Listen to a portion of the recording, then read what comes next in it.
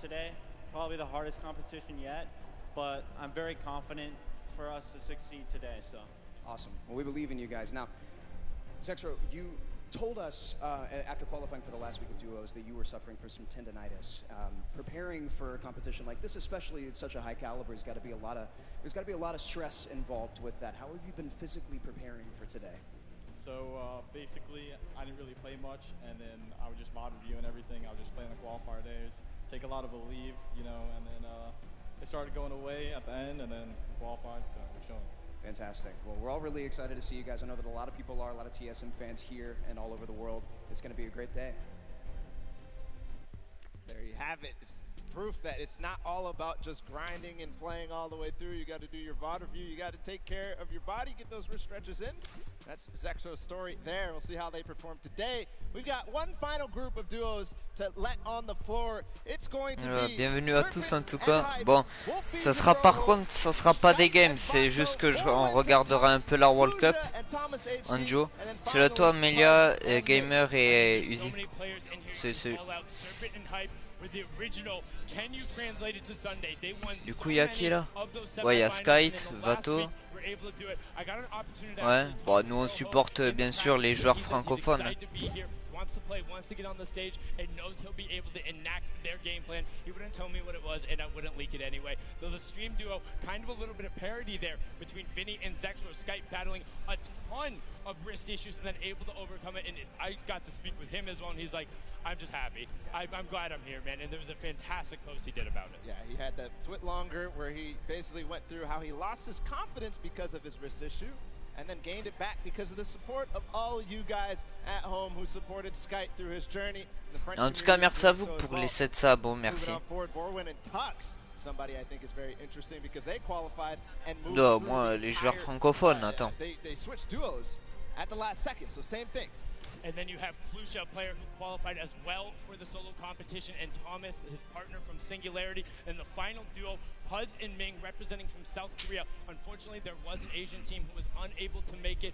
Puz and Ming having won in the Week 8 qualifier where there wasn't an additional spot. And on top of that, their consistent placements earned them that alternate spot coming out of the region. We had an opportunity to talk with them and have a package set up, and let's see what they had to say.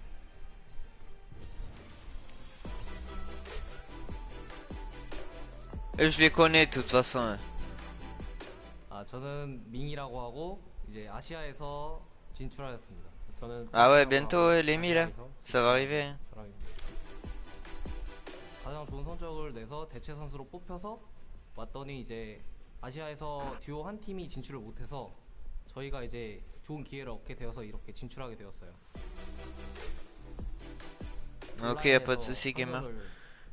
C'est le top, quoi. 경쟁하는 게 마음에 들었어요. 유럽 선수들과 해보고 싶었어요. 저도. 게임하기 전에 이제 계속 어떻게 게임을 플레이할지 생각을 하고. Ouais, c'est le top, quoi. 그냥 연습을 최대한 시간에 맞게 활용을 하고 최대한 많이 노력을 하다 보면. Bon, ça je sais que déjà Airwax a encore gagné la Pro AM. Ça je sais.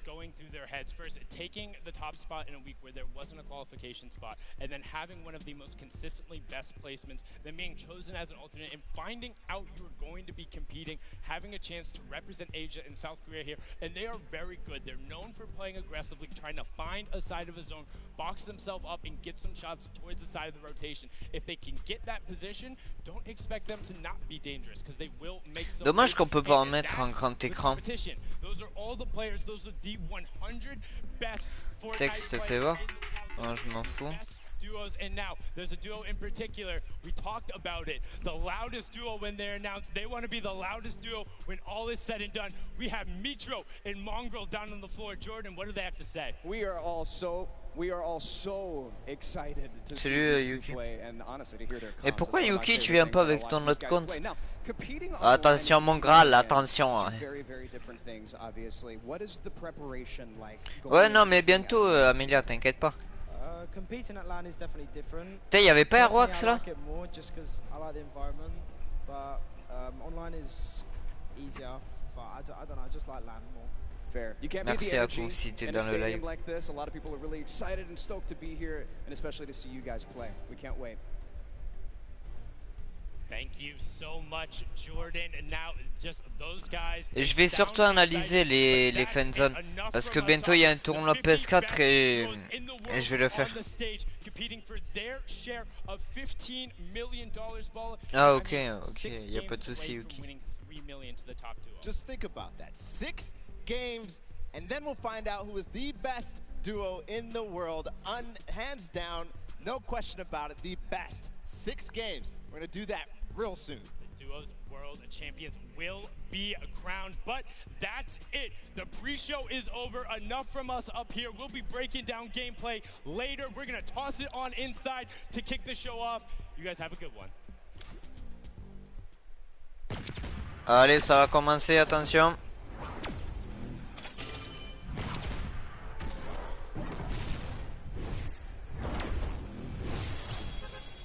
Allez, c'est parti, ça va commencer.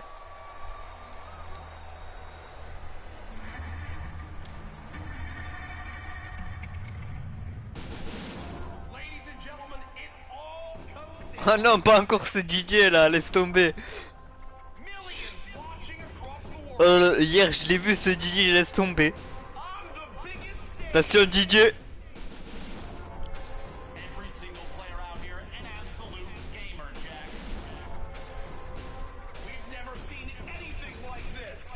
Ouah, le trophée, oh là là.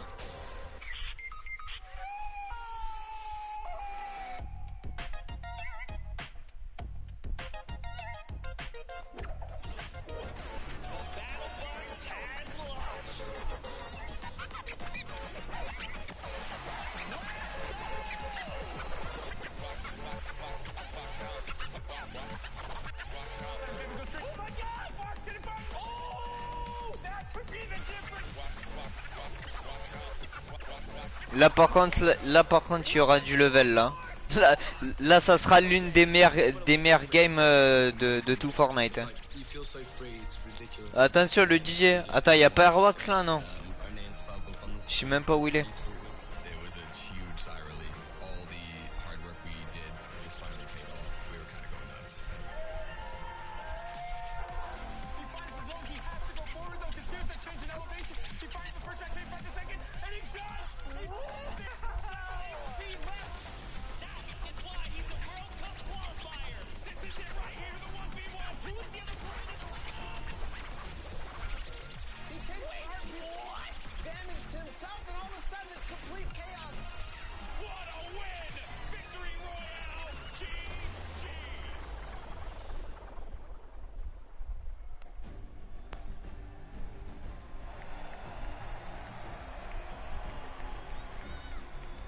Ladies and gentlemen, this is the Fortnite World Cup Finals live from my hometown, baby, New York City. Where you at? Where you at? That's what I like to hear. That's what I like to hear. This is it, people. The moment that we've been waiting for. 10 weeks of competition leads to this. I'm your host, Golden Boy, and I couldn't be more pumped to be here because we're about to see the greatest Fortnite players in the world go up against each other in duos competition. Millions in prizing on the line, and most importantly, what's right behind. Putain, le setup de malade qu'ils ont, hein. C'est abusé. And the first ever Fortnite World Champion. We're going to crown that today, and it's going to be awesome. And I want to know if everyone here in the Arthur Ashe. Ouais, mais après c'est je le regarde de la PS4. C'est mieux quand tu regardes directement sur Fortnite truc. Parce que le temps que je mets le direct et que c'est pas vraiment ma diffusion, tu vois. C'est pour ça que c'est pas. Putain, il y a mon Poiscaille là. Attention là. Le Poiscaille il est chaud là.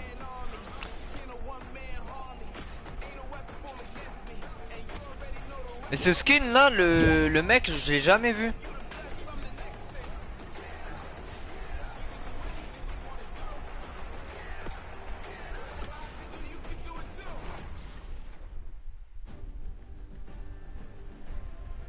Everyone here is excited to get to the games, and we're going to do so in a little bit. The players are gearing up and getting ready to go. You know that each and every one of you inside of this stadium, you're just pumped. You've had your opportunity to go out to the festival. You've managed to meet up with your friends and enjoy some great times here in New York City. And obviously our players are here to win a world championship. And the good news is we have two players standing by with Jordan Fisher who are looking like they could contend for the top of the mountain. Thank you, GB. You are a handsome man. Now, I'm going to be super honest and very forward right now when I say that I've got two of my favorite people in this stadium right now. Et par contre, il y a aussi des joueurs manettes aussi. Two of my favorite people to watch and study. We have Sean and Aiden. Aiden, one of the most dominating controller players in the world, and he's proved it time and time again. With Sean on mouse and keyboard, one of the most mechanically skilled and gifted players in all of Fortnite. Now, with this combination of one of you on a controller and one of you on mouse and keyboard, there's got to be some pretty unique strategy that you guys can pull together. Lui c'est Aiden, lui. Lui c'est un joueur, lui c'est l'un des meilleurs joueurs manettes, lui. C'est là que vous voyez là. Il fait partie de la team Ghost.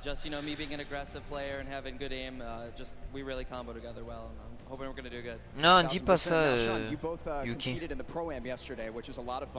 C'est la toi nécrose. Your thought process, your strategy going into today. Tell me how that differs from yesterday and your performance there. I think yesterday was like super fast paced.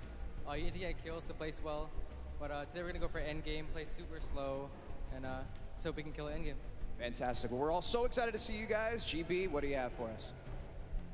Always a pleasure to hear from the Ghost duo. They're going to look to go to the top, and they very well might do that. Par contre, laisse tomber comment il parle, laisse tomber. Are you ready? So I'm going to ask you again, New York City. Are you ready? Go! Allez là, putain. No, I got to take the earpiece off. New York City, this is my hometown, and I know we can make some noise. So I'm going to ask you one more time. Are you ready? Non mais dis pas ça Yuki parce que c'est un peu chiant à force. Ouais, par contre c'est lent un peu. Ladies and gentlemen, it is time. The Fortnite World Cup Ninja le mec. New York City. Everything on the line here today. My name is Jack Courage Dunlop. And well, guess what? I'm joined by a surprise guest appearance, Tyler Ninja Blevins. I am so excited for today. Après il est pas qualifié Ninja mais bon. The emotion here is insane. Il va commenter. Guys have been playing for months, practicing, doing nothing but thinking, eating, sleeping, breathing Fortnite. That's it, and it's all led to this. I know the nerves absolutely at an all-time high. I'm nervous right now. I'm just casting. I'm not even playing. Meanwhile, they're paying for $15 million, but it's not your normal Fortnite rules we're going to be playing today. Let's take a look at the format, catch everyone up to speed. I know a lot of new eyes will be on Fortnite competitive today. And Ninja, here's the format for points. So, this is duos. If you place in the top 15 duos in this game, they earn 3 points. Top 10, they La victoire royale 10 points, ouais. top 5, they earn 7 points. And finally, une élimination, ouais, they earn 10 points. Now, those points cannot stack. Ok. In a game, you can only get a max of 10. Putain, le premier, waouh, 3 millions le mec. Le duo, je veux dire. 3 millions il gagne. Here's the prize money breakdown. And Ninja, you've been involved in competitive gaming for a long time. Have you ever seen anything like this? No, I mean, you're looking at first place, 3 million. I mean, heck, I'd even settle for third at 1.8. settle for 1 point. I'll settle. No, we've been playing, we've both been competing for a long time, and I've been competing for almost 10 years. Prize pool's never even come close to this. This is life-changing. Yeah, absolutely mind-blowing numbers right there. Again, everyone who made it this far, $50,000 in their pocket, but their eyes are on that top 10. They want to jump up that prize money ladder. Again, we are live. Oh bah là il se met bien là. Putain il y a Hunter avec Kingstar. Vous les voyez là? Derrière le fond. Tu vois Hunter se marrer là. Et là qui gagne là. Regarde-moi ça. Dude, man, I mean, I gotta give it up to Mongol and Nitro. I think they're gonna definitely close it out. They've been, I really am just super interested to see how they play. I've been watching a lot of their World Cups after they've already qualified. Hands down, one of the most aggressive duos throughout, you know, the qualifications. But are they going to do that here? Are they going to go for placement, or are they going to still W key like they've always been doing? That's typically been their gameplay of choice. There's a look again at Attention, là il y a mis. Ah ouais, mon Graal mis 3. Ah ouais. Presque les deux meilleurs. So will that remain the same today? These early game battles, these fights for the different points of interest will be so key. You go with a European duo. Yeah. I'm picking a European duo as well. Another young squad, Mr. Savage M and Benji Fishy.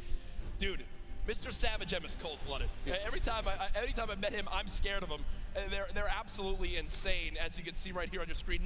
We'll get those pictures fixed, don't worry. But either way, these guys are two absolute tanks. And Ninja, you've watched all these guys. Yeah. You're absolutely one of the best players in the world. But it's almost like these guys are in a class of their own. They are, man. I mean, I've competed against some of these guys in some other online tournaments as well. And I mean, literally watching Benji just slay out an entire lobby by himself in squads is.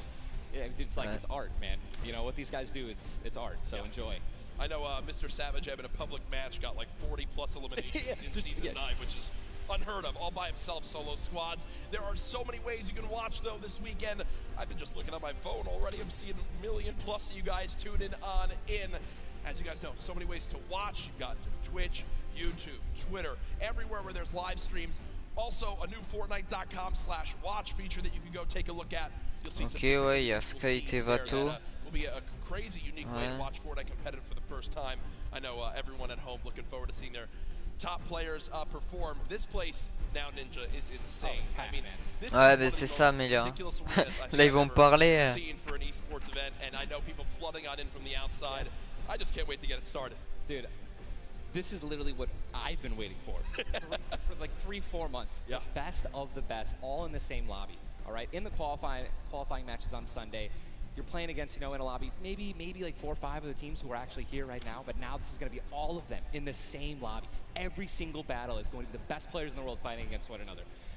I'm excited to watch the early game when they're landing in their spots. I'm excited to watch the mid game during the rotations. I'm going to be taking notes, and you guys should too. Yeah. Also, other things that note to take to bring up. We're going to be playing on siphon settings here, increased material favorite. Do you want to explain for everyone at home exactly how that all works? I'd absolutely love to. So unlike normal matches, when you get an elimination, all right, you're going to be granted with 50 health or 50 shield, depending on what you're missing. And that's also going to give you 1 point as well. They also drop 50 mats of each, wood, brick, and metal. So, you know, elimination. Ah, il y a Rawax, ouais, Nikov, Vato, Sky. Ouais, c'est un Aiden, ouais. So, if I knock a player, you'll see in this. A lot more times, teams will immediately try to finish that elimination, get the health, go pick up the materials, maybe secure some extra loot. There's a look at the lobby screen, and you know, Ninja, I was bah oui, ils s'entraînent, attends, il faut qu'ils s'échauffent. Hein. S'ils sont pas échauffés, attends. Là, ils font des petits moves, tu vois, pour s'entraîner un peu. The nerves running through them insane. The average age in today's tournament, 16 years old. Some of these guys are going to walk away with $1 million+ this weekend. At 16, what? Je te promets qu'ils ont des danses que c'est même pas sorti. C'est quoi ce machin? So basically the same as today. Exactly. Nothing really would change. Nothing's changed. No, it's so much fun, man. Again, c'est le tas Bunis Dark.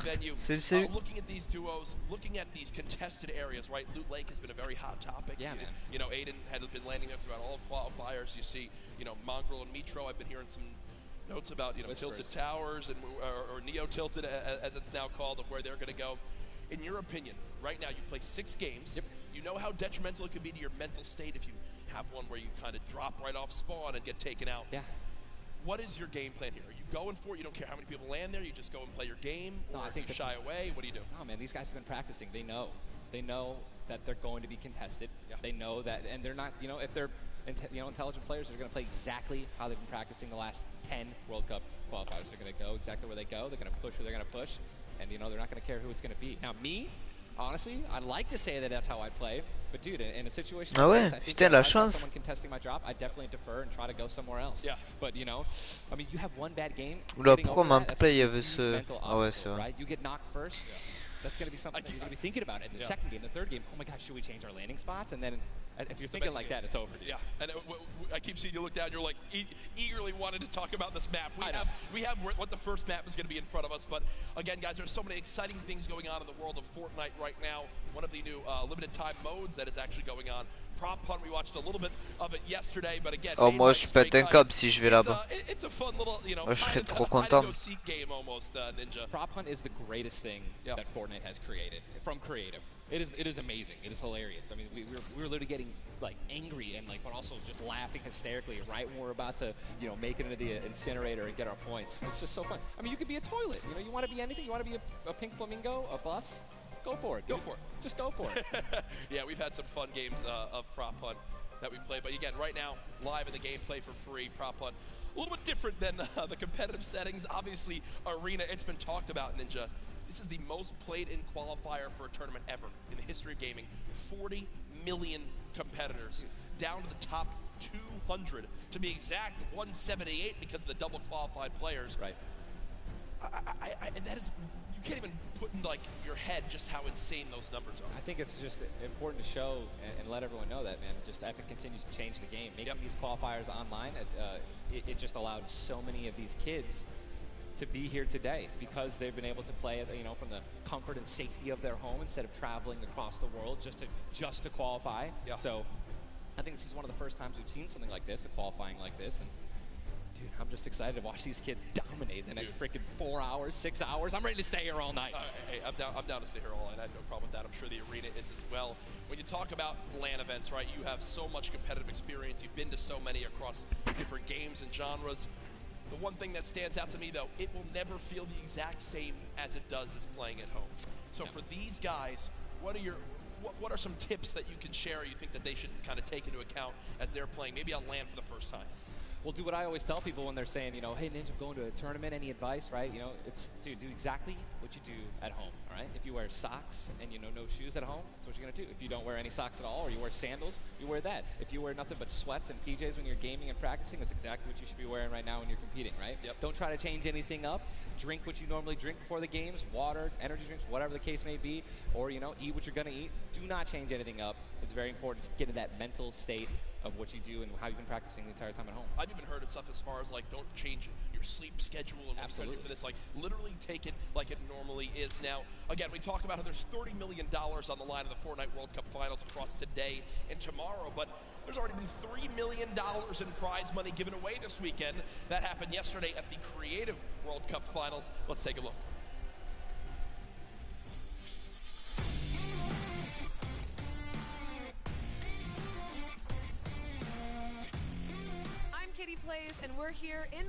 Bon, mais laisse tomber, ils font que parler, c'est pas possible ça. First of all, congratulations. Now, Scissors, how does it feel now to solidify that title? It's kind of awesome considering I love creative mode. It's thriving, it's awesome, I love it. Now, Tyler, did you ever believe that you guys would secure the position here today? Yeah, I always knew we had it in the bag. You know, we're the week 1 qualifiers. We're the most stacked team. There was no competition. Just when the last map was a death run, I knew we had that in the bag. We got some good players here. I knew Zan would clutch up, and he did just that. You could tell he lifted the finger. He said, we need 1 coin. Just grab this coin right down here. If he can do this without being eliminated. Here it is. The win. Oh, he missed it, but gets it with the trap trigger. You realize that one jump won this group here an extra $1 million. It's unreal. Like, if you want to practice with death runs, you need to like do it slow. Don't go in blindly. Like, try and like change everything you do every time you fail. Suzu, can you see yourself doing even more with creative? I mean, the success of today. Et c'est le tour, Will you Izzy. continue to go and play creative maps? I think I will definitely stay consistent with creative because I feel like there's a lot of potential in creative still, and yeah, definitely this is my thing. But I want to go down the line and see what each of you guys plan on doing with that prize. I'll probably end up like saving most of the money, maybe like some investments. He's 18 and he just won $336,000. What are you gonna do with the prize? Rent? Rent. Yeah, I think rent. Alors c'est calme, tu sais, Rizzy, le temps qu'il reçoit la notif. Plus c'est la World Cup, donc à mon avis, il y a tout le monde qui la regarde. Congratulations again, absolutely outstanding job. Thank you guys so much for tuning in, and I cannot wait to see what the future of Creative Fortnite looks like.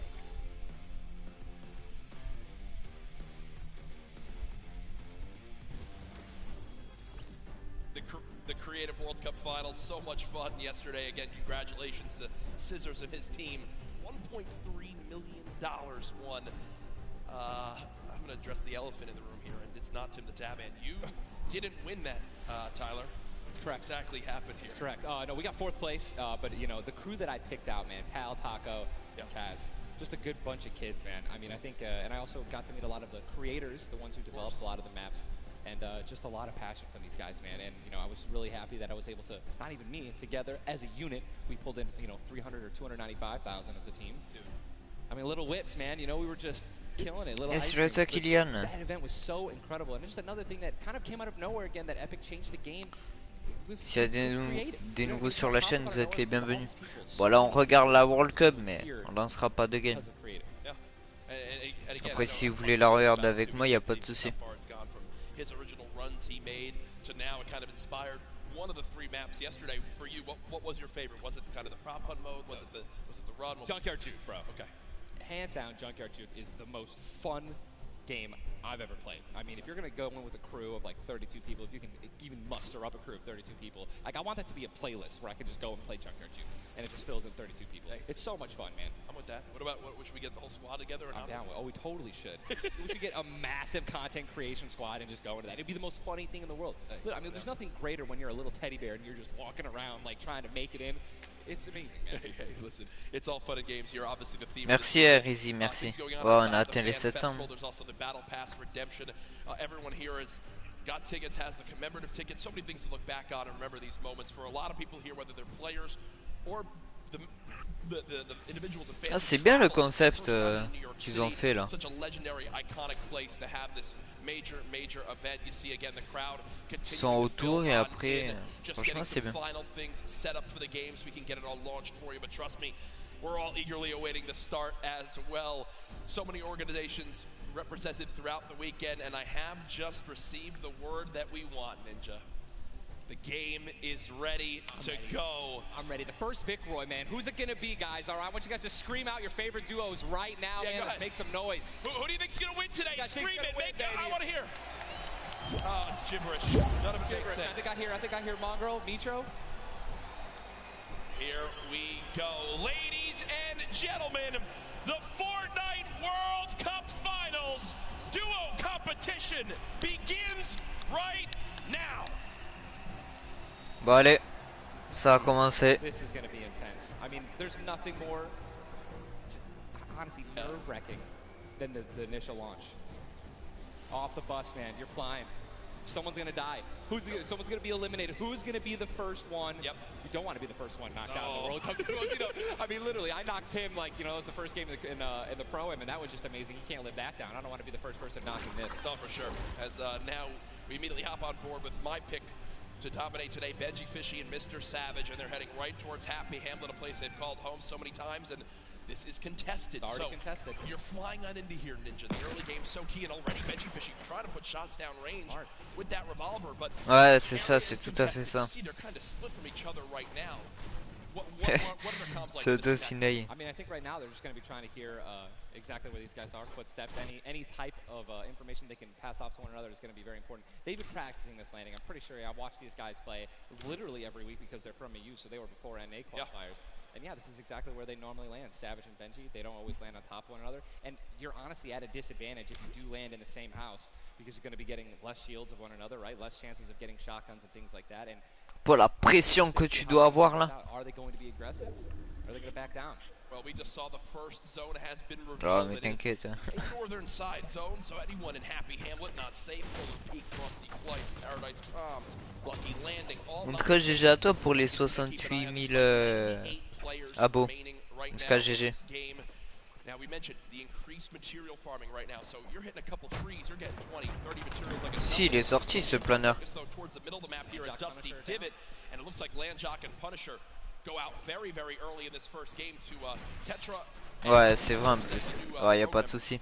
En tout cas, t'es le bienvenu, tu sais. They're wasting a lot of material right now. You can already see it. You've got only 100 maps left. That's 10 builds. These early game fights are always so detrimental. You have to be very, very, very particular with how many mats you're going to use when you're trying to ramp rush somebody, because if you make it there and they shoot you out and you have no mats, I mean, you're left with literally nothing to protect yourself with. And look at the advantage that you now have. Tetra hasn't found Pas les moves quand même qu'ils font, c'est abusé. Ils ont des moves. That's 50 shield per limb, putting him at max HP, and now he can completely change how he takes this fight. It's not like the normal games where ouais, c'est tout à fait ça. You might second guess what you want to do, you might play a little more passively. No, because of those early limbs. Ah ça je sais pas. Ouais, je sais que Airwax il a gagné hier le Pro, mais après aujourd'hui je sais pas. Bon, qu'ils nous mettent sur des joueurs francophones, sérieux. Yeah, definitely going to be lacking stone. They can get a 500 metal, which is going to be their most valuable asset here, landing in Dusty. What I'm just interested to see is, you know, they have no rotation items when you're looking over there, so hopefully they find something that's going to help them rotate later. There are no balls that spawn in Dusty, so no ballers. It's going to be very difficult to make it to the late game if you guys don't have ouais, 3 millions, ouais. Here's another fight going on towards Fatal Fields, and with how little materials there are, you got to think these players down low who are already just on light HP are in a tough spot, and there it is. Scarlet and his duo Bell get the quick elimination onto Brush. And that's going to push back Brush's duo into Fatal Fields and try to hide for a brief moment. Another rough start right there. So much stone in Fatal Fields. I feel like Fatal Fields is a underrated landing spot. I think you can get everything at Fatal Fields. You definitely get wood and brick very quickly, and then there's definitely some metal that you can gather around. You know, there's a bunch of cars and things like that. Some tractors there in the sticks. But listen, man, I'm really curious as to why they're not pushing Sizz. Well, it's kind of a double-edged sword too, because yes, Sizz is by himself, but we've all experienced how easily you can hide in that brush there in the cornfields. And Sizz Lucky, these top players who land Fatal Fields, know how to actually navigate the loot in the corn without breaking the corn. So I need to break the corn every time. Right, same. I'm not good enough to know, but there's a certain path you can go on, and Sizz Lucky will actually be able to go back and pick up Brush's cards. So this is key. You think you should go for it? Vans, remember when you get brought back, you only have 100 HP and a common pistol. That will bring a lot of attention over. If you are Scarlet and Bell, are you sprint back over that fight? I think so. Now across the map, though, an engagement going out between KBB, Yuang, and their duo up against Vinny and Zexro, and there's the knock right there, Ninja. Drum shotgun's very powerful. It's definitely underrated. You can get inside somebody's one-by-one right there. I mean, there's another knock with a drum shotgun, just absolutely wreaking havoc. Yuang trying to take this wall. I think his teammate is not going to be able to stay alive, so it's going to be Zex and Yu. He's got the shield advantage. All he has to do is play this patient. I'm going to be pretty sure that these guys don't have that many materials, so just needs to spray it out and hopefully find a chance to take him down, but he's healing up. Yeah, Zexro has minis as well as big shields, so we'll be able to get back the full shield, and Yuang now in a tough spot. Do I try to go? Zex definitely can interrupt this now. He took too long to start going with the res, but it looks like he's just going to be going for the reloads, taking his time, and he might be dipping out, maybe trying to, he's definitely staying aggressive, but he's going to get the revive off, and now it's a 2-on-1 again. Zexro staying confident though, knowing right now still at over 150 HP, the teammate has to be at 30 health. The wall comes through, trying to spray it, and it's not gonna happen, and you see Zexro right there, hands right to his head, some solid damage done, but Yuang dropped down to 59 HP, but with that elimination, we'll bump back up to over 100. Very, very close right there, Ninja, with the drum shotgun. Very important is checking out the storm right now. A lot of these players, there's a lot, you guys can't see the screen, but there are plenty of people who are outside. They're going to have to start their rotations in, and this is actually where a lot of very talented players with their aim can clean up a lot of kills. This is actually my teammate and I's reverse. Our strategy was to try to get in those spots where you can beam people who are going to be flying throughout the sky using a lot of the slipstreams and just taking advantage of, Attendez, juste pour les commentaires, je vais allumer mon PC, je vais les lire sur mon PC comme ça. Ça sera mieux. Look at how slow this lobby is going, folks. 92 players left, and a definite fan favorite here.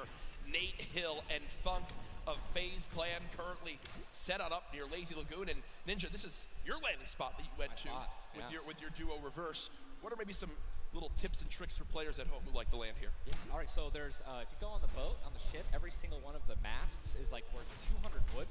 So you definitely want to go for those. You can easily get max wood in arena in probably less than 10 seconds. And also there are some metal anchors in town that you can get for about 300 metal, which is, you know, like the most valuable material that you can get. I mean, I'm just 91 players. I mean, have we talked about Storm Surge? I mean, we haven't yet. I was going to let that be a bridge when we cross it, but because 91 people left. I mean, how soon is it going to be? We're going to have Storm Surge in every game. Yeah, I mean, it's going to be like, this is going to be nuts. If you guys don't know what Storm Surge is, basically the team that has done the least amount of damage is going to start taking damage until they get above the damage threshold. Yes, and it tells the players on their screen what the damage threshold is. If you're used to playing at home, you probably have never experienced Storm Surge in a normal game, but it is very common in competitive because everyone wants to last until late game, earn those extra points, and wind up getting those placement points to come on through. Watching Letwick and Flexi right now. Ah oui, non, mais là c'est du haut level là par contre. It's not your normal game where you get to loot up and freely grab everything you want. Here, I mean, look at the inventory. En tout cas, merci à vous pour les 7 likes. En tout cas, merci. Yeah, I mean, people are not going to be able to loot. They're not going to be able to loot normally. I mean, you have every single spot is definitely going to be contested or have talented players who are surrounding you. You got to be constantly worried about getting sniped from the side. All it takes is 2 seconds of being caught off guard, and you can get dinged twice with an infantry rifle, and boom, there goes 160 health, man, just like that. 89 players left now in the lobby as Twiz and Cover H, the duo, do get cut down. 45 duos remaining. The second zone has just been revealed, and again, Storm Surge will begin after that. I absolutely think it's going to happen. That will be for 70+ players. So you keep that in mind as this goes on. Players who haven't really done any damage will know that they're going to be at a point where their hand is going to be forced. They're going to have to put on a little bit of aggression. You're going to see the game pick up just a little bit here. There's Snappy and Red Rush already in the next zone. They're more than happy to just farm up this metal structure and claim it as their own. They're actually very centralized as well. Yep. I mean, a really great strategy that you're going to see a lot of people going to be using throughout this weekend in solos and in duos is to just try to get in the dead center of the second zone and honestly just kind of pray that the circle is going to continue to rotate. Les moves qu'ils ont, c'est I mean, I'm still looking at a lot of these guys' inventories. One guy just gets knocked in front of him. Like going to try to save his teammate. It's not going to happen. But there's not a lot of rotation items. I haven't seen a lot of shockwave grenades. I haven't seen a lot of shadow bombs. I don't see any launch pads in anyone's inventory. Yeah. It's going to be such a, like, the rotations late game are going to be nuts. People are going to get lasered out of the sky. And Letwick now all by himself in a 1 versus 2. Non, là j'offre pas de skin. Pourquoi? Still quite healthy between the two of them. Over 140 HP for both of them. Harpy still playing the slow ground, trying to spray out the opponent. And look at the material count for Volks. 135 total builds.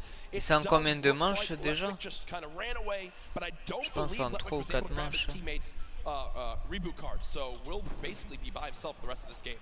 You know, it's going to be almost impossible to perform alone when your teammate is knocked. And there's the Storm Surge warning. These guys are 106 above it. You guys can see that, which means that there's somebody who has 106 damage less than them that is currently below the threshold, and they are going to need to hit some people, deal some damage. And that's actually the beauty of Storm Surge, right? You don't necessarily only want people kind of just lingering around in their 1-by-1s, praying that the circle moves to them. You're gonna see some fights that are gonna be forced to break out because players need to get above that, or they're gonna die. They're not gonna be able to make it.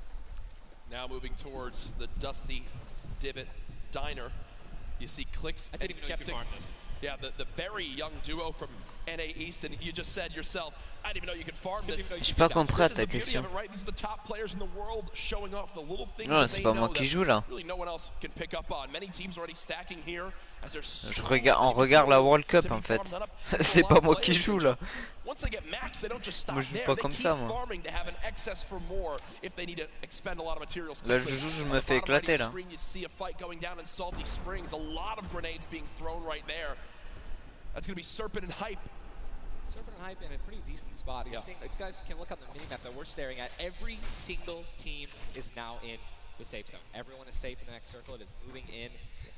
And this is double heavy sniper is in play. For those of you guys who do not know, a heavy sniper will take out a metal wall. It'll take out pretty much anything. It does 1,500 damage to structures. So if you have 2 teammates who have double heavy snipers, they can see a team, line up a shot of somebody hiding in a 1-by-1 and be able to take them out. And that changes the game completely. Once you hear double heavy, you can no longer sit still ever. Or if you know where they're at, you have to make sure you have at least 2 walls of cover on that side to protect you from the inevitable double snipe. And when we say double snipe, it's as far as 1, 2, 3, shoot. And they both fire at the same time and catch you off guard. There's absolutely 0 time to react. And one thing you guys, we've talked about are the rotation items. We got 6 shadows for this guy, and they have a baller, so they're sitting pretty. I think these guys are in a great spot. Absolutely. And you see the zone did just update towards the northern side of this current storm. Storm Surge is now in play, so players beginning to drop. 80 players in total in this game. They will just rotate on out of here. Hype and Serpent don't want the fight. And that's Jay. Discounter, il est en fight. With Storm Surge beginning to tick in, Quentin and Lanouf now having to push a fight as Storm Surge is affecting them as well. And you see it just kind of smites them down from the heavens, and there they go, getting dropped by Storm Surge. Unfortunate for them, but again, with not enough damage done, they do fall below that threshold. Jeez, man, Storm Surge really does just force people into some pretty tricky situations. But again, man, it just goes to show a lot of aggressiveness is going to pay off for teams, man. You don't want to be put in that situation where, you know, you have to desperate and push. Maybe a duo that's better than Airwax. You know what I mean? And Airwax il s'est fait tuer. Replay. Was that a replay? Just went down. Airwax and Nikov are winners. Well, Airwax at least are back-to-back winner of the Pro-Am. Does go down. Airwax double qualified as well. Airwax est mort. As they do go out quite early on. 71 players left in this game. 38 duos. Again, it's a slow crawl as everyone begins to drop. Have you ever seen anything like this in competitive? No, I think that the only time that we saw numbers like this were when the circles they didn't really chunk that much and they were more centralized in the beginning of competitive. So Hunter, Kingstar, okay. So now that these circles are really just kind of moving around the map, you can't really predict them. I mean, you're getting these players who have, again, the great aim, and they're just beaming people who are focusing on trying to rotate into the circle. Now look, so many people coming from the south. Il y a Mongral Mitro, ok, en colline. Guys are in a top position with solid aim, man.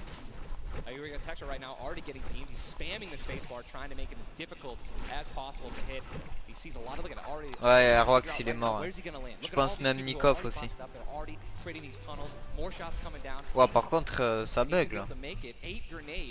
So that's going to be, I mean, if you can get in a position where some players are already getting focused on the outside, 8 grenades, he might be able to clean up those kills too. Yep, that's right there. They do box up in time.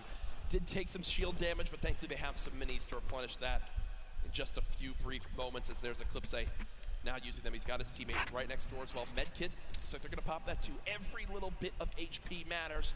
Saving the campfire for the late game, it appears. Ronaldo save the campfire. In the elimination feed right there. Mongral, attention. Earlier with his duo, Mitro. They're set up currently in this zone. 68 players left. Les moves qu'il a aussi. I mean, c'est abusé. His inventory only got 2 guns right now, which is inventory rifle and a combat shotgun, so he has no spray guns. All right, spray guns are, you know, anything to an SMG, tactical assault rifle, SCAR, anything like that. You know, you've got to have a gun that can shoot pretty quickly to kill players and hit players through their 1-bys. You know, very difficult. Look at that healing too, though. Yeah. 5 slurps, 2 slurps, 5 chug splashes. And they already have a slurp ticking. This is insane. Super close to the zone as well. They don't have to move too far. Yep, and material-wise, look at that, 135 total builds. They're in a fantastic position to make some noise in game number 1. We'll definitely keep up to date with them. The slipstream slowly inching towards where it begins to shut down Ninja, but with so many slipstreams still available in this current zone, a lot of players are going to use that to rotate on in freely without using launch pads or the shadow bombs. There's your whole map right there. The eastern side of the zone. None of these players really going to be able to play their Ok, pas de soucis. Bon appétit à toi, gamer. If they want to be safe. Some of the best. I mean, look at these are the best players in the world, and look how close they are to one another, man. I'm so excited when they actually have to force into these fights. The Storm's going to start pushing them. Look how. I'm sorry, man. I just can't, man. You guys notice also Stinks, man. These players are so talented. It's going to be so hard to spray through their walls and actually deal damage to them. So you need things like grenades, like Stinks, right? Little fart bombs is what I like to call them, to force people out of their 1-by-1s and try to shoot them as they're rotating away and trying to build new 1-by-1s to dodge the Stinks. You see the Stinks right now going down on Mongrel, and Mongrel gets immediately ripped in 2 as it seemed like the lobby began to focus him right there. His duo still alive. With good rotation. Ah, je pense que Mongral il est mort. Ouais, il est mort, Mongral. The next Storm Surge has begun to kick on in. Mitro, 12 damage below, will have to begin to put shots down range. The zone pushing as well. So in this position, with the zone at their back, Mitro's goal, spray at players who have to push from the zone. They have one way they can go. They can't afford to take storm damage. They've got to push right at him, and Mitro knows that. Now begins the fire. Dubs just below as well. one of the players who qualified multiple times through solos and then once in duos. They also have some great rotation. 2 ballers still intact. And here's the thing that you just mentioned, all these players who are going to be rotating in, being forced to rotate in, everyone knows that. Very little ammo though. Look, these are the last 9 assault rifle shots in Dubs' inventory. It is getting scrappy, folks. And there's the split. Still though only 80, meaning combined between the two, they really only have about 150 shots to work with. The zone still pushing. 61 players left. Reminder, folks, this is game number 1 of 6 today in the duos competition. Dubs does go down as a player got that back wall and he wasn't quite ready for it. Mega frantically backing on up, trying to create some space. Will he be able to go? He's gonna go for the pop that slurp. He's got the storm surge on. He's trying to be aggressive. Oh, he's still below, right? He's gonna need to be aggressive. He won't even have time to revive. Oui, il est petit lui pour jouer. His teammate got finished actually, so he's got all the shields in the world. He can get back. Je dirais il fait 14 ans. He's still ripping him apart. That slurp is barely keeping him alive. Hitting him for 25 damage every time it winds up ticking. There it is again, dropping on in. Mega's hand is forced. Some big damage right there, still below. As players are continuing to drop all around, but Mega doing a solid job of keeping himself alive right now through the storm surge. Fantastic composure again, one of the young players on this stage looking to try to secure the title of Fortnite World Champion. No more Dubs. The duo still okay, down. So now finally above. Finally above, and guess what? The most important thing to realize, guys, look at that rotation. Yes, he's alone. Yes, his teammate's down. But he has an incredible kit to not only make it to late game, but maybe even clutch this win out. He dropped the shotgun. Okay, there you go. Got the combat shotgun, one of the greatest shotguns to have late game. Does incredible damage, long range and close range. And all the guys, the circle just rotated now into the storm. Massive amounts of distance needs to be covered. This storm surge is insane. It's still going on. Finally taken out. 52 players left. And this is where things are about to get serious, guys. Thomas drops some ammo right there for his teammate, Inclusia. And you see Thomas, that epic infantry rifle, one of your favorite weapons, Ninja. What is so good about that assault rifle? It 100% rewards pinpoint accurate players, right? There's no bloom necessary. Your marker, your aim is right on their head, boom, you're gonna get that headshot. You're gonna get 80 points of damage. And there's now the upgraded versions, the legendary and the epic, have 10 shots instead of 8. So I mean, it just packs a punch, man. It can really catch players off guard, and that's exactly what you're going to need when you're playing against these top players who will literally build and protect themselves when they get shot once. Folks, there are 45 players left in this very, very small zone. We are now on our 6th storm. You see it's about to begin to move, and players will frantically have to go across the map. Zayt and Saf right now discussing exactly what they should drop, pulling up their map, looking exactly where they have to go. 44 left in this one.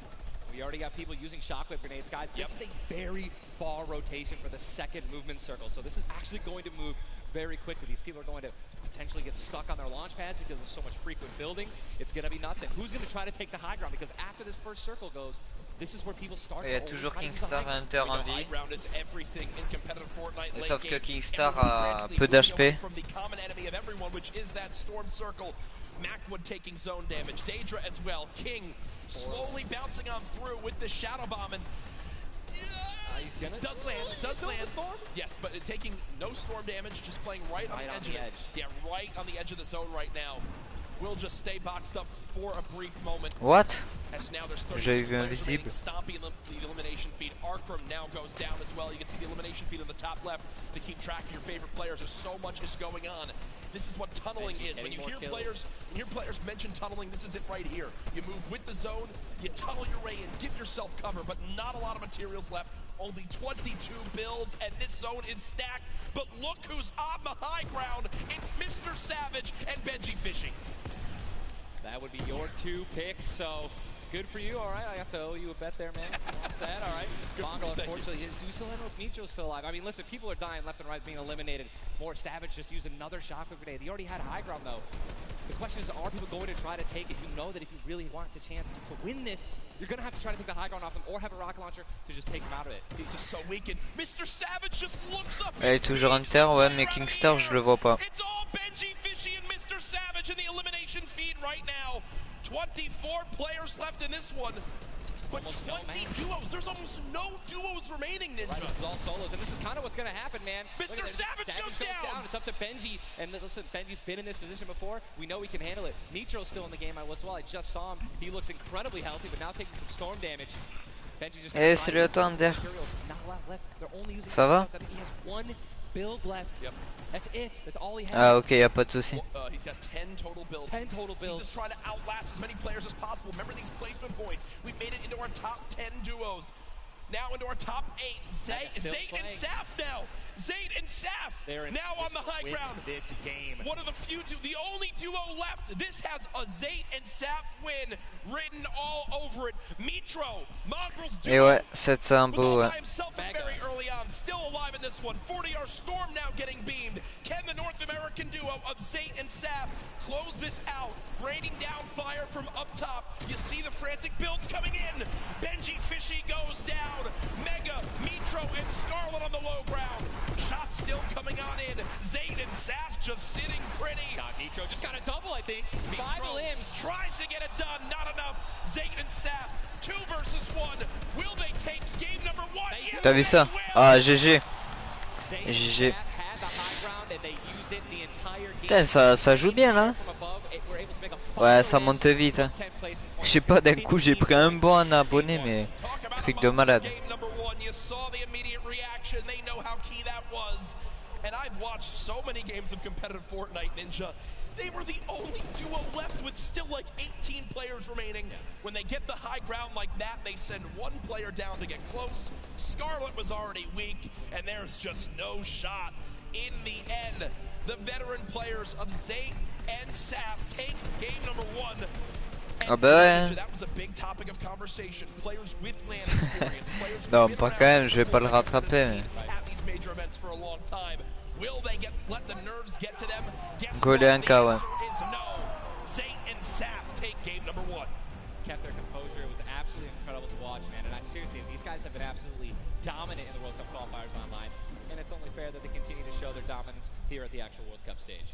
Brilliant performance. You know that their game plan is always last as long as possible. Absolutely. But the fact that they made it through those storm surges, even with them not getting very aggressive, they had 0 limbs down to those final few moments. Mr. Savage and Benji Fishy, we have to talk about them for a second as well.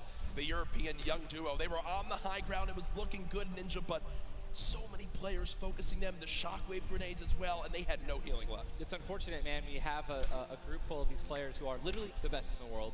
Non, dès que ça sera fini, la World Cup en duo, j'arrêterai le live.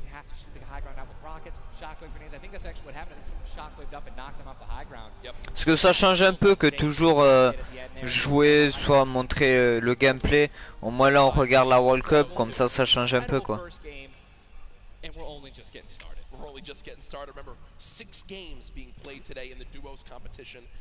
Là j'ai 3 écrans à côté de moi. J'ai mon PC avec mon live et mon chat, mon écran de jeu où je regarde la World Cup, et après à côté mon téléphone aussi. Ça c'est fini demain la World Cup. Là c'est en duo et après demain c'est en solo et après c'est fini quoi. Ça finit demain soir.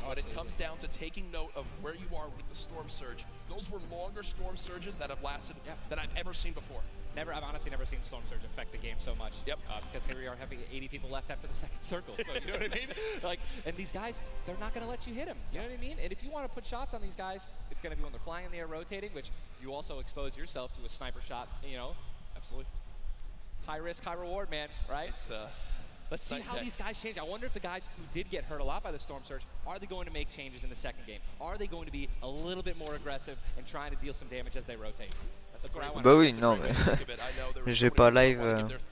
On these games, but over at Unreal Island, we've got our very own Sundown with his thoughts on Game 1. Thank you so much, Courage and Ninja. In the first match of the duos competition is over. Et là, ça va parler pendant 10-20 minutes, s'il te plaît. Wins out. We talked about Energy Zayt and Ghost Saf and how they've been playing so long together, and that endgame was a prime example of textbook Zayt and Saf. We're gonna re-roll it one more time, and we're gonna break down kind of how they were able to keep the control. Now, pay attention right away. you can see on the backside, Staff has one angle while Zayt is going forward, and they're moving back over the tarps they've already established, but the angles they take make sure they're covering everything. They hear the shots below, they're putting the fire down towards them, and Scarlet is able to pick up Mitro, but doesn't have enough to get out. Zayt and Staff. Depuis mobile, ça je sais pas parce que moi je regarde depuis PS4, mais après mobile je sais pas. Sur ça je sais pas. En tout cas salut à toi. Is winning out right now. They say nerves, what nerves? We might as well be playing at home on our own stations because they are just that good. Match 1 is over. Time to get back over the stage for match 2. Ninja and Courage, take it away.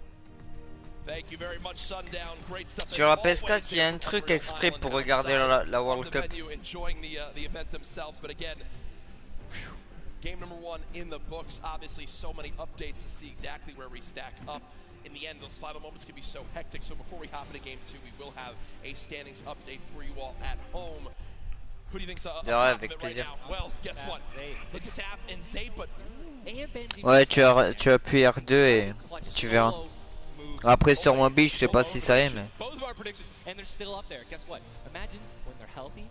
And when they actually get some good rotation items, I'd love to see how they're going to play in the late game, man. Placement points so key. You did a great job pointing out Mitro at the end. Not only does he stay alive. Ok, il y a quand même 2 Français. Ouais, il y a un Joe qui est 4ème. De Français. Putting his team from probably an abysmal game 1 to top 3 in our leaderboards. Again, here are your Ok, y a pas de souci, Ender. Game number 1. Dubs and Mega. They wound up making it through as well, and that's because of Mega staying alive too. Absolutely, incredibly talented duo, man. Honestly, I'm looking forward to seeing what Aiden can do, and Sean, so hopefully they step it up in this next game. Game 2 is about to get on its way, man. Are you ready? I am ready. Ladies and gentlemen, in this sold-out arena, are you guys ready for game number 2? Oh yeah, they are. Oh yeah, they are. 8, 7, 6, 5, 4, 3, 2, 1. The battle bus has launched. Ok, pas de souci. Number 2 of the Fortnite World Cup Duo Finals is underway. Again, I'm just going to keep saying it, the most nerve-wracking part of any competition, but definitely Fortnite for me, is the second you jump out of that bus. Yep. Right? Once you hit the ground, once these players hit the ground, they're going to definitely have hopefully less nerves, going to get back into the flow, back into the farming mentality. And man, I'm looking at these llamas on my screen, I'm just hoping that they find them. There's nothing greater than finding the new upgraded llamas at 350 mats. Dude, they're insane. And they're everywhere. And look, wait, can we look at the map? Look at the north side. You've got 3 llamas in a very small area. Llamas. And many players have gotten better at spotting llamas from very, very far away. I mean, the one thing I tell, I was telling my teammate Malachi, I was like, listen, man, sometimes you just actually have to tell yourself, hey, we should probably look for llamas as we're flying in because, usually you're looking for players who's going to be landing next to you. But if you actually keep an eye out for that adorable pink, purple, and blue llama. And there's one. I mean, look, you're just going to get rewarded with shield, rotation, there's shadow bombs. Lui se met bien quand même. Minis. I mean, these are incredible. Lama d'entrée là. Remember, materials get capped at 500 of each type. So when you get 350, it's done its job for you. You can spend much less time looting and, farming and much more time looting. And look at Zayt perfectly using the Shadow Bomb Ninja. For players at home who are wondering how he just used it for way more than the 6 seconds it actually lets you use it for. Explain a little bit of staying on the side of the mountain. Yeah, all you have to do is just continue that jump animation. That's going to trigger the double jump. And as long as you don't touch any solid ground, you're going to be able to continue to double bounce back and forth, man. It's an incredible use of the Shadow Bombs, and you're probably going to see a lot of players do something like that in the late game off of other people's builds, and which is Et c'est le toi le noob. C'est celui. For sure, as we now take a look at the landing side of the map, and this storm is very far. Great point to bring up there. We can see on our side, the zone right now basically gets cut off at Dusty Divot and Neo Tilted, and the rest of the north side of the map are in play. So everyone near the middle and south side will have to move, and you see in the elimination feed very early on, Elevate does get cut down. So a tough start for the duo from 100 Thieves right there, as you've got to wonder if Arkham's still alive. Either way though, Daedra and M11Z looks like they have players down in Loot Lake, Lucky Landing, and they do have a duo nearby. Looks like they're trying to obviously back away while continuing to farm up. Lucky Landing is not really a 4-person landing. When more than two people land here, one of them is going to be leaving a little bit handicapped. And Yu Wang in a fight right now, popping that last big shield, so all of his damage that he will take from now on will be permanent unless he gets an elimination. and gets. And look at how good these stink grenades are right now. Scram and Mexi have lost so much HP. Écran noir? De quoi écran noir? J'ai pas compris. Warox. So another player putting their attention towards this fight. Trying to line a side at Snobby, but KBB does go down. It's now Yuang all by himself and no materials left, Ninja. He can't even take a wall. They're really, this is an abysmal position to be in. Yuang knows that. Trying to fall back to his teammate to maybe sneak a revive, but I just don't see. These players really are kind of hesitant. Ah, ça je sais pas. Peut-être ça doit être un bug ou soit relance ton jeu. Même moi à un moment ça a bugué, je voulais lancer le live, tu vois, et ça voulait pas donc. He's gonna get the double and the revive on KBB, and there was some delicious shockwave grenades that just slid down the ramp. Yuang takes them down. The 4 builds left. I believe there was some help. The shots that came in from that third team getting nearby, which weakened them at first. Yuang gets the cleanup on the last one right there. What a swing for the duo. Shot does come in onto Keys, though, as another fight going down just outside the desert side of the map. Keys and Slacks up against 2. Running out of materials already, and guess what? These guys are at the farthest point of the storm. Yep. So this is not, they can't afford this fight, right? The longer this takes, they're not going to be able to get materials. They're burning all the materials in this fight right now. So they're definitely going to need these elims to make up for it. That was and he took the knockout Landjock. And Landjock and Punisher went down early last game as well, and it looks like Landjock will suffer the same fate here. Upgraded combat shotgun, you know he's going to take that. Punisher trying to make some plays here. Still now it is a 2-on-1 situation. Just need to play the numbers advantage. And again, Storm is about to start moving, so they're going to have to make some plays sooner rather than later. No ammunition. Very few builds. No shield. This spells disaster, and Punisher goes down, and there's the frustration in the player camera right there. Slacks and Keys, 2 quick eliminations. But you mentioned they can't afford to do that. It takes so much time in that fight. They've got to go very far still. Now over to Neo Tilted. Clicks and Skeptic in a fight. Got some shield. Doesn't necessarily want to use this mini to only get a 10. And he looks like he's trying to obviously take some all to help his teammate out. No, he's getting taken. With the trap kill, he's gonna get the knock. Oh, GG ça. Unbelievable, incredible place. Bad Sniper goes down, and now he's continuing to branch out. When you guys are in fights like this, you always want to do exactly what he's doing right now, which is branch out, continue to build these little 1x1s with pyramids, try to confuse your opponents of where you actually are healing up. Skeptic just 8 builds left. They're trying to stay alive right now. They do have the number advantage. Clips has time to pop 1 mini, and it looks like they're going to go for it right now. They made the conscious decision to try to build out, but no. They back up for a moment. Finally gets a shotgun. Yep. Shotgun picked up. Grenades now as well. They want to go for the second elimination. And we take the oh my god, we got some trap talk in real life. Did he just take the L in real life? Homie, this is land. This dude's going to come home. No, I'm just kidding. 40? But the Stinks come on in. Stinks coming in, 22 health left, Campfire down, he has. Oh, and look who's here! Third party, hello! Look who's here! NA puts up the take the L, and EU says, no, no, no! This is the World Cup, baby! I'm gonna show which continent is best. Mitro and Mongrel, full HP, and they storm roll through. Duel ins for Mitro, still right players there. down low. Wow, incredible. Let's look at that kid. Gold scar, gold combat, heavy shotgun, or I'm sorry, heavy sniper rifle for taking opponents' walls. Look at, they're just stealing and bum rushing, and that's going to be it. And there's no shot right there. Skeptic, you saw, hey, putting on a show. I love it. The man does YouTube for a reason. But then also a fantastic player. I think speaks a little bit too soon. Aiden now on your screen. Does knock 1. Hasn't finished the elimination yet, so still will gain 50 HP if he can get the full. There it is. Now a 2 versus 1. Aiden and Sean. Look at how weak Sean is, though, Ninja. Sean has absolutely no health. A little bit of shield. Hopefully, we're going to drop some minis here. Aiden being the good team that he is. I'm sure he's calling it out right now. But it is also a 2-on-1, and they don't know, we don't know how weak this guy is right now, but if he is weak, they're going to look to try to trade. And there's a double shotgun shot for over 21 white. Players no shield left are going to try to put the pressure on. Sean has health, and look how aggressive they're being. They're both one hit. Look at that trap. They're going for it. They're saying, no, you would have thrown the trap down by now. And there it is. And look at the take from Aiden. The jump out to the side. And they'll be rewarded with shields, with materials. And look, Aiden actually, there was 2 big shields. Yeah. Aiden's gonna have to full health. That's incredible, man. You see the stats so far this game. Aiden has done 434 damage, has taken 312, and he's near backup to max health. I know Aiden is a crowd favorite here. Every time the camera goes on, there's a big cheer from this sold-out arena. For those of you guys who do not know, the storm circle is about to update right now. We just saw our second one, forcing everyone out of the north and east side of the map. And also, guess what? Every single llama was found. Yep. All 5 llamas have been found, so we have some probably high material players right now. A lot of rotation. Oh my god, I can't even... freaking out, man. You're getting into it. Looks right like a now. lot of people. I love it. Yeah, we're looking around. They're all gone. There's only one airdrop that's left, which means a lot of players. It's very difficult, man.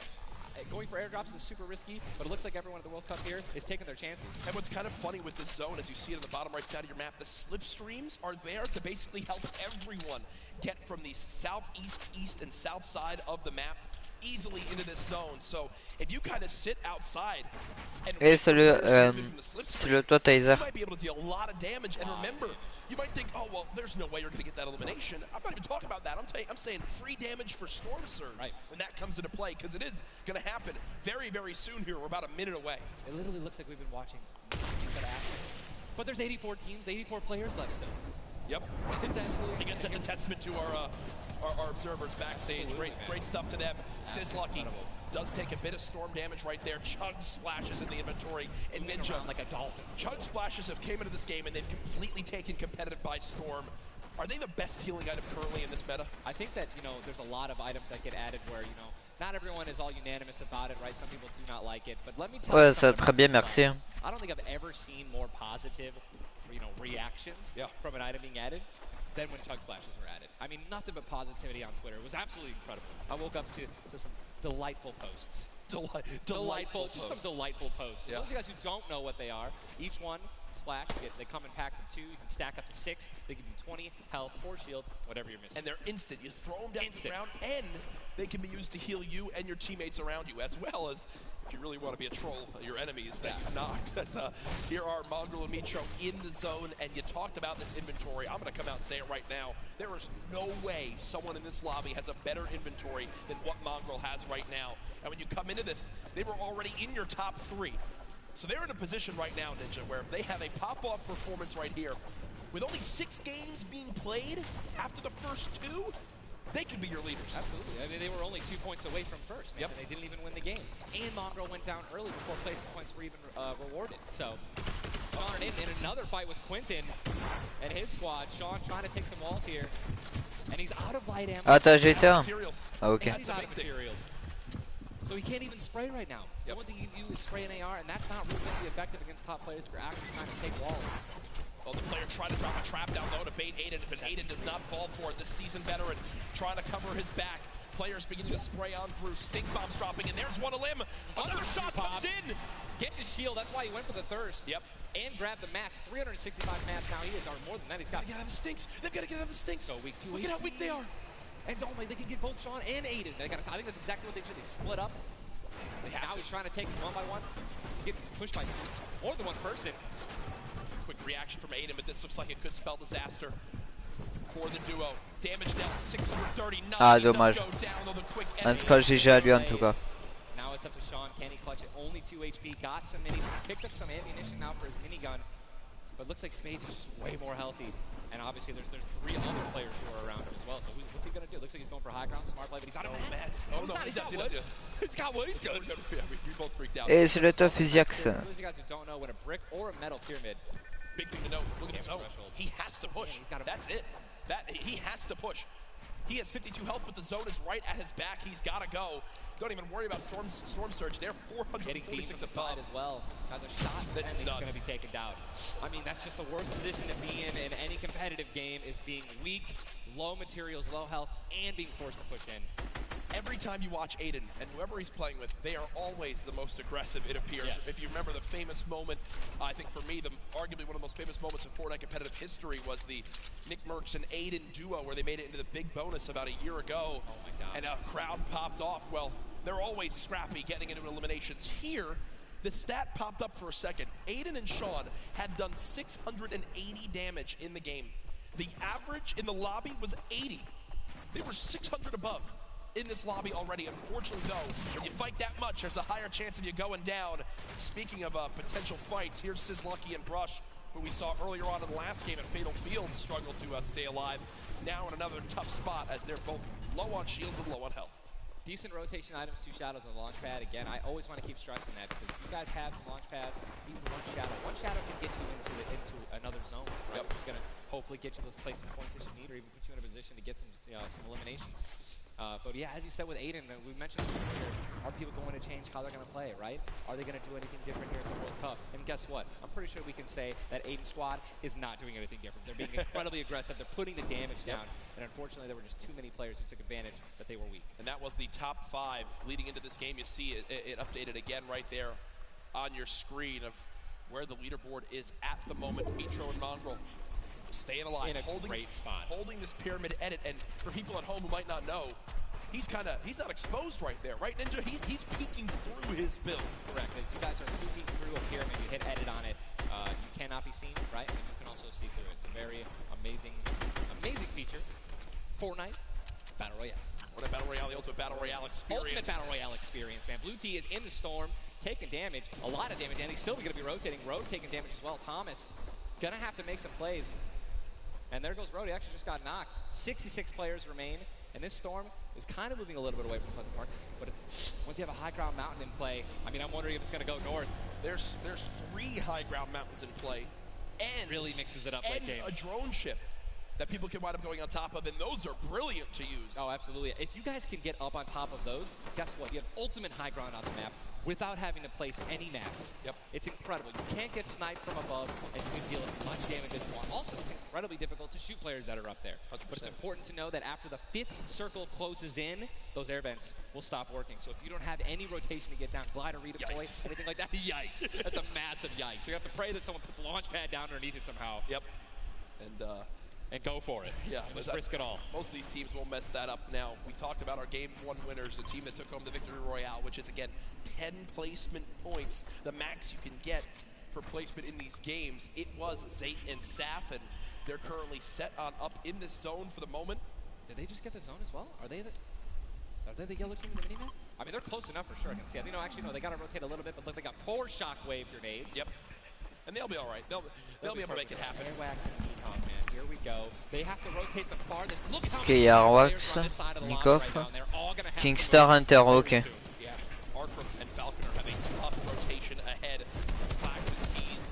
Watch them fight a little bit earlier on against Landjock and to pop Punisher. those heals till his teammate comes in. Yep. No, he missed one. Did miss it. No, teammate's full. Teammate's full. Don't worry. It doesn't matter. Geez. Teammate's full. You know, I was playing with Myth the other day, and he was using a lot of chug splashes without me, so you know, I'm really sensitive on it. We'll let you and Myth handle that one. As again, it seems like some tension there, but we continue to move on in this fight. This is game 2 of 6, folks. The matches will be going on throughout the day. 62 players left in this one. 35 duos. You see Arkham and Falconer. It looks like they did a duo shockwave to try to fly across the map together. Good teamwork. As the frantic rotation begins to move on in, more Storm Surge will soon begin to come into play as well. Jack, I have a question for you, man. Yes.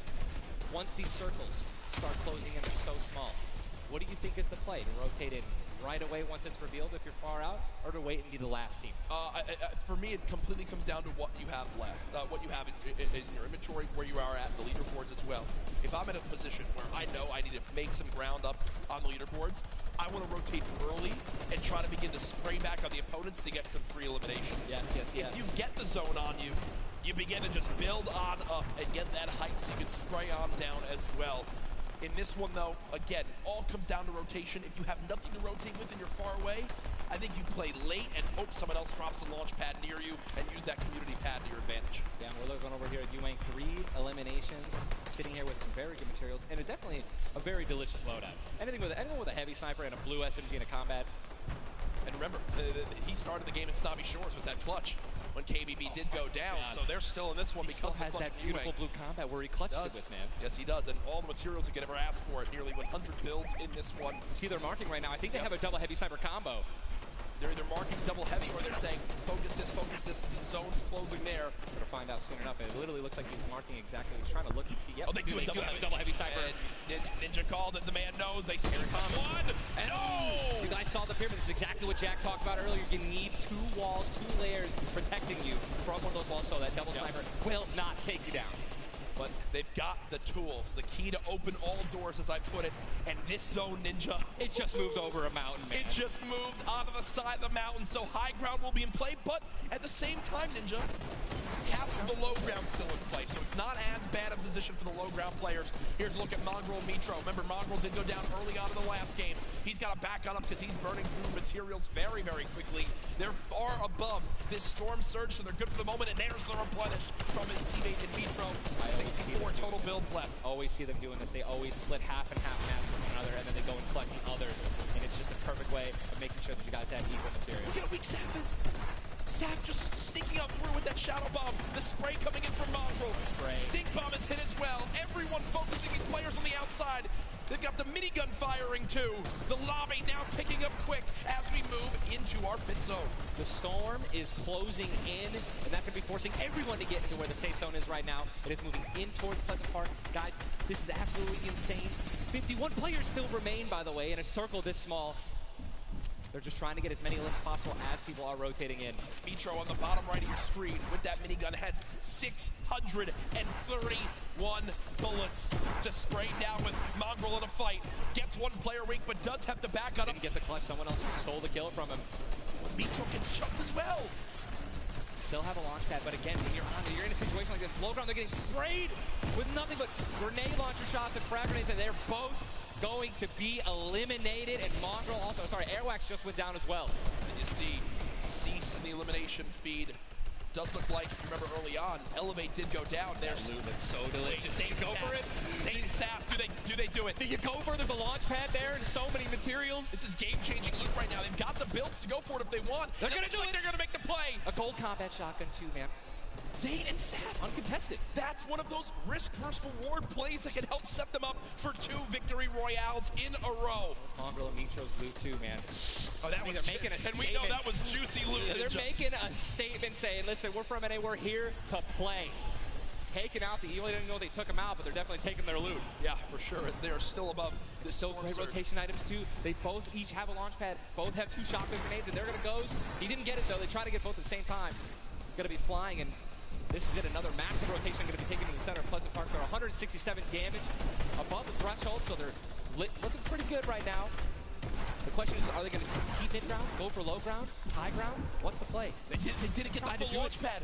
He might have to use his own. Non, le bug avait le pad. That actually works out. He hits his head on something, which takes him down from having to, fly all the way up and get beat. They're going to challenge high ground right now. Zayt and Sap looking to do what many would think was impossible, which is win back-to-back games in the stack lobby. Just saw Falconer in the feed as well. Artfrom with an elimination too. 19 duos left moving towards the placement points, Ninja, and these duos know exactly that. 3 points if you make it in the top 15, which could be the difference between first and dead last. What are they going to do? Are they going to prioritize rotation in and not taking C'est toi, Exoriax. C'est salut. They're going to be shooting, going for a limbs. Definitely open up to a lot of spray. Shotgun shots, AR shots, someone suddenly taking the high ground on you. So, en tout cas, bienvenue à toi si t'es nouveau sur la chaîne.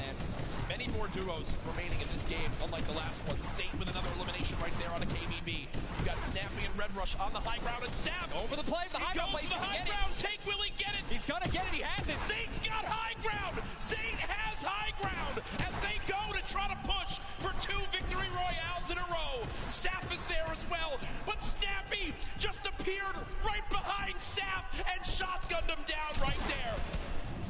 Zayt right now is going to have to concede to the high ground, giving it to Snappy. And he's just going to have to stay alive as long as possible, try to get some placement points. He is obviously a talented player, top player. He can definitely make something happen, and I'm interested to see what he's going to do. Cease has been by himself since the first moment of this game when Elevate went down at 98 players remaining, and he's somehow still alive. There goes Mega. You've got Darox and Item on the low ground. Vorwin getting chopped down as well. Zayt with about 100 HP. Uh-oh. Here comes Vinny and Zexro. They're trying to challenge for the high ground. Keys right now being held in the storm with 5 limbs. He's going to be eliminated from the back. Zay taken down as well. Snappy still with the high ground. Zex and Vinny and TSM crew looking good, and they're going to take it. They just took high ground. Snappy gave it to him. And they just got the high ground. Great use of the shockwave as well. Vinny as well as Zexro on hype for the moment. 5 eliminations so far. They're putting their names in the hat for potential victory royale in this game. Go down, right? They want those limbs. Forward now with eliminations back to back. Ah, merci à toi, merci en tout cas. C'est très gentil de ta part en tout cas. Merci. Attention, le topple.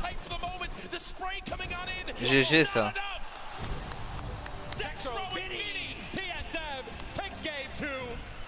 With style, both alive. You love to see it. The victory royale and 7 eliminations. Look at that. Vinny's hyped and Zexro looks like he was stunned. They forgot his fries on a fast food order. Why am I thinking about food? Oh my, you know, Jack, it's pretty expected at this point. But God, 2 NA teams have taken game 1 and game 2, and honestly, I think that we can all say that the teams hyped up the most have been even. Guess what? Mongrel and Mitro, man, they've also been performing well. They still have so many points from eliminations. Yep. Oh man, what a great shotgun shot. They were perfectly in sync. They're even jumping and shotgunning at the same time. Vinny, pop off, man. You love the pop off. So hyped. Zexro's about to start cranking 90s or default dancing in the lobby. Like he's trying to talk about literally what are they going to do in the next game. Yeah. That's what that focus is. That reminds me, I've been in this situation before. He grabbed his hand and took it for himself, man. That's a top teammate, man. Great synergy. What a start to today's competition. The energy in here is insane. I am looking around and there are thousands and thousands of people filling up the Arthur Ashe Stadium live from New York City. Again, my name Jack Courage Dunlop, joined by Tyler Ninja Blevins for what is the first ever Fortnite World Cup Finals. $30 million on the line this weekend. Millions will be tuning on in from across the world. There's so many ways to watch, and we're just 1/3 of the way done with today's action, and it's already been fantastic. I don't even want it to end, man. I could be here all night. These games are incredible. Yep. And just listen, if you guys are watching at home, you guys want to be here, right? You guys want to be competing. Take notes. Yeah. Watch these players. Watch how they build. Watch the fights that they take, the way they rotate. And we'll see you guys here next year, man. Well, guess what? Game number 2 ended with style with the North American duo of Vinny and Zexro taking it. They're on the floor with none other than Jordan Fisher. Thank you so much, Courage. I appreciate that. NA showing up and taking care of business. Games 1 and 2, Vinny and Zexro with a fantastic in, both together, which is an incredible thing, right? Walk me through the just in-game for you guys. So the comms kind of hectic because of the noise, but we're just really good at playing together. Like, we're the longest duo that have played together, so yeah, we're just not Great. Fantastic work, guys. Back to you, Ninja and Courage. JD! Thank you so much, Jordan. The duo of Vinny and Zexro, you know, they've always been known as being so aggressive. Yeah. From all the times we've seen them in these competitive tournaments. While they might be some younger players, they've definitely been around the block here in competitive Fortnite. Again, you just see them, just like a lot of other talent here, always at the top of the duo qualifiers every single week. Even though they already qualified, they continue to keep playing, and practicing. Guess what? They just took the game number 2. You got to be pumped right now, man. Once you win one of these games, you can't let up, though. Again, and that's why I love that energy. Zex was immediately just, I felt like he was just talking about, what are we going to do next? Hey, man, good job. We won that. Let's do it again. Yeah. Right? How are we going to change, maybe even do better somehow, get more limbs in game 3? No, for sure. And they know that. They're not going to take their foot off the gas pedal. Folks, we have our standings after game number 2. Where are Et salut toi, Warriors. Alors, merci à toi en tout cas. At the top, Dubs and Mega at 18 points in second. Zexro and Vinny with that performance go from 0 points up to 17, Ninja, and that is the beauty of how this plays on out. Anyone can have a pop-off game and come right back. Je vais juste m'absenter quelques minutes histoire de manger un peu et après j'arrive. While Zayt and Sap do have a nice little lead right now, nobody is safe from the rest of this lobby. I'll tell you that right now. I mean, just take a look at the points, Courage. You got 11 points, right? Benji and Mr. Savage, they fell out of the top 10. But look at that. Storm and Epic Whale, 12 points. Daedra, M11Z, 12 points, 12 points, 12 points. All they need is 2 or 3 points, 2 or 3 extra eliminations right there, and boom, they'll move up 6 places. Yep. You know what I mean? So it's still anyone's game, all right? 2 pop-off games, 1 pop-off game, boom, you're already in the top 5. Remember, if you get 50th place or 11th place, from that whole time in between, you win $100,000 as a duo. Still. But if you go from 10th up to 1st, it jumps all the way to 3 million. So everyone, eyes on that top prize. We are just 1/3 of the way through the action today, but I know we've had a lot of fun up here, Ninja. What an absolute blast. Ladies and gentlemen, Happy to be here, man. can we give a round of applause to Ninja for hopping in for some guest casting? What a great job. Thank you, man. Always a pleasure, brother. Pleasure to be here. That's going to do it for us for now up here on the caster desk, but I know Zeke is down on the floor with some notes for you all. Thank you guys so much, man. What an awesome first 2 set of games from Saf and Zay locking down the lobby to Zexro and Vinny just coming in super clutch. And of course, guys, you've been here. We got to see Ninja. He got to go ahead and commentate some games. So what I want to know from you is, have you guys had a good time? Have you enjoyed it? If so, let's just let me hear you. You know, that was so. Let's pretend I didn't ask. Have you guys been enjoying yourselves? That's what I'm talking about. Obviously, we've got quite a bit more games left to get through, but, you know, if you've been watching for a long time, you know I'm a big fan of everyone that loves Fortnite. It's all about bringing people together. And I like to say Ouais, je pense que c'est fini. Merci Fusiax. C'est juste que je mange, donc je me mute un peu. To watch, to be part of all of this, and I thought, what better way to give back to you guys than to teach you how to say Fortnite from all around the world. So in just a moment, we're going to take a look at a video, and I can't wait because this is actually the first time I'm seeing this. A lot of work went into making this happen, so I can't wait for us to watch this together. Let's take a look.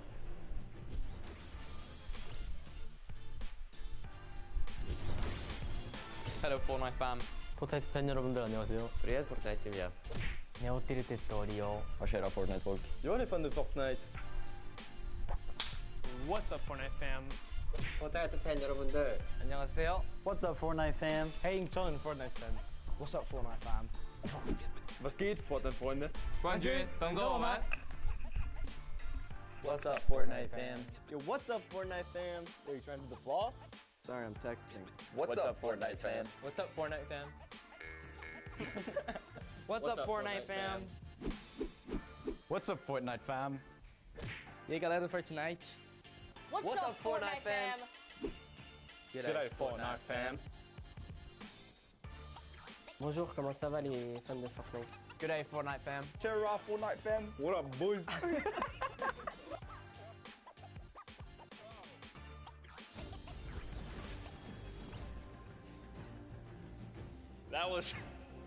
That was even better than I thought it would be. Just embrace it. We, as a collective, are the Fortnite fam. Get used to it. We're here to stay. Now, guys, you know, there's a few more things I want to take a look at before we hop back into the next game. One of the things to kind of do if you're here or if you're at home, you've been watching, Ninja actually had a pretty dope hoodie, a World Cup kind of exclusive hoodie. Would you like one of those things? Would you like one of the crazy World Cup shirts that we have? You can totally get your hands on one. Head on over, retailroad.com. Get yourself a nice shirt. We've got some hoodies. We've got hats. We've even got the little drone that's the battle bus. It looks amazing. The top balloon is actually the drone. Moi je sais pas moi. Moi j'ai regardé sur mon téléphone sur YouTube 20 minutes. Je sais pas. Ou sinon essaye de relancer ton application comme j'ai fait moi avant-hier quand j'ai reçu l'arrêt au sol de la Game Jam. J'ai redémarré mon jeu et je l'ai eu.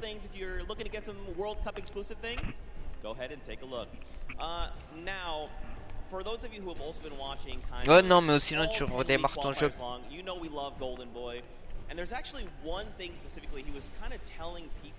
Ouais Fortnite. And that was, hey, when we get to New York, you're going to be in my hometown. Let's catch up and get a slice of pizza. Now, I know you're thinking, wait a minute, Zeke, what about like everyone else? Why is it just Golden Boy? Well, he's a Golden Boy and he's selfish and he wanted the pizza all for himself. Get called out. That's right. Now the world knows. But a few of those players actually took us up on the offer. They went out for some pizza. They had a night on the town. So let's take a look together and check this out.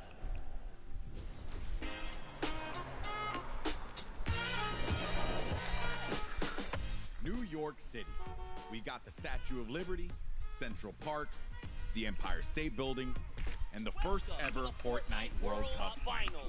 I couldn't be more excited about the greatest Fortnite players from around the world coming to my hometown to duke it out. But before the action started, I took World Cup qualifying players Aiden and Chinkin out to show them the Big Apple, starting with PC Gaming Cafe, Waypoint.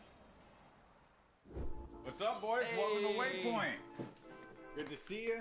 Good to meet you. Good to meet you. All right, fellas, let's go and grab a drink. Let's go. All right.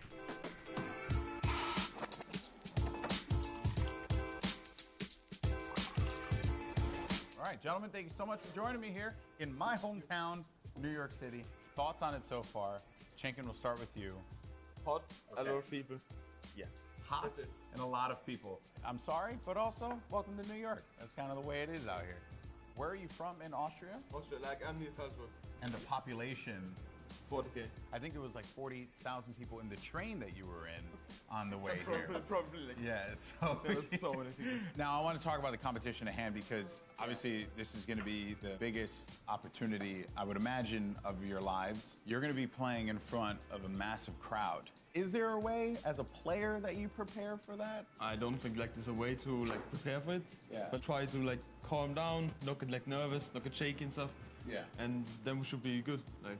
It's still crazy having like a live crowd. Yeah. I try not to take tournaments like too seriously. If I play relaxed, I feel like I do better. I remember when everyone's like, this guy looks like he's just chilling on his couch at home, the casters, and it was like, I was just relaxed, you know, and Yeah. I feel like I played better. Okay, so gentlemen, we're going to be heading off to some different sites around the city. We're going to go to Washington Square Park, so let's go and check it out.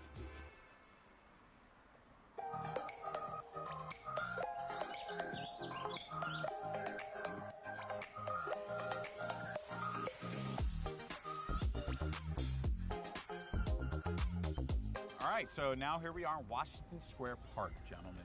And I love the fact that we've conveniently set this up. I don't know what these pieces would symbolize. I don't know. I'm not too sure. Is it like king or queen? While we have this here, let's talk about competition. You guys are potentially going to be facing off against each other. Have you thought about that now? I don't know. I just don't want to feel the L2 spam like. Oh, you don't want to feel the L2 spam? I've watched them play a little bit. Him and Stompy, they're very like, I've seen them play aggro before. It's pretty scary. So if you have chemistry where you can play without even talking, you guys know what you're gonna do. That's like, a team like that's gonna win. So what you guys are gonna experience this weekend, this is the first Fortnite World Cup. You're gonna be playing for millions of dollars potentially. Has that even set with you guys yet? Even if it's not me, I'm thinking there's gonna be millionaires after this tournament. Yeah. There's gonna be millionaires. Life-changing money. I try not to be, I'm not like greedy about it or anything. It's really nice to see like people that nobody know about and they could just blow up off of this. All right, I'm gonna dive more into that, but I think it's time to get a slice of pizza.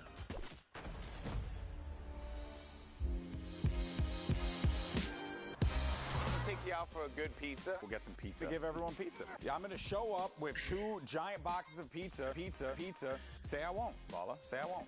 And I kept telling people, hey, I want to get a slice of pizza with you. You know, all the players, and they all ignored me, you know? So thank you guys so much for coming out. I really appreciate it. Obviously, this has been an incredible journey for you all. You're now on the precipice of one of the biggest events in the history of all competitive gaming. I'm happy that it was a fair chance for everybody, you know, open qualifiers. Yeah. You could have no exposure, but if you're good, you get in the tournament. So yeah, I'm just really thankful to be here, and I'm gonna enjoy my time here. Yeah, we just try to like make our fans happy. I'm really looking forward to play on the stage in front of 100,000 people. Do you feel like the fans and how they've been supporting you all on this road to this, do you feel like that adds a little bit to this pressure? Honestly, it's just more support for me. I feel more like happy to be here when there's all these people, whether they're rooting for me or other players. Fortnite's grown so much, and I just can't wait to see all like the crowd. And I know it's gonna get bigger and bigger every event. So. Excusez-moi. C'est le toi Neil et Lorenzo. C'est juste que j'étais parti vite fait manger. Mais on s'en fout du truc de New York. Ça c'est quoi? C'est la World Cup, ça, un duo. New York's got everything, and this weekend, most importantly, it's got the Fortnite World Cup. Now that these two have had their slice, let's see how. Et c'est le toi Zeisho. Si.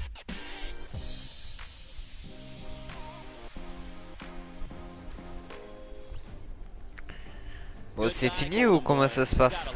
You can't not. He's just the best, and it's really cool that he got to go out, hang out with Aiden, get some pizza, and you know. Ah, des pizzas. Ah. You love to see it. You love to see it. Now, guys, there is actually. C'est le toi Destiny. Non, là je joue pas, là je regarde la World Cup. Et aussi je visionne les fanzones et tout comment ils jouent. Parce que sur la PS4 il y aura un tournoi.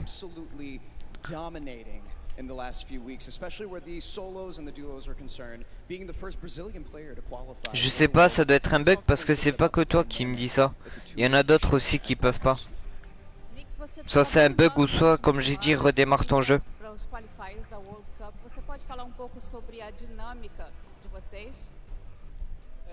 Eu e o PFzinho costuma jogar bem agressivo e tentar pegar o máximo de eliminações possível. PFZ and I, we try to play as aggressively as possible and get as many eliminations as we can. As you should in the name of Battle Royale, right? Now, PFZ, you seem to balance out the fiery kind of loose cannon nature. Non, je sais pas Lorenzo si je vais jouer. Dominant player, you know, kind of helping him set up for a solid end game. What's it been like to work with such a young and fiery player like Nyx?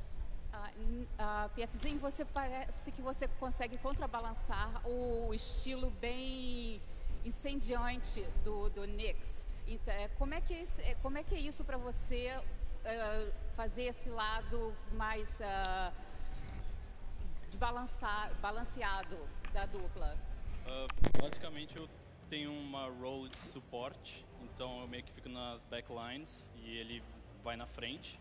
Quando a gente tem o high ground, por exemplo, ele tem a função de ficar embaixo matando todo mundo e eu controlando o high ground. Basicamente é um lado mais estratégico, enquanto ele é o lado mais agressivo. Basically, I have more of a support role.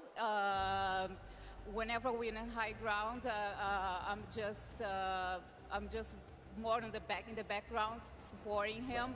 He has a more aggressive role. Setting him up. Yeah. To fire the loose cannon at the end. It reminds me of the very W key in a West that I play on all. Ah, merci Lorenzo. Really, you know, maintenant Golémi là. Cranking my 90s on a Franchement Golémi là. You know about that courage, right? Am I right?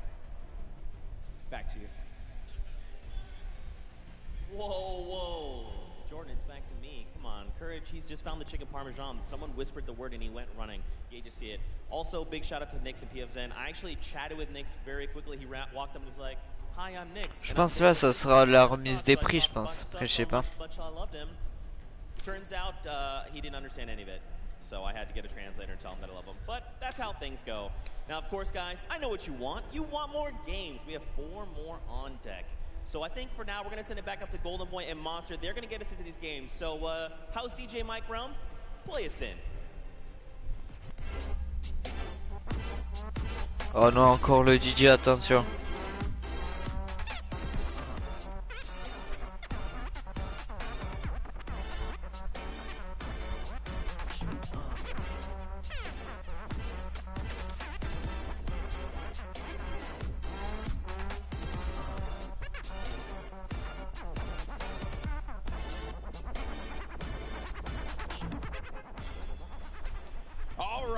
Huge shout out to DJ Mike Realm, spinning the ones and twos here at the Arthur Ashe Stadium. Golden Boy alongside naaksottv. Oh, y a pas de souci, Rizzy. J'ai pas compris, Lorenzo, ta phrase. J'ai pas compris. So far, this has been one of the most exciting events I've ever been to. That game 1 was ridiculous. Game 2 did not disappoint as well, Monster. No, it didn't. I thought for a second there we're going to see back-to-back performances from Zay and Sap. And I mean, we honestly... Non, j'ai pas changé mon snap, pourquoi? Je l'ai pas changé. They were performing, we saw them cut it all the way through, and it's that level of consistency that's going to cut the difference in making it all the way through the top 10 and being a World Cup winner. What I've loved seeing is that standings page, top 10. International through and through. You got the Japanese players popping off, European players popping off, players from New Zealand. Everyone's putting in every little bit they can. But folks, it's now time for game number 3. The players are all loaded up in the battle bus, and we are about to take off. Let's see who's going to get that much closer. Ok, y a pas de souci, Lorenzo. Du coup, t'as acheté le poisson, c'est ça? Si je comprends bien. Keep Mais après pour la team, mettez un skin que vous aimez vous. Parce que sur la team par exemple, si y a un skin que je sélectionne pour la team, peut-être ça va pas plaire à certaines personnes. Donc c'est ça que je vais faire moi.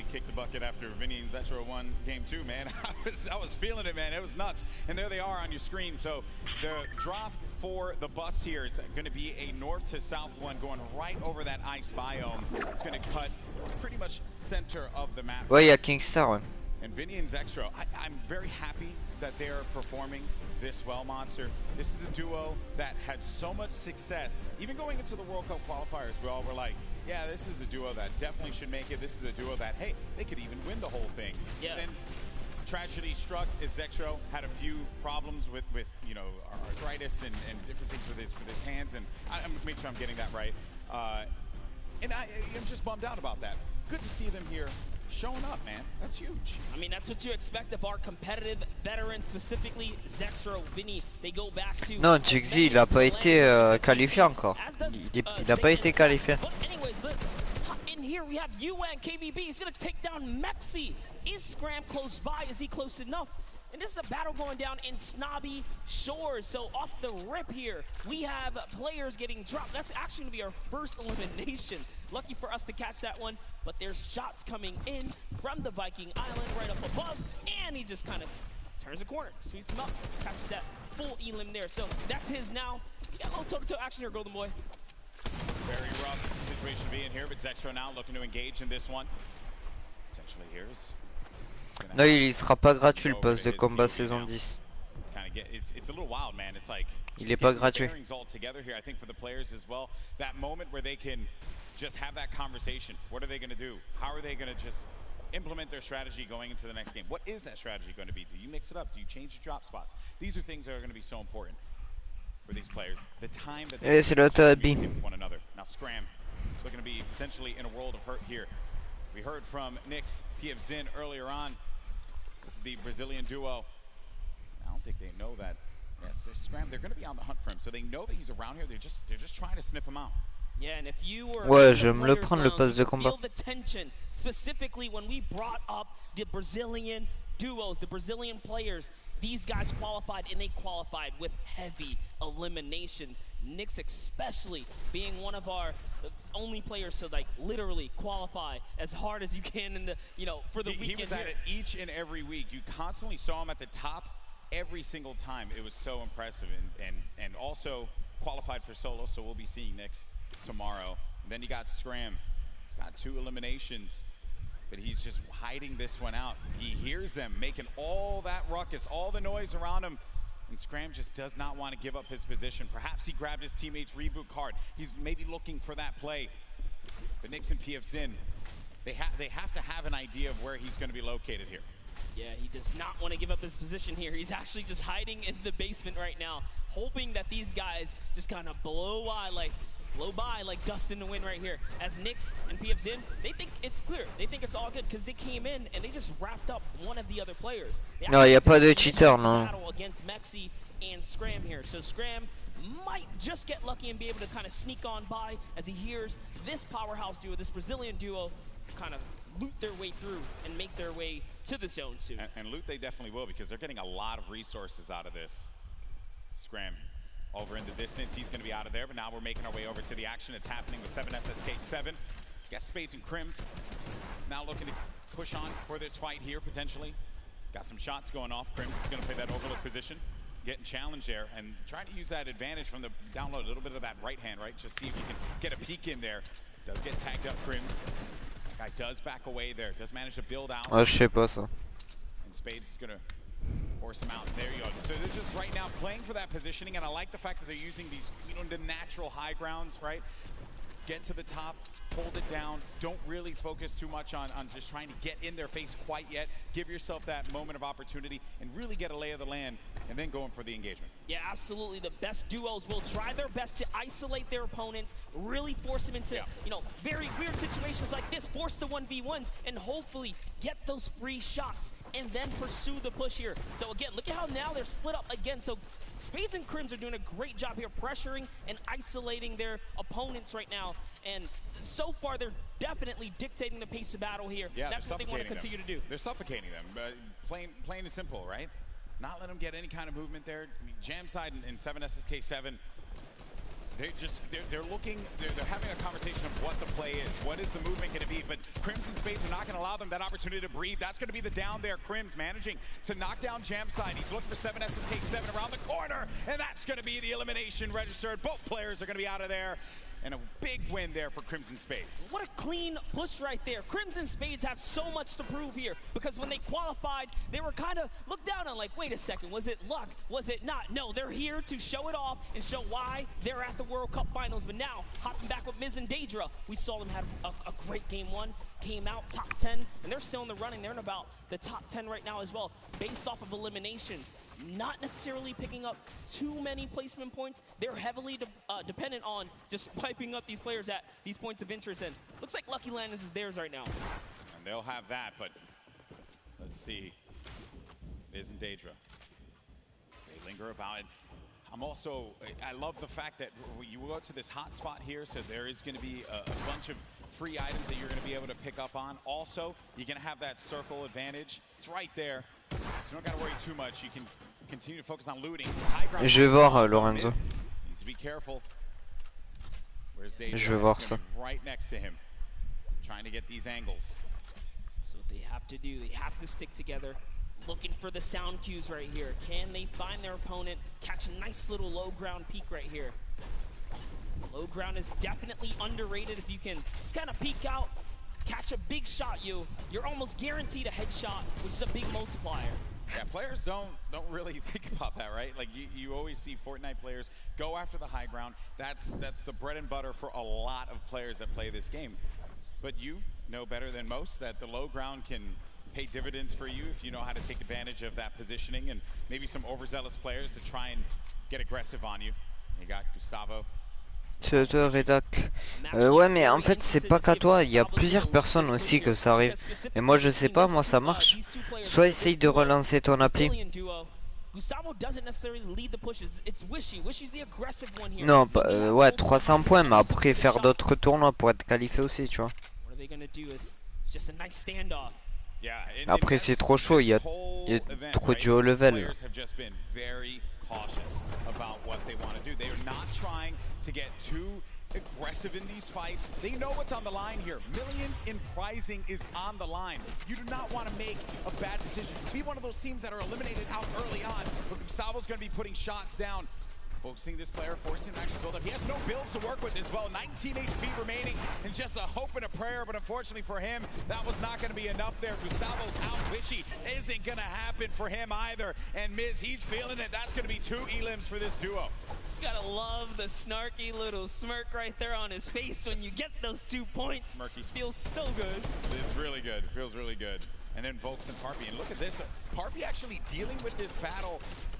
And this other player that actually got the high ground against him was focus firing on Volks. Parpy pushing back here. I wonder, you get split up like this, but Volks and Parpy, they love playing a very aggressive style. They'll get in your face. They'll box you out if they need to. Yeah, without a doubt, this duo was unmatched when it came down to eliminations in the qualifying rounds. They had the most, actually, and even pulled off a consecutive 5 victories in 8 games to qualify for one of the weekends. Volks and Parpy, another kind of reference to game one. They had a great game one. We saw them picking up duos, but we haven't seen them necessarily make it through the end game. All they have to do is kind of slow it down here, and that's what they're trying to do, but being split up is terrible. Also, in the distance, I just want to make note, Wolfie's a very aggro controller player. He's another one.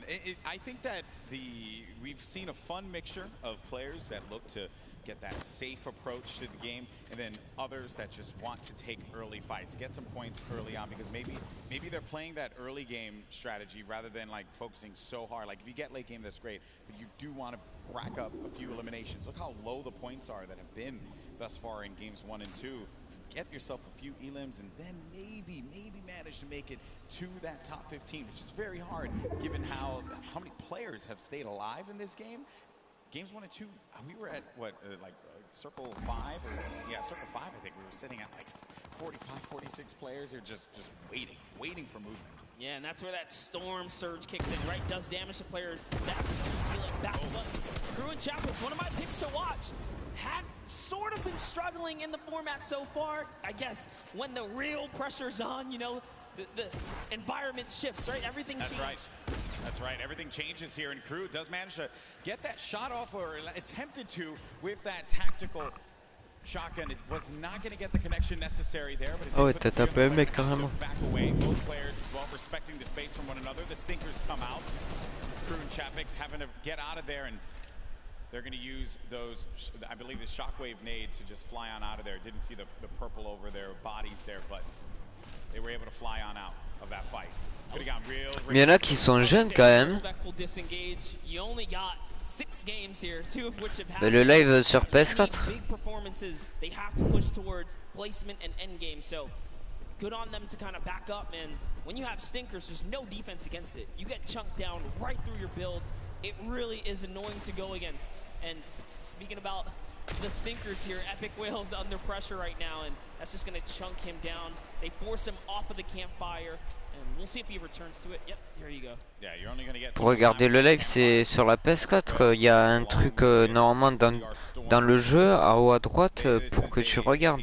Week 10 qualified duo. Last moment you could possibly have it happen, and they managed to pull it off. Ah, Airwax et Nikov. Another dominating duo in the scene, Airwax and Nikov.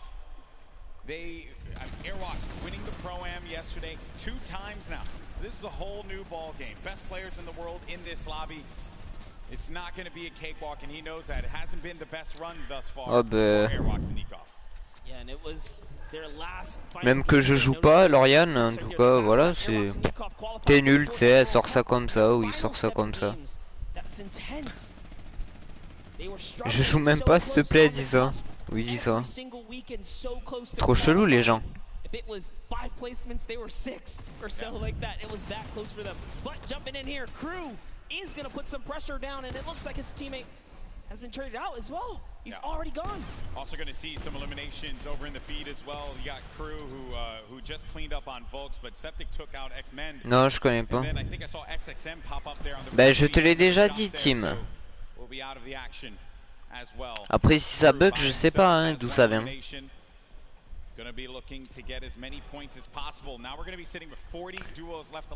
Après, c'est pas, ça arrive pas qu'à toi parce qu'il y a d'autres personnes aussi qui est venu sur mon live pour demander comment j'ai fait.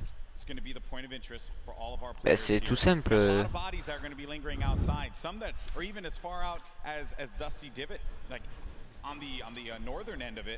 Sticking around there, so maybe trying to get some last-minute loot, perhaps. We'll have to see.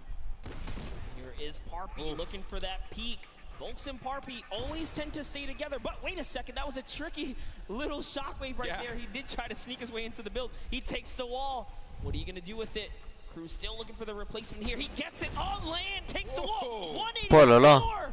Crew's excitement, you can feel it from here. That was a huge Il est chaud lui quand même. With the new tactical shotgun, the legendary. That's right. When you're feeling it, man. He went right for the fight. Ambitious, the young player there from Sweden, 15 years of age, man, and he's playing for millions of dollars. So many of these players, they're just young ones. We have a lot of young fans here in the arena today. Maybe next year this could be them. And then you got a few of the veterans, Sexro, Vinny. Et par contre, il n'y a pas Kingstar et Hunter. Hein. C'est chelou ça, je comprends pas. I mentioned Wolfie's aggro controller player. He went right for Nyx and just take him out on that one. Yeah, I definitely want to see Wolfie hopefully catch some more highlights before the weekend's over. Touch base with him. He's a great kid, definitely enthusiastic about being here at the World Cup, and he feels totally prepared. He's ready to represent. He's one of the few controller players who actually qualified for this weekend. This is a big weekend for a lot of players, obviously, clearly. Here you have Cease and Elevate. They haven't found the rhythm. They've been a little quiet, man. They won WSOE, a great duo that has had success in the past. but this has just not been their game so far. Gotta get something to turn it around. The talent is certainly there. I think I saw someone on the Fortnite competitive Reddit mention, why is no one talking? Non, Lorenzo, il n'y a pas une autre game. Ils sont pas dans une autre game. Ça peut être, je sais pas. C'est trop chelou. Yeah, and I mean, we were there in the warm-up rounds. A lot of players were not necessarily revealing. Oh là là là là. Oh, that's a huge shot on Zip right there. Oh, Mitro là. Oh là là. Down the field right there. Sent him packing. Dear me. All right, so back into the action at hand. We're gonna have 36 duos left in this. Notable names, obviously, Mega and Dubs. Benji Fishy, Mr. Savage. A lot of people in the crowd. Ah non, mais c'est un monstre. Oh là là. For due reason, this is a stupendous duo. The double snipe combination from Benji Fishy and Mr. Savage. Big shot right there. These double snipes, you gotta be careful. Non, Mitro, c'est pas un FR, Mitro. C'est un anglais. Right. Not quite successful that time around, but hey, all damage matters. Storm Surge, you want to be dealing damage. You cannot stay idle. There are no free passes at the World Cup. Look what happened in game one, man. The Storm Surge claimed a lot of victims. You have to be engaging in fights. You cannot stay still. There's Fwexy and Letwick on the move. Nyrox right behind him. Cooler organization. Benji Fishy's going to be down. Just saw that one off on the side. Mr. Savage now having to deal with a player that had engaged on him. He's going to get built above. He just needs to wait this one out here, but Benji does get cleaned up. Yeah, that was going to be Fwexy. And that was such a sneaky ambush right there. He Sur toi, Buster. Pushed up. Notice Benji was kind of over-peeking, harassing players with that sniper. You cannot hold down scope right there. He ate a shotgun to the face, and that's why Benji goes down. And I love what Savage did here. He just went for high ground. He had to immediately get out of there and leave his duo behind. So what can Mr. Savage do? One of the best mechanical players here today. What can he do by himself? It's not going to be easy. Not with a lobby like this. At this point in time, he's really just looking to play the keep away game. Maybe he can pick off a player with that heavy sniper, get an elimination for himself. They only have 1 point right now, and they're nowhere near getting the placement points currently. But he's still looking to harass some players. Put some pressure on them. Now you see that happen, half out circle. Only 2 duos are going to be inside of there. So everyone's going to have to start to move over to that east side. It's going to be a struggle for so many players. They're starting to make the moves right now. They want to try and gatekeep, prevent. Merci à toi, Buster, merci. Ça sur mon Graal. Mongrel and Mitro, they are masters at executing, especially when they have mobility like this to cut across the field. They are on the hunt right now, and there's no reason for them to rush. Once they spot out someone, they're gonna pounce. They're gonna jump on that target. Yeah, they're gonna wait for you to make that mistake. And with the nerves at an all-time high here, players are certainly going to make that error in judgment. Saw it happen in scrims when we were looking at players just getting warmed up. So much at stake here, but there's the launch pad. It's going to go out now. Need to be wary of just getting beamed in the sky. So many times you think that you're just going to be sailing away with no problem, not a care in the world, and then you just end up losing all of your shields, all of your HP, and then that's it. You're done. I've seen it countless number of times. People tweet out, you know, you fly across, you get taken out the sky, but it's all about timing. Neither Mitro nor Mongrel were shot once on that rotation, and it was massively done right there. And whoa, it looks like they're tracking so beautifully. Catches someone trying to just kind of rotate on by in a shadow bomb, but that was not enough. You are not safe from the shadows there, buddy. Another thing, too, was that when they were out of position for a brief moment, the way that they were able to just get back together, right? That patience with one another, the communication, you need to have it when you're getting down to these final moments. 25 duos are going to still be standing here. You got Calculator and Macwood. They're going to have that high ground up above. You shouldn't be comfortable just yet, because anything can happen here. Look at where that next circle is going to be going. Moves need to be made. With that RPG, I mean, they can basically take high ground at any given moment that they want nor choose. Calculator looking around, already on 4 eliminations for Macwood. Macwood did say he's the fragger of the duo. We'll see if Calculator can keep up right now.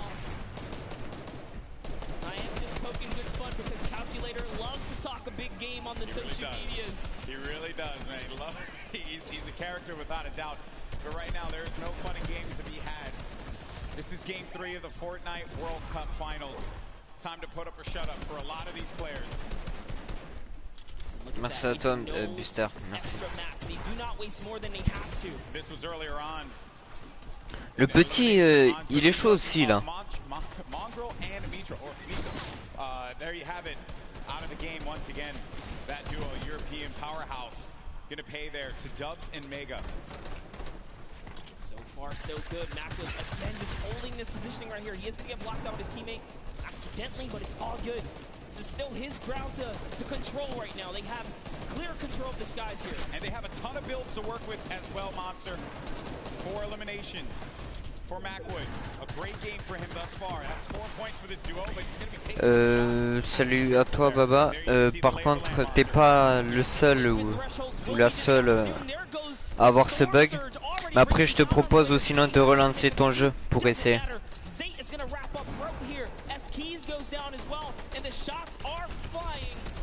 Look at the overhead, the chaos that's going on in the mid-ground specifically. And look who's still in this, Saf. They're going to be in first place if they keep this going. Another dominant game. Bah c'est juste que je propose ça, non? Après si t'es pas content, tu peux partir, tu sais. Up on the high ground, Calculator and Macwood putting down shots yet again, not giving players any moment to be comfortable whatsoever. Là ça fait 3 fois, ah ouais, mais là je sais pas, peut-être que ça bug ou un truc comme ça. Je sais pas, non, moi pourtant ça marche. Hein.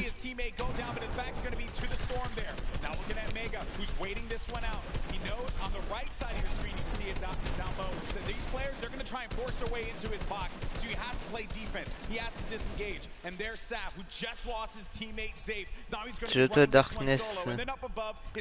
Ouais, mais c'est bizarre, je sais pas. Moi j'ai réussi hein, pourtant. C'est chelou ça.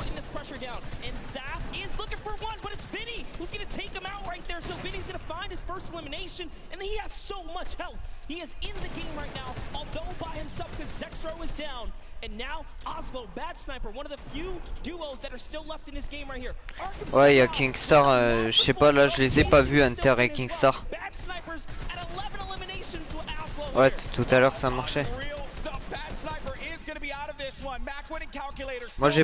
Moi j'avais relancé mon jeu, je me rappelle. Et après ça avait marché. At the Fortnite World Cup Finals, could they get the high ground and wrestle the control away from Calculator and Macwood? Oslo waiting for Vinny. You can see that engagement down low, but we got to focus on what's going on above here because Macwood and Calculator, they have their eyes on Dubs and Mega, and they do not want to give them that freedom to dictate where they want to go. They want to try and pinch them. Arkram just eliminated Vinny on that, and it's going to be Oslo and Arkram down low. Bah ouais, soit essaye Baba, mais après je sais pas.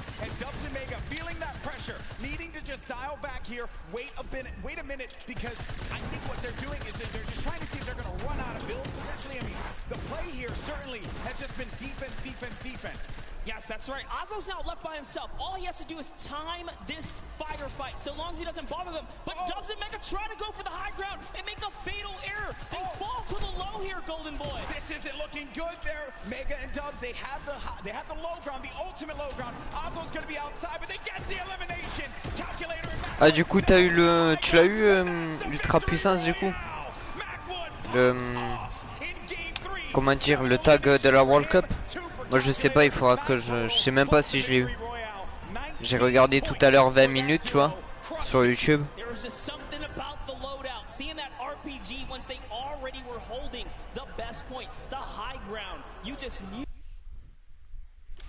Pressure, and that's what Macwood did there. What was it, 7 eliminations? Hey, shout out to Calculator too. He got a couple at the end. Yeah, he had his back. Most importantly, Dubs and Mega constantly playing that defense.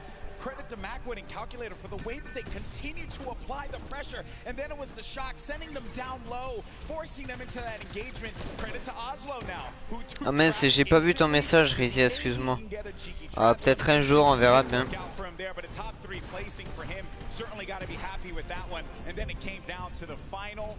Ouais, normalement demain c'est le revêtement d'armes.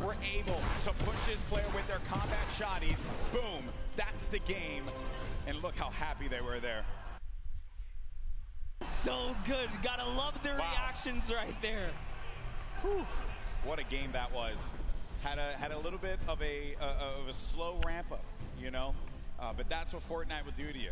You're just talking, you're having a conversation about where the positioning is going to be, and then out of nowhere, boom, you're in the action, you're in the fight, and things start to get wild. Great game there for Mac winning Calculator. Calculator winning on the world stage, man. Look at that. Eat your heart out, Reddit. I gotta say, you know, I'm sure he's proved a lot of people wrong, and you have to respect it. Yeah. But, Golden Boy, I want to see where we stand here. Where are we right now? So at the top, it's still going to be Saf and Zate with 38 points. They have that victory royale from game 1 and 16 eliminations. Mega Dubs, second place. Okay, pretty. No victory royales for them thus far. You saw Zextro and Vinny do the same thing, but it's Calculator and Mac with that jump up to 6th place. They have 22 points total, 12 eliminations. Oh, sinon votre play. Hein. Après, je sais pas, moi ça. C'est trop bizarre. One step further. Bad Sniper and Oslo jump up to 13 total eliminations. They didn't have anything up until this point. They just had one great pop-off game, and suddenly they're in the Ouais, running mais here. après ça se passe aussi à New York, donc forcément ça sera pas en français. Hein. There's always those wild cards, those pop-off moments, and here's a look at page 2. Any of these guys are still in the running right now. You got Bell and Scarlet, who've been wrestled out of the top 10. The Japanese duo who had a premier game in game number 1. Benji Fishy, Mr. Savage saw their demise earlier on. They're going to have 13 points there, but you saw the standings, and we're in game 3. And these games are going to be so critical. Games 3 and 4 really set that tone, because once you get into like game 5, a lot of players are going to be down low. Like, there's opportunity for you to try and get your way into that top 20, which is where you're really going to start to get a lot in the prizing. But for the folks that are going to be sitting in top 10 right now, they're going to be feeling very nice about their current standings. For game 3 to be in 2nd place, Dubs and Mega, and then Saf and Zate still performing so well. And that's the crazy part. Dubs and Mega. Ouais, c'est ça. Mais ça, je l'ai fait. Moi, j'ai eu le le tag de la Game Jam. Et après, là, je vais recevoir celui de la World Cup.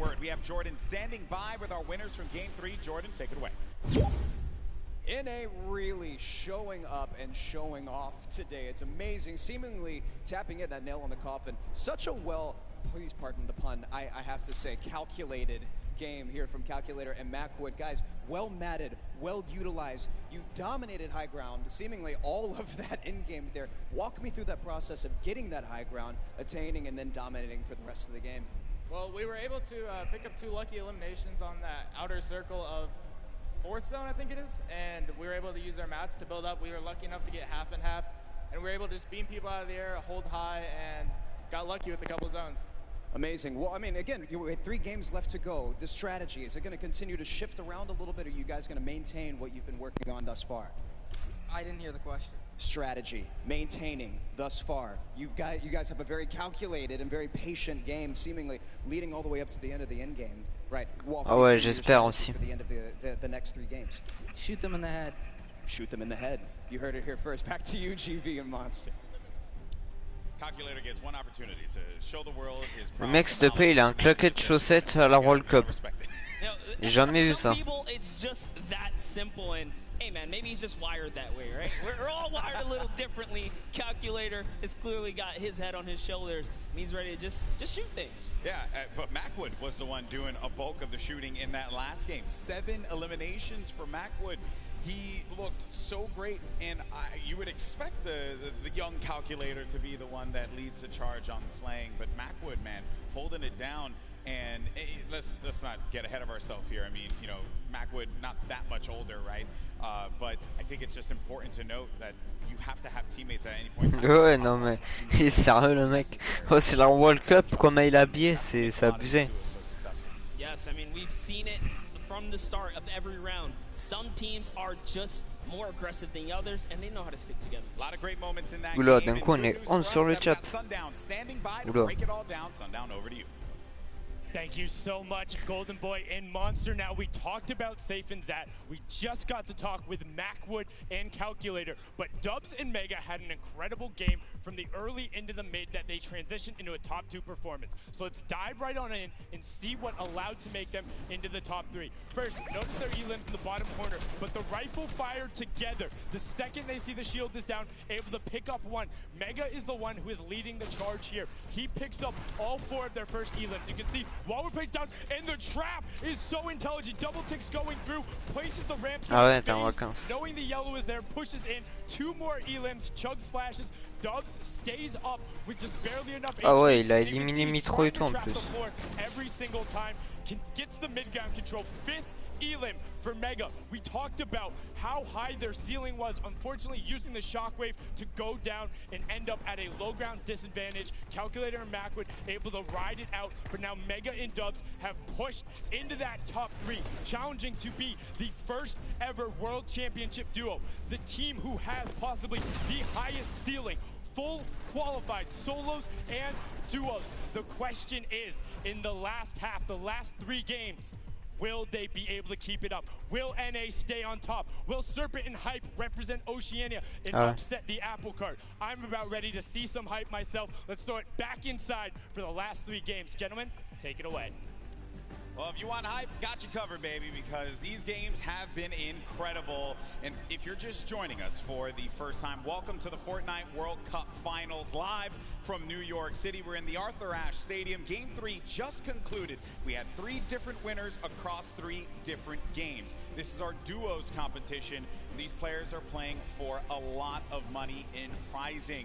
So much on the line here. Lives will change forever after today for those players that are on the stage and some of the folks you're seeing on your screen right now in, well, I would say in a different situations than they would find themselves in. You got Vinny and Zexro, they're right there. Zayton Sap, 3 games in, still holding. Hier il était Gotaga. Il a fait la World Cup mode créatif. And it's been a great day. Really, there's nothing more that you could possibly say about it. And as I had mentioned before, the prizing, the money that these guys are battling it out for, this is it. First place will take home $3 million. Second place gets $2.2 million. Like, that's just absurd. You get in the, where is this here? 4 millionaires, 4 millionaire duos before the weekend is over. Not to mention all the fame and clout that comes with it. So I think you'll be pretty well off at that point. But everyone's a winner here. We're here to celebrate all of the competitors that made it this far to the Fortnite World Cup final stage, because those 10 weekends of qualifications were not easy. Yeah, when you get into 10th place, that's where you really start to rack up the coin. Non, j'ai pas vu encore coq le glitch pour les 1000 V-Bucks. C'est le toi, Alexis. We've had 3 different winners, but our top performers have been consistent through and through. Are we going to see a repeat winner? Are we going to get a new one to add to the list? It's now time. The battle bus is loaded up. Let's start game 4. And you know what? Every game so far, we've seen a new winner. I love that. Same thing with the Pro-Am. There was always some new duo showing that, hey, we've been playing this game. We're ready to take a victory. Everyone here has the potential to come out on top, and you see it unfold in those final moments. Throughout the weekend, we've been doing interviews, meeting with fans, and non mais t'inquiète, moi je fais aucun glitch. Moi ça j'en fais pas donc. Regarde les parapluies qu'ils ont.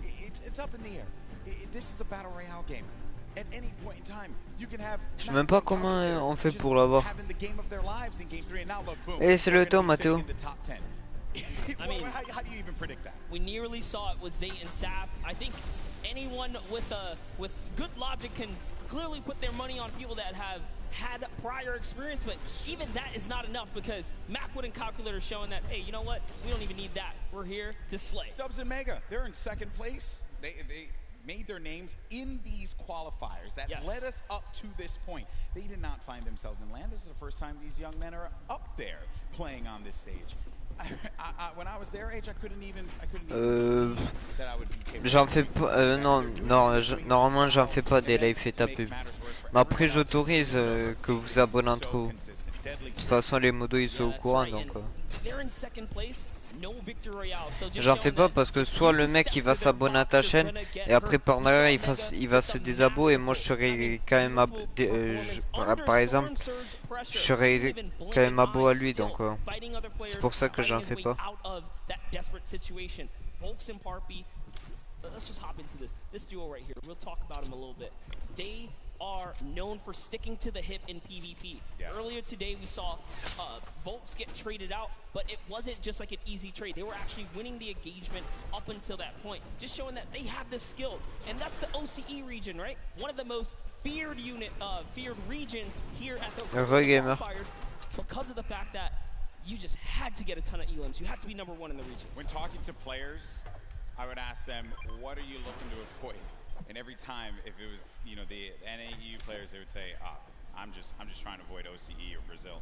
I don't want to have to deal with that. Because they play the hyper aggro style, and they just don't care who you are. They're going to go for the fight. I mean, you saw Scarlet and Bell in that first game. I truly thought les mots à 200 là.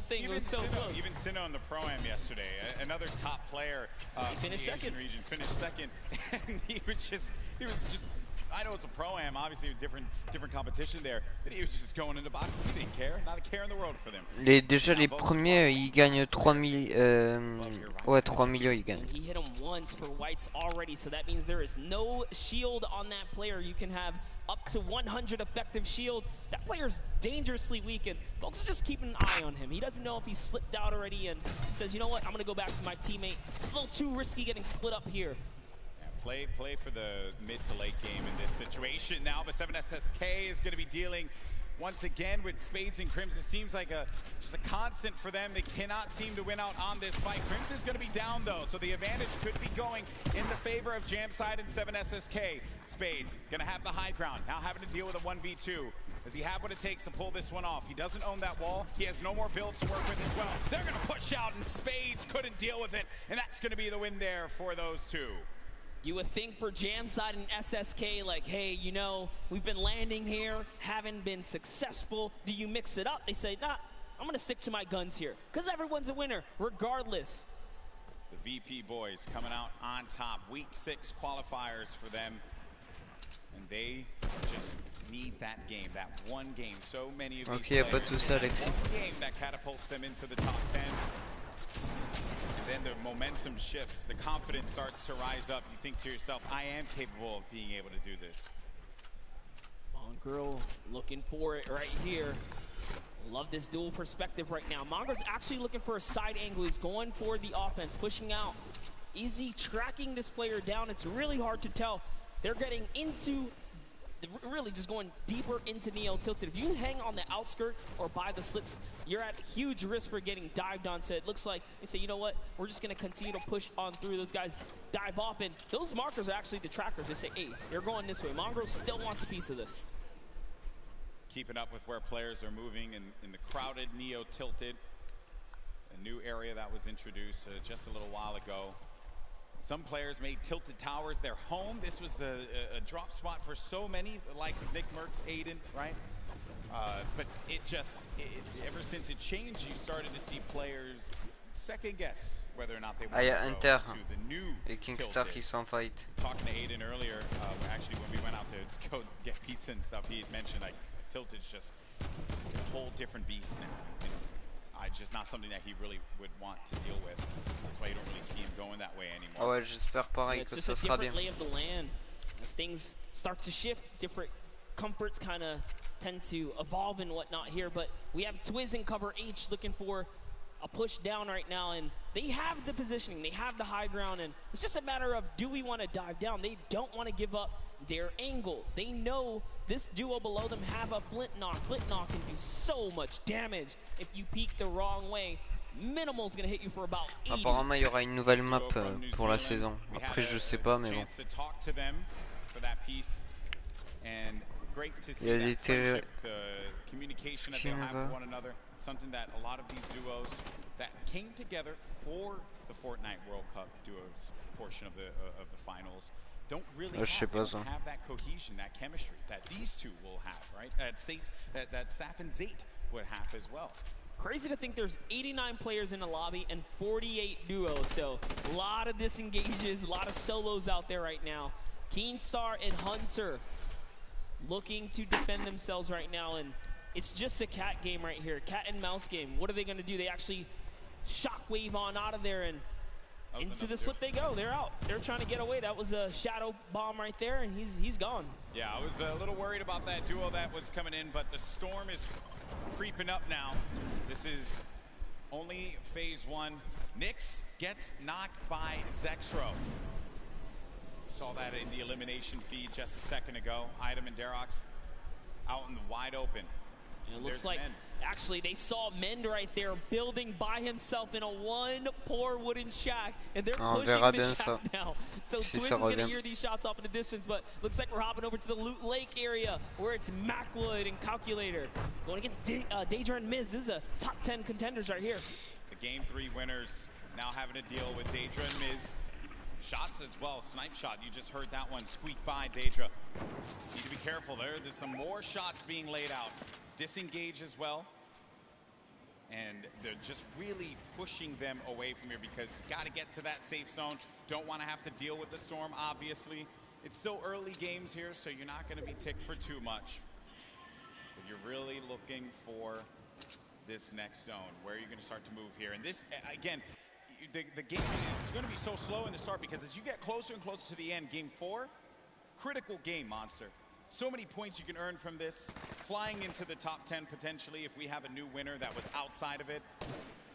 This is where players start to... C'est le totem gaming, mais apparemment il y a certains joueurs où ça bug, donc après moi je sais pas.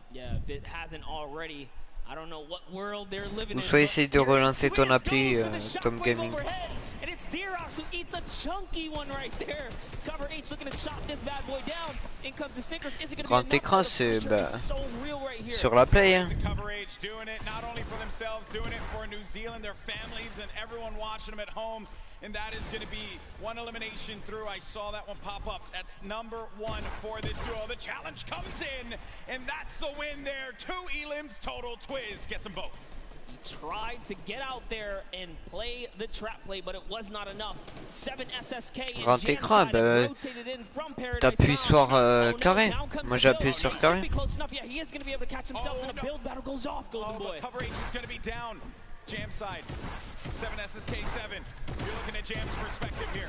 Going in for the fight, and after winning that one out, it's going to be Jam and 7 SSK 7 that get the better of the boys from New Zealand. They found their stride coming into game 4 so far. Okay. And that means they're in the running right now. 4 elims is enough to put you on just about page 2, top 20. And we talked about it. If you can make it to that top 20 bracket, you're still in the running so far because there are several more games left before this thing is over here.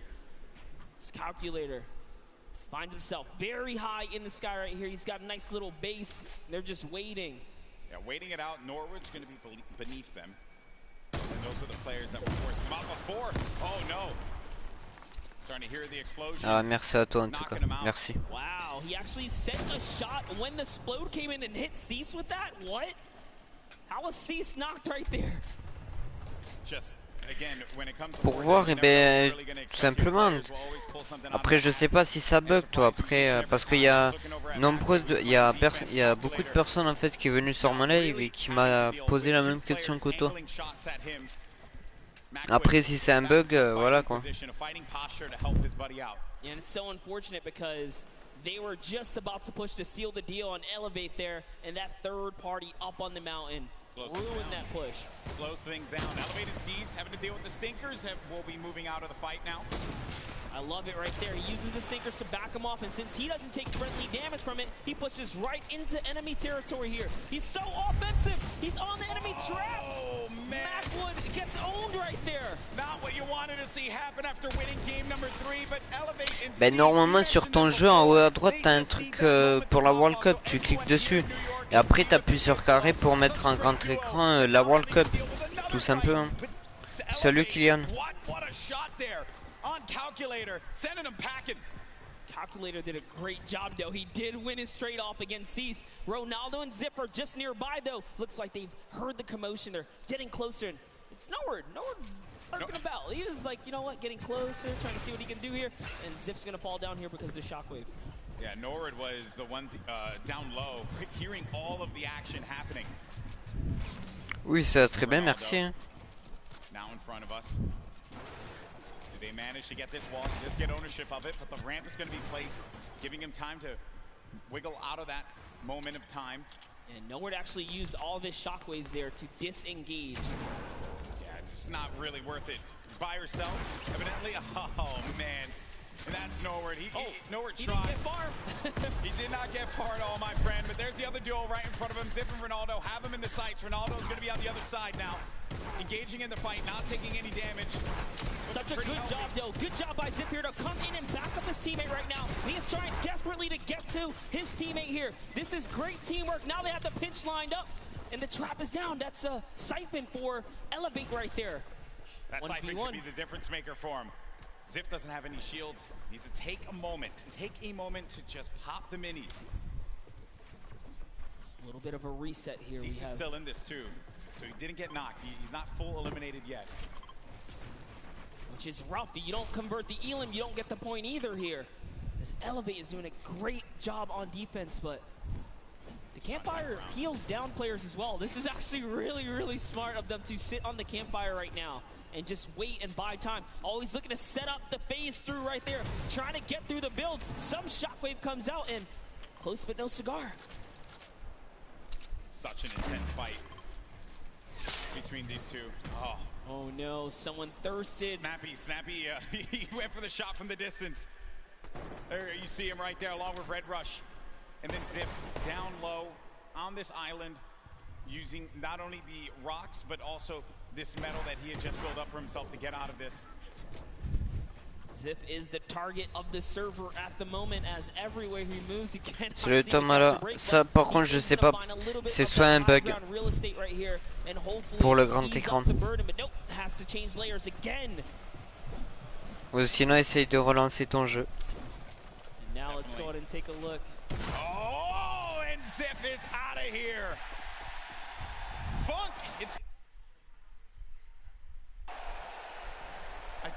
I could have sworn I saw Funk there, but no, I think it was, that was Elevate. Apologies, that was Elevate that did get that. But the secure was there. Moving on now. Ah, t'as relancé 4 fois, ouais. Alors peut-être c'est un bug, hein, à mon avis. Stompy and Shinken still in the game. Mongrel and Mitro, Benji and Savage, Aqua. All of these duos, very, very powerhouse duos here. Yep. Close by right now. 4 eliminations for Benji Fishy. 36 duos remaining. It's going to be a loot late circle. So some water. Players will just have to build over. Nothing that these guys can't handle. Oh, a lot of open air though. Lots of open air. All right, Benji's at 4 eliminations here. Ok, y'a pas de souci. They've been playing well. Playing very good. 4 Elams. Final moments, right?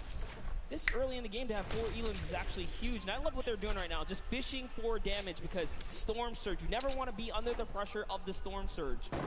They know that with 50 players in the lobby, dependent on the zone, Storm Surge will activate, excuse me. So 4 Stinkers is the perfect to have. Can take some damage down on any of these players, getting comfortable inside of a box. Now looking at this, got Vinny down low in a campfire. Saw Aiden and Sean there too. Had a few good moments for Aiden and Sean. It hasn't really been their event so far. 6 elims. That's insane. Having 6 eliminations already. Take a look at this stat right here. Damage dealt, 842. The match average, every other player on average, 176. That's not even enough to take out a player with shield and health. So they're doing a lot of work on this lobby right now, and they are here to play. Looks like they're going to find themselves another spot. This is actually an interesting spot, but it's all good because they have launch pads. They can get up and over this cliff lip right here, and they're backside safe. So all they have to do is protect their forward angles. I understand we did get some moments of Mongrel earlier on as he's trying to see where players are going to start to make some moves. Let's go ahead and take a look at that. We'll come back and see where they are currently.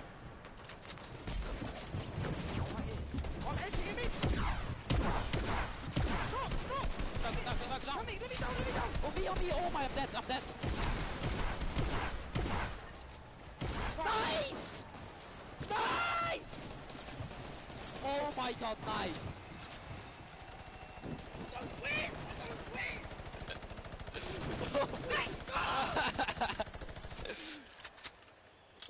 And that's why this is one of the best duos in Fortnite. Way to clutch up in those moments, man.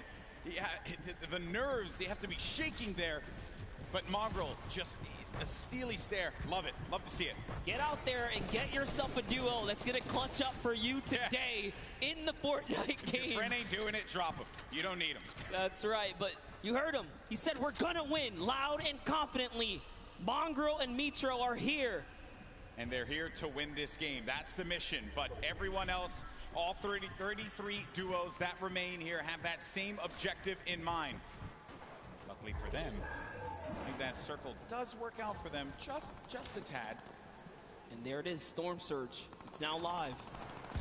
And it's going to hurt some people. You either have to do damage or less than 50 players have to be in the lobby. So 6 individual players right Gustavo's now out. are under it. Yep, that's it. Gustavo gets owned right there. Is Wishy going to be able to do something about it?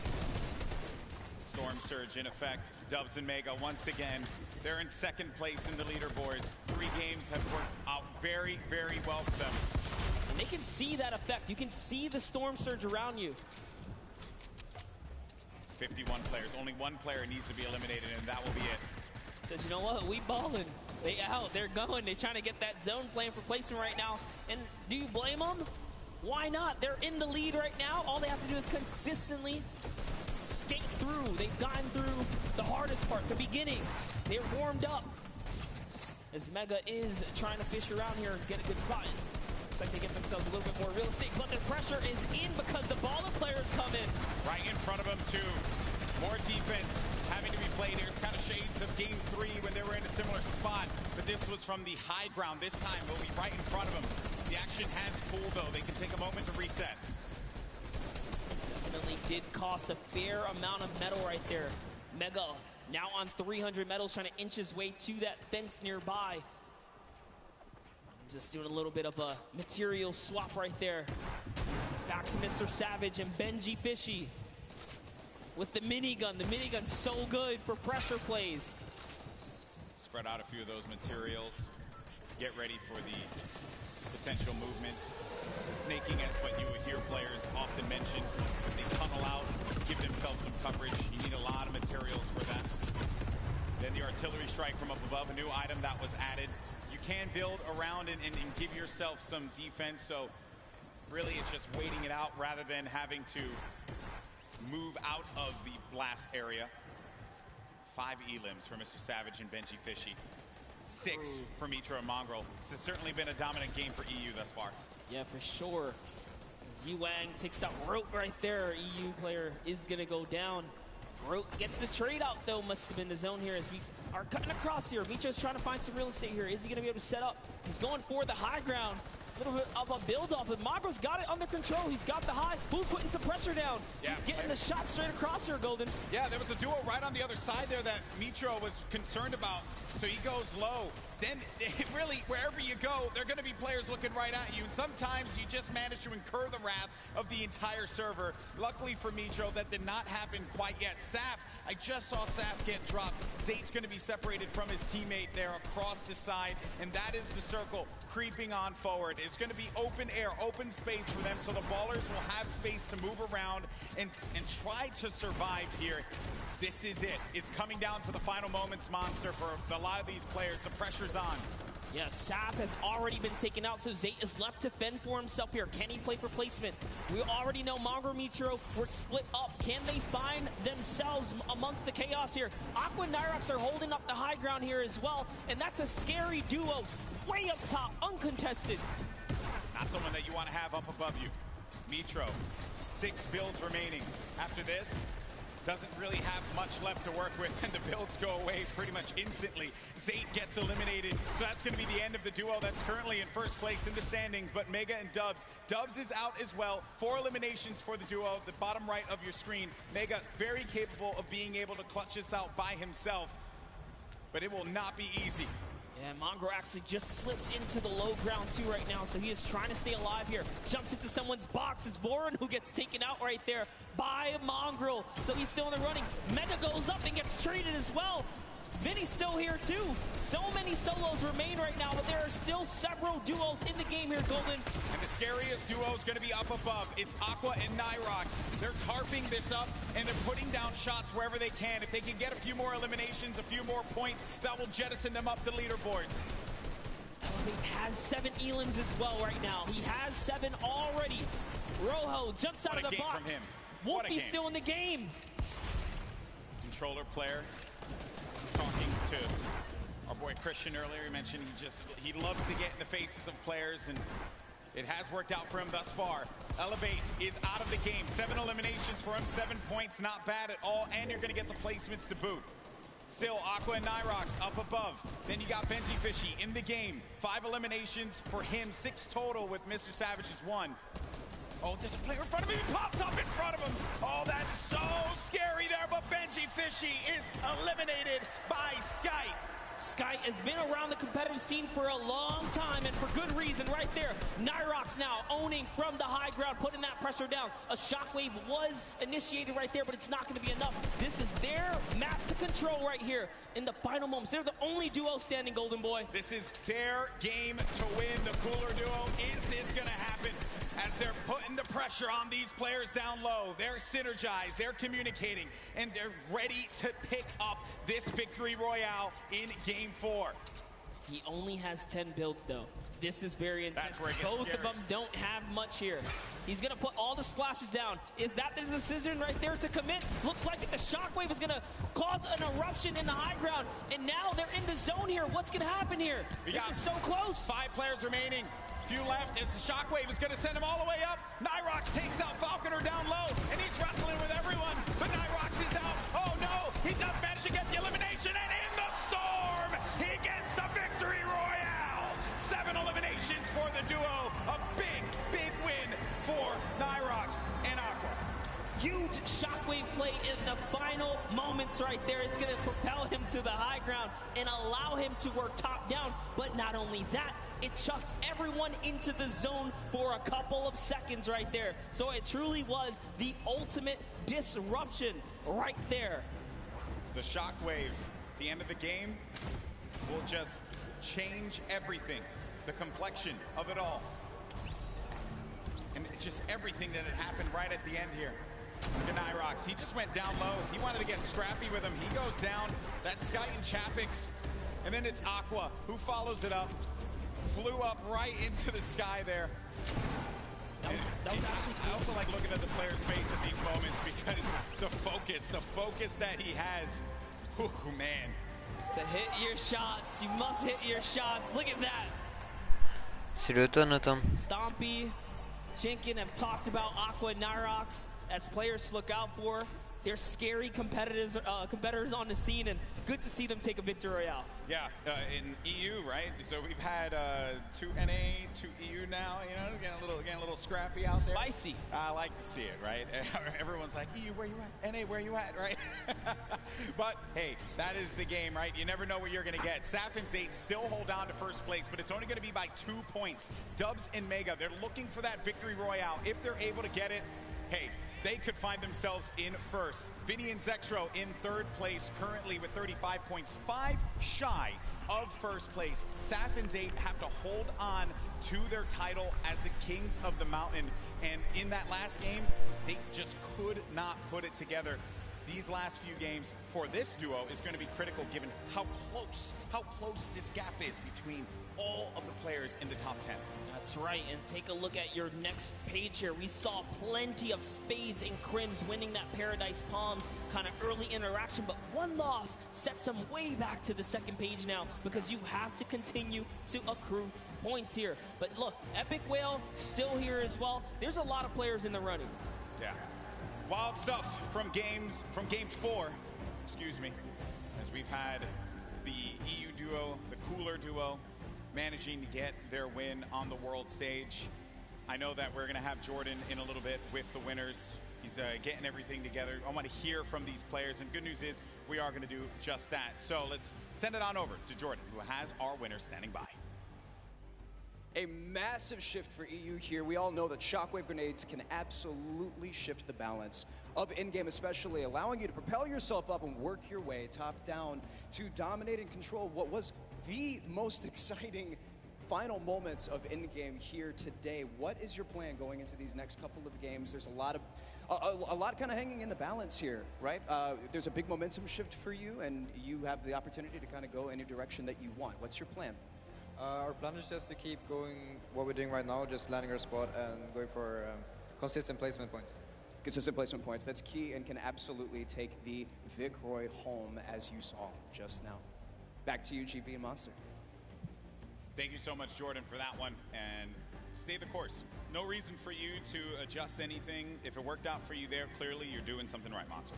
Yeah, absolutely. I think these competitive players know best, and stubbornness is in their name. You saw Jamside, 7SSK say, hey, I don't care if I lose the first 3 times here. We're going to master this. We're going to turn it around. And they did. They had a great, at least, showing at some point at the last one. So players are going to stick to their guns. Early engagements, man, that is just, I love seeing those fights with the gray weapons, right? You really can tell who can figure it out with not much to work with.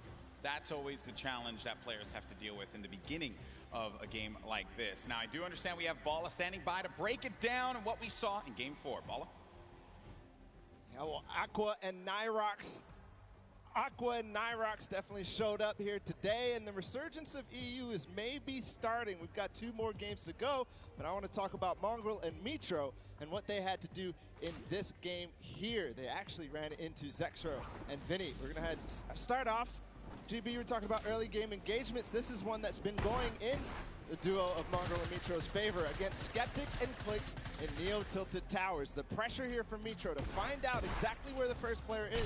Mongrel up above, then targeting on both. They try to get into the same box at the same time. They go down and just continue pushing forward. Mongrel and Si tu Mitro. veux, alors tu cliques là. Alors, tu vas dans le record, tu vois, tu vas dans le jeu. Après, il y a marqué texte, tu vois. Et t'appuies sur carré. Et après, tu vois les... And then this snipe here from Mitro. He actually, not only did he hit that, and they get right into it onto Zexro, he hit Vinny coming in with a drift board right before this, so 1 elimination there for them. And then they had the engagement that we saw earlier. We're going to go ahead and run it back because this clutch puts them perfectly in position at 4th place right now. A reminder that this was with Mitro down after all was said and done. There he goes down, and then Mongrel comes in right on cue. He does not let his teammate go down. You heard the reactions earlier, and it continued because Mongrel got 1 more elimination in this game, leading to the 8 eliminations total before they fell, not before earning placements points, though.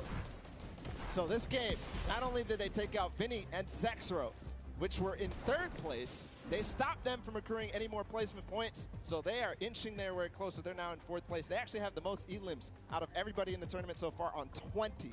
So with 2 more games to go, we're going to see where they can leave themselves at the end. Back to you guys, GB and Monster. Thank you so much, Bala, for the insight there. Everyone getting all ready for games 5 and 6.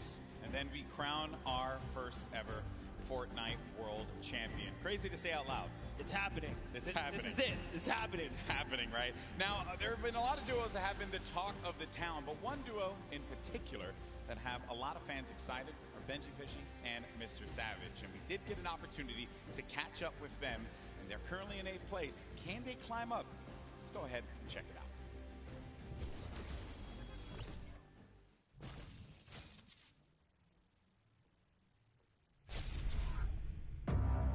This is a scary duo. Benji Fishy and Mr. Savage.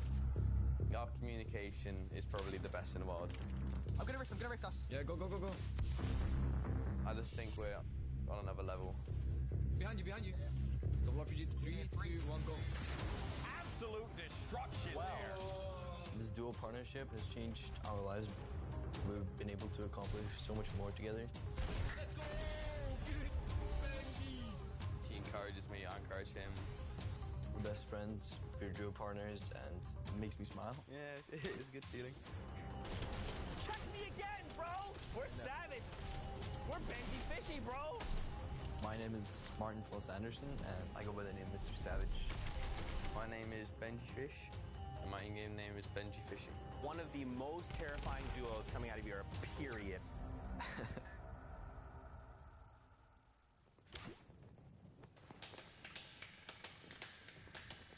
We live in different places, but we talk every day online. I live in Oslo in Norway, and Benji lives... I live in Surrey in the UK. And I travel to England to like meet him, see how he's doing here. He has my back. If I ask him something, he'll... Ouais, je la regarde parce que j'ai envie tout simplement. We don't actually just play Fortnite. We play other games when we just want to have fun. We have a lot of the same interests. He's always really humble. I love his personality. Yeah, we're great friends. Oh, shoot. Alright, yeah. Shoot. Alright. I'm too good for you. Oh, there's a guy northwest of me. He has an RPG on mode. The reason why we're so good at playing duos is because we both have super good mechanical skills, good chemistry, and communication. Hey, 120. No, 1. Let's go, dude! Everybody knew in the community that Savage was one of the best players in the world. He knows the game really well, so he makes really good calls. Benji's just so insane at just eliminating people. Benji Fishy is dialed in right now. He just follows me perfectly. He fills in the gaps that I can't fill in. You'd think a fish out of water would be harmless. Not this fishy. Not today. People were definitely scared if they see some fishes running around Happy Hamlet. On sait pas encore c'est qui a gagné. Parce que c'est pas fini. Mais en tout cas, si vous êtes nouveau, en tout cas, vous êtes les bienvenus. Non, on sait pas encore ce qui a gagné. Le duo. It's really nice to, finally be able to prove ourselves. Savage. I think we're just going to show people how good we are.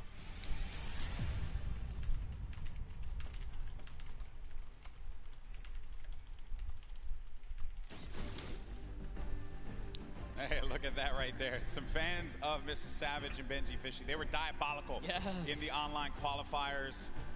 And maybe, just maybe, with these last 2 games, they could pull it Ça, up je and sais get pas encore themselves combien de into games. top 3, maybe even first place. How crazy would that be? Bon, à bientôt. Let's be honest, we've seen them do very well so far. Maybe Mais en fait, not ils parlent perform trop. they're looking for. C'est I ça know they want le more victories, souci. They have everything it takes. They can muscle up from 8th. Yeah. They'll be up there.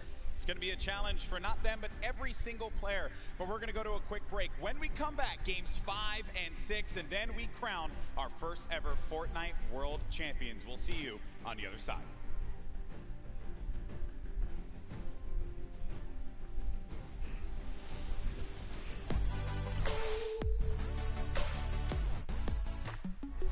I'm here in the player lounge right now, joined by our Pro-Am winners, RL Grimes and Airwalks. Wasn't totally expecting you'd win 2 in a row. Can you walk me through those final moments? It felt really good. I don't think I would have won if I didn't have him. Now, RL Grime, you were holding your own, you were keeping up, you were staying alive, you were getting eliminations. How did you change your playstyle from last Pro-Am to this Pro-Am? I think we learned a lot from the last one, just that you should focus on late game a little bit, and I just sort of let him lead the way and made it happen. How did it feel to play with a potential World Cup duo winner? It's amazing. I'm actually going to come tomorrow and sit in the stands and cheer for my man Airwalks, yeah. Maybe make an Airwalks sign and wave it in the air? Maybe a 98 bot sign. I'll hold it up. Good luck on the event tomorrow. Congratulations on winning. Congratulations on winning. Incredible, incredible gameplay throughout Fortnite World Cup Pro-Am.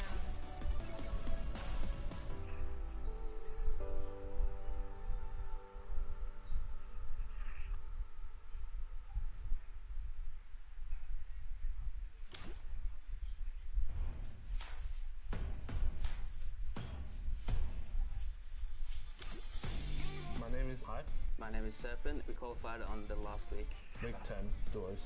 It was pretty crazy. We knew it was the last opportunity we had, so we were just completely focused the entire time, and it was just a huge relief after we qualified. Yeah, it was such a relief. I was waiting for this moment the whole time. Well, before the leaderboard updated, we was almost positive. We was freaking out, and then when we finally saw the leaderboard update, we just started screaming the entire house down. We started playing back in like season 3 of Fortnite. We just found each other through a Discord community and joined a squad team together, and we just stuck with each other ever since. Yeah, pretty much. I've never ever played with another duo besides Serpent, so since day one.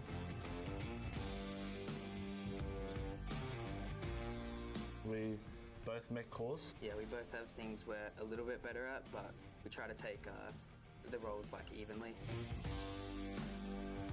I'm just really excited to play with everyone from all the regions. Yeah, I would say from what we've seen, OCE is a lot more aggressive play style because we go for a lot higher point games, whereas yeah, NA and EU, they have like way more passive play style than us, I think. Et c'est de toi, Fisa. Dream come true, to be honest. It's all I've wanted to do is just play games, and to have a huge opportunity like this is amazing. Yeah, it's pretty much the same, but yeah, just crazy opportunity to be able to play against the best players around the world.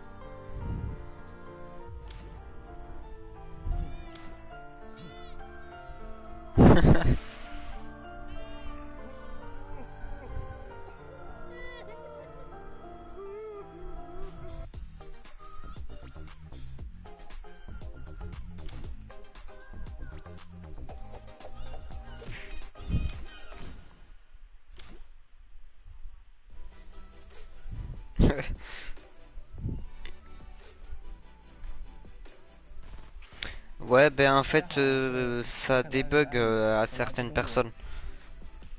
Soit essaye de relancer ton jeu, mais je sais pas après si ça marche. Moi perso, ça marche, mais il y a certaines parce qu'en fait, t'es pas le seul à venir sur mon live et à dire ça. Mais c'est un bug en fait.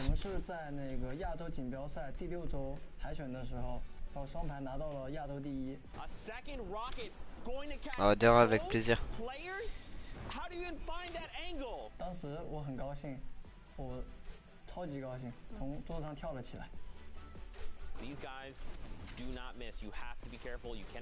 Ouais, c'est un bug, hein. Après désolé, mais après j'en sais pas plus. Parce que c'est bizarre ça. 我想我到现场的话，我的心应该会蹦出来。我希望他们可以好好的去看这场比赛。 因为能学到很多的东西。And it's over before we could even say anything because Xmende and XXM just destroyed them. Don't land on these guys. 因为我平时很喜欢购入，然后如果说获得这么多奖金的话，我一定会买。也许我会在一个很悠闲的地方买一个栋房子，比如瑞士。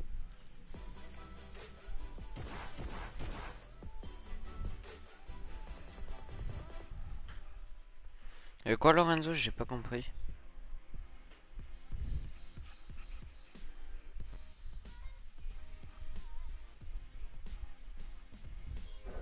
There you go, bro. Nice to meet you. Enjoy your weekend, okay? Thank you.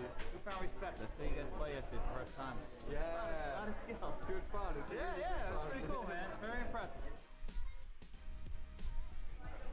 Hey man, how you doing? Nice to meet you. I've been following you for so long. Thank you so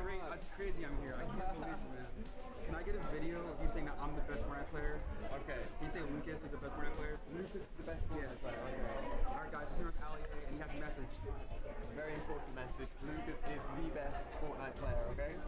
Thank you, man. Thank you. No worries. Ouais, pour le moment, ouais, ils sont invincibles quand même. Franchement, ils jouent bien. Après, tout le monde joue bien, même Mitro et Mangral, franchement, c'est des monstres.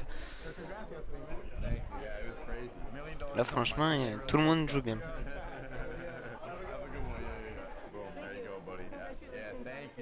Non, c'est à la saison 10 que j'ai dit ça. Moi, je fais jamais de live le matin. Peut-être un jour, je verrai bien. Non, c'est pas fini encore. Ouais, non, mais Mitro, franchement.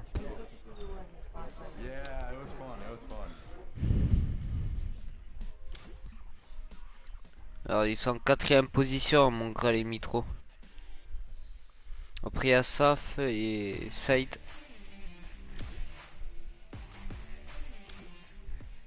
What's up, guys? It's Clicks. And it's Skeptic. And we qualified for NA East. Je sais pas encore. Je sais pas qu'est-ce qui va se passer. Kingster, je l'ai pas vu beaucoup jouer. Je l'ai pas vu parce que ils ont pas mis la cam sur Kingster. Sur Kingster.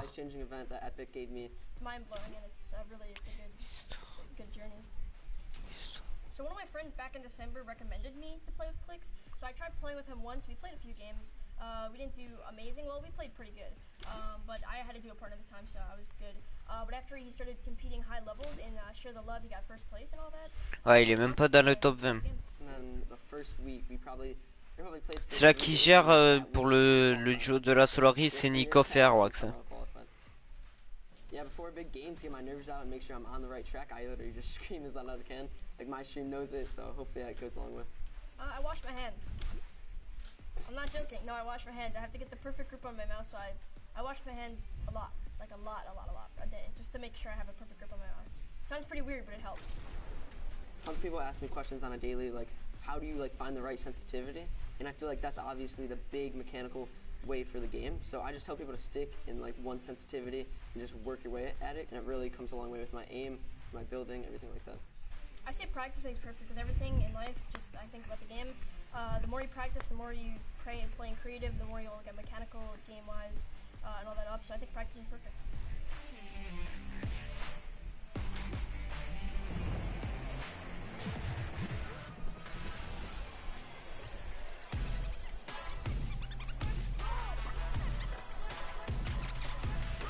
En tout cas, merci à vous et à Nabo, et on passe au 710. En tout cas, merci.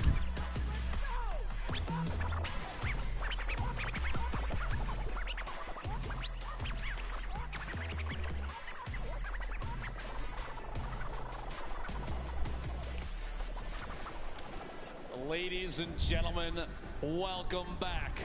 The World Cup Finals Duos competition. My name is Dr. Lupo, and I missed you dearly.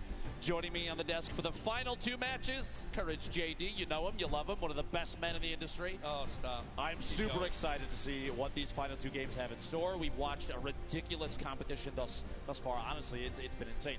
I've had a chance to watch some of the plays, some of the shots from some of these Merci à toi en tout cas, merci. Heads up gameplay. Jack, it's been insane. What do you think so far? It's insane, Dr. Lupo. It is great to hear your voice, and I am so excited to be casting these Feels final good. two games together for the Fortnite World Cup Finals duo competition. We are 2 games away from crowning our first ever Fortnite World Champions, who will win a combined Après, je le vois pas beaucoup qui star avec Hunter. That's a lot of money if you don't know how much US dollars is worth, because this is the World Cup, as you know. But Ben, I'm so excited. It's insane. The $3 million for first place. It's not the only position on the leaderboard that takes home 7 figures. And to look at that leaderboard, we're going to throw it over to Sundown just to see where everybody stands thus far. Thank you so much, Lupo and Courage. And what we have here is the current top 10 on the board. Now, we talked about this being the World Cup representation coming out in the top 20 from all of the regions in there. You can see NA currently sitting on top, but EU just behind them with representation from Mitro and Mongrel, Rojo and Wolfies. And then during the break, we got to talk to Hype and Serpent, who have also made a great Il y a même pas la Solari. about our most recent victory royale. Il y a même pas des joueurs français dans le top 10. Into the top 10.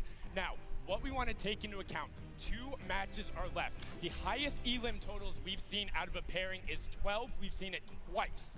What we have seen on the Victory Royale end, we've seen a 9 elimination, but more commonly, it's right around 5 or 6. So what does that mean? We can expect about 2 of the winners to come out with 15 to 16 points. If you look at that top 10 right now, the spread is 17 points. With 2 games remaining, everyone who is on this board has the ability to challenge for the top spot to be the first ever Duos World Champion. Eh ouais, un peu quand même. Après, on soutient quand même les joueurs francophones, mais là, ils sont même pas dans le top 20. C'est le toi, j'aime Fortnite. C'est celui. Let's head back inside, back into the action. Lupo and Courage, take it away. Sundan, thank you so much for your analysis of the board thus far. And you're right, looking at the board, the limited spread between first and 10th, 17 points is incredibly close, but that's not even the beginning of it. You have to realize that across all 50 duos, just 2 games, these last 2 could push any duo all the way up into the top. That top 10 taking a crazy amount of prizing home, Jack. Yep. It is a life-changing amount of money, to say the least.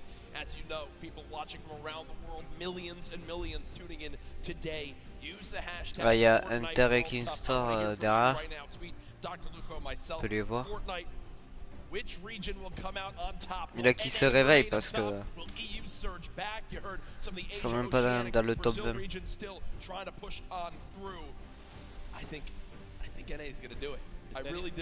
Et c'est lui qui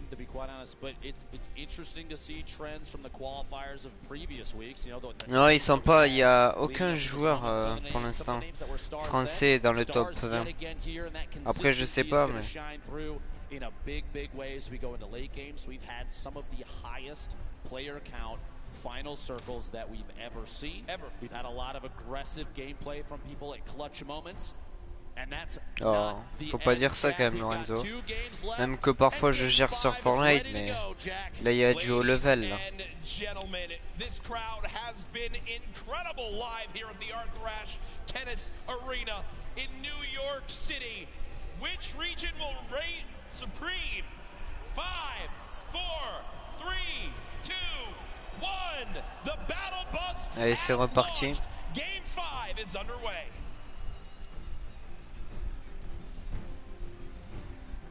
For the last few matches, Jack, we've seen some relatively contested, popular drop zones. I've been watching on Twitter, and a lot of people have discussed whether or not Loot Lake right now is one of the hottest drops in the game. You have a number of duos, high-power duos that have dropped there consistently thus far. Do you think going into this game 5 and 6, we're gonna see similarly contested early drops, or are people gonna change up the strategy with the amount of prizing on the line? I think the thing that we've seen so far is the teams that stick to their strategy are the teams that are, you know, staying out on top. It's why they're consistently placing, say, Sap and Zate, for example.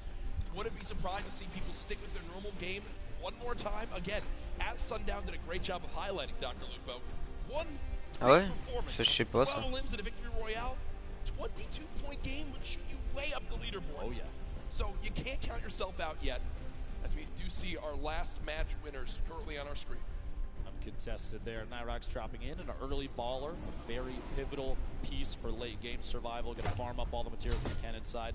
Not going to smash too much of the outside until maybe the last second, just to prevent any reveal of his own position. He's just going to go and move on. And actually does see targets down below. A couple attempted shots. That scope AR accuracy at this level going to have to be very key if you're going to try and pick up an elimination that early. The scope might be exactly what Nyrox needs to establish yet another elimination to put himself higher on the leaderboard of this duo.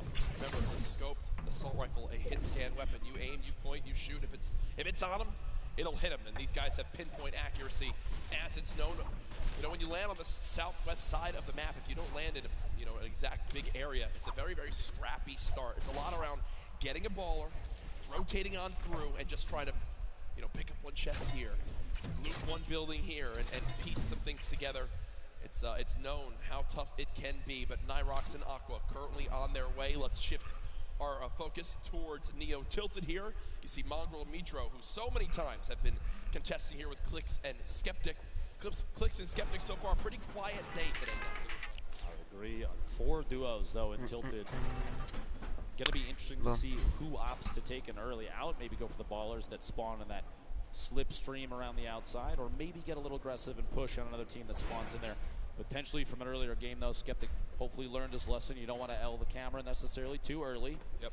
Love to see the confidence, though. He's a very confident player, which does not surprise. Ils vont tout le temps tilted micro et mon Graal. To see it from Skeptic on and off the stream and on and off the LAN here.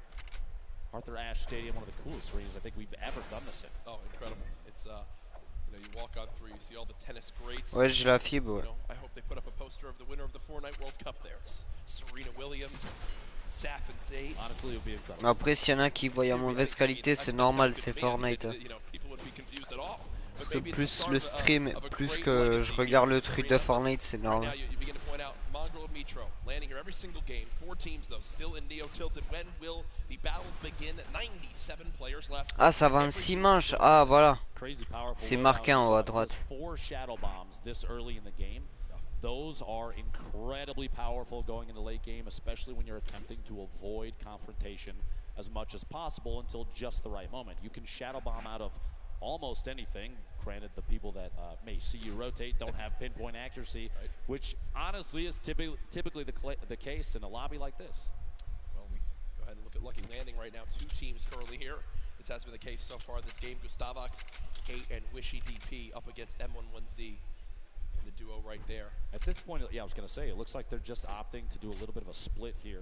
Just watching the opponents move around down below. They don't necessarily have to push this yet. You do have a little bit of time before the storm starts to make a move here, so pressure is going to be applied before you know it. But a loadout like this, there's no shotgun in the inventory. They have the shockwaves to rotate if they need to, but those are oftentimes saved for late game. If you can do it, it's an easy way to push through. Après c'est écrit match. We've seen in previous matches countless times. Donc c'est game. Maybe being challenged. The only downside is you put yourself way out in the open. We did see a number of players get eliminated. Après là ils sont loin. Les joueurs francophones là. So we'll have to see.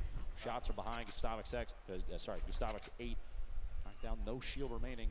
Wondering if Daedra and M11Z decide to push off this Wishy. Reveals that he does have that heavy sniper. Grenades coming on through. Quick little reaction right there to box up for a brief moment. But remember, when you get that shield broken, there is a unique animation and sound effect. So Daedra and M11Z know that Gustavox on top has no shield left, and that heavy sniper rips through the wood right there. Good coordination to get some damage done on this player. Saw Daedra holding that edit, that pyramid at the top, so we can look through and shots from the duo up above, Wishy and Gustavox, well coordinated. No push yet. This is kind of a stalemate at this point, which for all 4 of these players may end up fighting them in the back. That being said, Wishy, the fly in right there, pushing up, trying to get past, moving over to this brick pig, make their way into maybe a little bit of side cover. Shrine made for me on the Napas. Now Wishy will go ahead and loot that chest alongside Gustavox, who are both out of shields. Looks like Daedra and M11Z did what they wanted to, which is to push them out of Lucky Landing. Not sure if they're going to continue to pursue this. It doesn't appear so right now. And all things considered, I don't think they need to, right? They can go back now, farm up this whole area, check for the certain loot spots that may have been missed, and continue to get materials now. Moving towards Dusty Divot. Rogue members Tetra and Eclipse currently building on up with players just below. Clicks and Skeptic. Duo underneath. A little bit of a split for Tetra and Eclipse. Hopefully does not come to bite them in the back. We'll see here in a second. Eclipse pushing up, trying to match position with Tetra. Shots on the baller. You don't want to see those things last too long. Nobody was in it. It was just rolling down the hill. And this could be really useful, Ben, because the players down low that are going to get by this airstrike, I believe it's Clicks and Skeptic, are only building with wood, and wood gets shredded on through. And Skeptic, because of that, now down to just 25 HP, and that might be the green light for this duo to push on forward. One player challenging up top. Eclipse has him trapped in the box. Does take a little bit more damage. It will be a build battle for height. Eclipse with a ton of materials, but look at the elimination feed. Tetra with the elim on to Skeptic, so it's a 2 versus 1. Clicks all by himself. Even if there's a sacrifice to the 2v1, that 1v1 afterwards and the pickup, the revive your teammate might be the best play. We'll see here in a second. Pressure from above, not yet. Clicks all on his all by himself right there. Take just a second and heal up. Any chance you can get a little bit of HP might be the key to staying alive. And this is where I believe adjustments need to begin to be made, right? Eclipse and Tetra, as they push on forward. Clicks now all by himself, trying to force him to happen. There's no shot right there as he goes down. The day of struggles for Skeptic and Clicks continue. But the point I was going to make right there is Now you're getting to a point where you need to go. Ouais, je sais ça. C'est un francophone. Back up that leaderboard. Eclipse and Tektra obviously still have some work to do in that 2 versus 1 before another team can begin to push on in and try to steal that last elimination. They have to force the 2v1. Thankfully, Clicks does it for them. They get the free limb and win that fight at Dusty Divot. Meanwhile, Saf and Zate. First game winners, current leader Saf beat from above. Oh my Oula, lui il s'est fait laver le pauvre. And immediately capitalizing on Saf being exposed, leaves Zate in a 1v2. A little bit of a panic, and the Shadow Bomb may or may not be enough. Right into the slip to try and sneak away. Gonna run down in some previous builds. That's a quick pick off there from 4ZR and nowhere. And that's the second time we've seen that today. The player with the heavy sniper, they can see that the pyramid is being edited on through and peeked through. So they immediately call that out. They time the shot alongside AR shots, or that one I believe it was actually shotguns. And Saf is eliminated before he can even build a single wall. As right now it's Zate all by himself. Now moving towards the northeastern side of the map near pressure plant. Our mech friend no longer there, but Nyx just took a ton of damage. Close by, I believe. Did he get sniped? I think he got sniped. I believe he did. Sitting on quite a bit of healing though. The slurp, minis, that campfire, all going to be big there. You see he's waiting for the campfire to finish. He's going to pop that slurp, get back to 100, 100. Meanwhile, Airwax, Nikov owning the top of the ship here. Just taking shots at anybody that rotates. That high ground advantage, even early game. We look at it a lot late game. Yep. A lot of the build fights and late game rotations are capitalized by players that have the high ground advantage. But even early game, high ground gives the ability to scout. Sean goes down. Aiden an attempt to push on through and try and pick up the elimination on his opponent. Quinton inside the box there, does knock the wall out, picks up the materials, and can't quite grab the card of his teammate. I was going to say, I think that the teammate was knocked, so it is a 1 versus 1 in this fight. Aiden at max HP, gets the high ground for the moment. Quinton, absolute the health disadvantage. Aiden most likely knows this, continues to push for this elimination, wants to clean this up as quickly as possible. Wondering if Quinton has any traps to be used right here. Doesn't appear so as of right now. That edit was just missed by Quinton as he tried to go back up to the high ground. Just get above. Aiden pushes on in, spraying. Unfortunately not able to connect, takes 44 damage right there. Quinton, a masterful fight so far. Aiden's health advantage now gone as they're about 15 HP between each other. But Aiden has the chug splashes, and Dr. Lupo, they show off just how good they are right there. Quinton stuck all the way up top, popping that med kit, trying to get back to 100 HP. Aiden and Quinton in a little standoff here, a back and forth of epic proportions. Quinton, there's the storm. A little bit of pressure. You got up above. Quinton trying to watch that, holding that pyramid edit. The peak trying to catch himself up inside the pyramid by resetting. Can't quite do it. Does fight for high ground. Aiden on controller. Don't forget that. One of the best controller players we've ever seen. 101 HP remaining. These inside the box fights, the combat for who can own a wall, the back and forth is insane. And the top down view, Aiden can't quite get that pyramid edit and gets caught in his own door. Did he miss? Yeah, I think he missed the edit out. Did wind up building a door, and Quinton makes it back in time to grab the reboot card. So Aiden and Sean go down quite early in game number 5. 74 players remaining. Storm Surge still currently in play. Zate and Sap far above it at 385 damage above. Shouldn't really have to worry about that too much.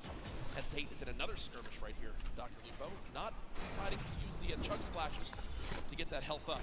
An interesting note here, you see Zate taking single swings the wall that he doesn't own. He's attempting to bait the player from stopping a heal. He wants him to disengage from that so he can basically force a fight. He doesn't want them to get any of that HP back. You got the floor. Shield. And he already had that wall! Oh my gosh, and Tux goes down. What an angle shot from Zate there. And that right there is Zate baiting his opponent into making that exact move. What you just saw was why Zate has remained one of the best players in competitive Fortnite from the very early days. He replaced the first wall before that fight even began. Then he moved towards his opponent, shot out the floor to push him towards the wall he already replaced. And once he did that, once the player ran and thought he was safe, he quickly hops on up, edits his own wall that he placed earlier, and gets the free elimination. It's one of those plays that separates Zate from the millions of other players that play Fortnite. There's a reason they won that first game, Jack. It's going to show through and through throughout all these matches. Zip called on your screen here. Game 5. 2 matches remaining. It's a very Eastern most zone, Dr. Lupo. So you're looking towards it right now. Lonely Lodge will still narrowly be in play. Outside of that, just the drone ship from up above. The right side of your screen, don't get the format for these. Oh, Quinn goes down. I think he got caught with his build still in his hand. He wasn't expecting it. See the blueprint out. You hate to see that. The victory royale worth 10 points. Top 5 is 7. Top 10 is 5. Top 15 gets you 3. And every elimination, that single point, and every elimination so valuable in 6 matches. We're not looking at the same 10 that we saw in the qualifying weeks.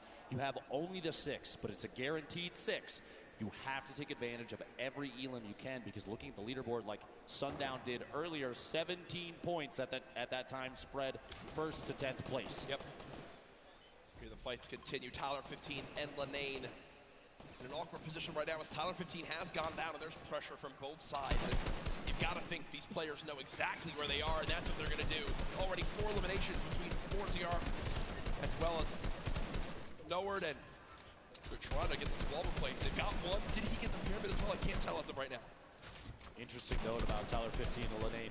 They had planned to run just the first qualifier, week 2 together. And if they did not qualify for the World Cup, they agreed that they were going to try and hook up with their normal duos. Yep.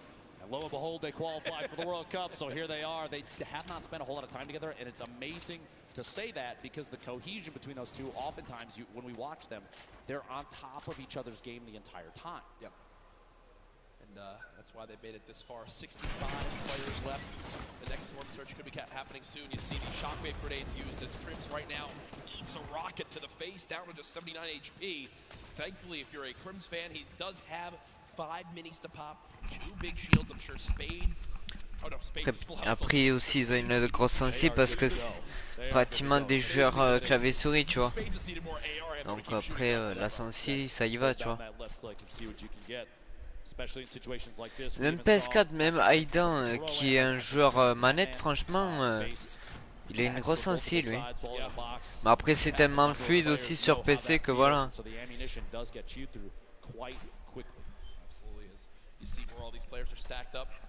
DW and Blue T taking over that main lodge right now. Sis Lucky. Don't see the duo anywhere, so Sis Lucky might be all by himself at the moment. 62 players left. Zayt, remember, by himself. Saf did get cut down earlier on, and it looks like Vinny also all alone. Maybe Zexor dropped earlier on in this game too. Going into these late games, Jack. Yeah. Especially when we're on the second to last. Pressure is at an all-time high for some of these players, especially the ones that have never experienced a LAN event like this. And this is the biggest one that Fortnite has ever had. Do you think they're going to be able to capitalize on that, take advantage of their own nerves, and use that to climb the leaderboard? I mean, or is it going to get the best of them? I'm just really, I can't even speak from experience on this. I mean, yeah, sure, I played at a few pro-ams, and sure outplaced you, Tim, Ninja, well, basically everyone yesterday as I got top 8, and that was an incredible performance that I'm truly proud of.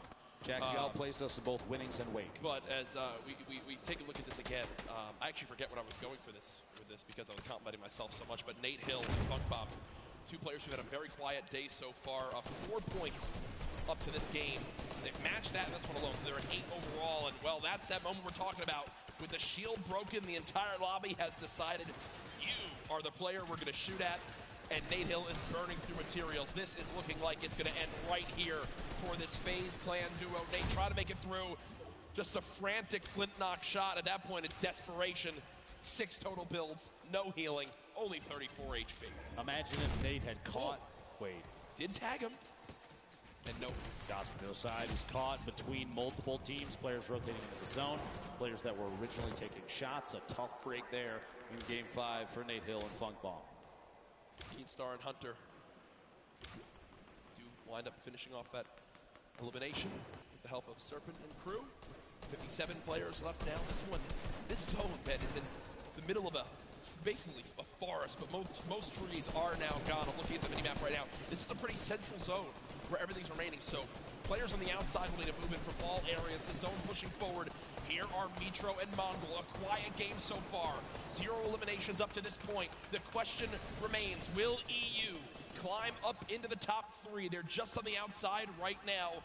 I know this is NA home turf, but I know the hundreds of thousands of European members of the Fortnite community are out there rooting for duos like Mongrel and Mitro to pop on up. And unfortunately, when I mentioned EU duos, I just saw Benji Fishy and Mr. Savage go down to the duo of Arkram and Falconer as they continue to perform well, a team also in the top 6.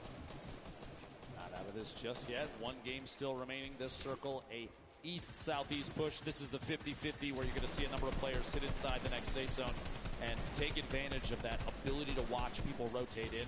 That's where a lot of the eliminations mid-game happen, is people trying to get into the next position, and players like Mongrel, Mitro, they are in spots to take advantage of that. That being said, Ronaldo does take out Mitro on the feet, picks up that elimination for the duo. 28 duos remaining. We're not even close to placement points yet. That happens at 15, Jack. Yeah, and Mongrel knows this. When you look at his inventory right now, no combat shotgun, still this epic tactical shotgun, quite good. The big question for me, 2 shadow bombs, all the movement, how exactly does he play this? Mongrel looking for an elimination, shot comes on in, does get a small little shield tag, but not too much to begin to push that. Good job at least getting up this layer of height. Remember, it's so tough in elevation here when there's so many builds. Bottom right of your screen, another solo still remaining. It's Zayt, who still has, I believe, 3 shadow bombs left, Dr. Lupo, to make plays in the late game. 2 of the biggest players we've watched thus far. A lot of people just waiting to see how things are going to play out. Mongrel holding this edit. He's waiting for that opportunity to pop up with that purple tag. See if he can do enough damage to pick up an elimination or at least a knock, especially as we get into the circles where movement of the entire zone is going to happen. A knock will translate into a full elimination. The siphon will kick into the HP or shield. Those last second elims before things start to move, those are huge. They give you that little boost you might need to engage in the fight on the move. Et c'est là toi, Azel. Ouais, excusez-moi si je parle pas trop, je fais vite fait un truc sur mon PC. We have 21 seconds before the circle starts to move. I mean, I feel like this duo hasn't been spoken about a ton so far today. They're currently top 5. Oh, bah si dans le chat il y en a qui sont intéressés par la proposition de Azel, y a pas de souci. En tout cas, t'es le bienvenu sur la chaîne. Remember, other teams in the top 5 will still have representation. With Zayt still in this one. Falconer and Arkram. Arkram quite weak at the moment, though. About 120 HP in total. 27 duos left. If you're keeping in mind the format of this game, it's top 15, and they're going to go ahead and shockwave across. They both use one shockwave together, and now the push begins. Falconer slowly inching towards this zone. He's being pressured by some stinks at the moment. Only 7 total builds left. He's got to follow up his teammate, and that's a great recovery by this duo.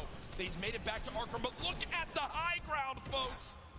The battle begins now. Aqua and Nyrox are winners from last game, already back on height, and high ground has been the key to victory so far today.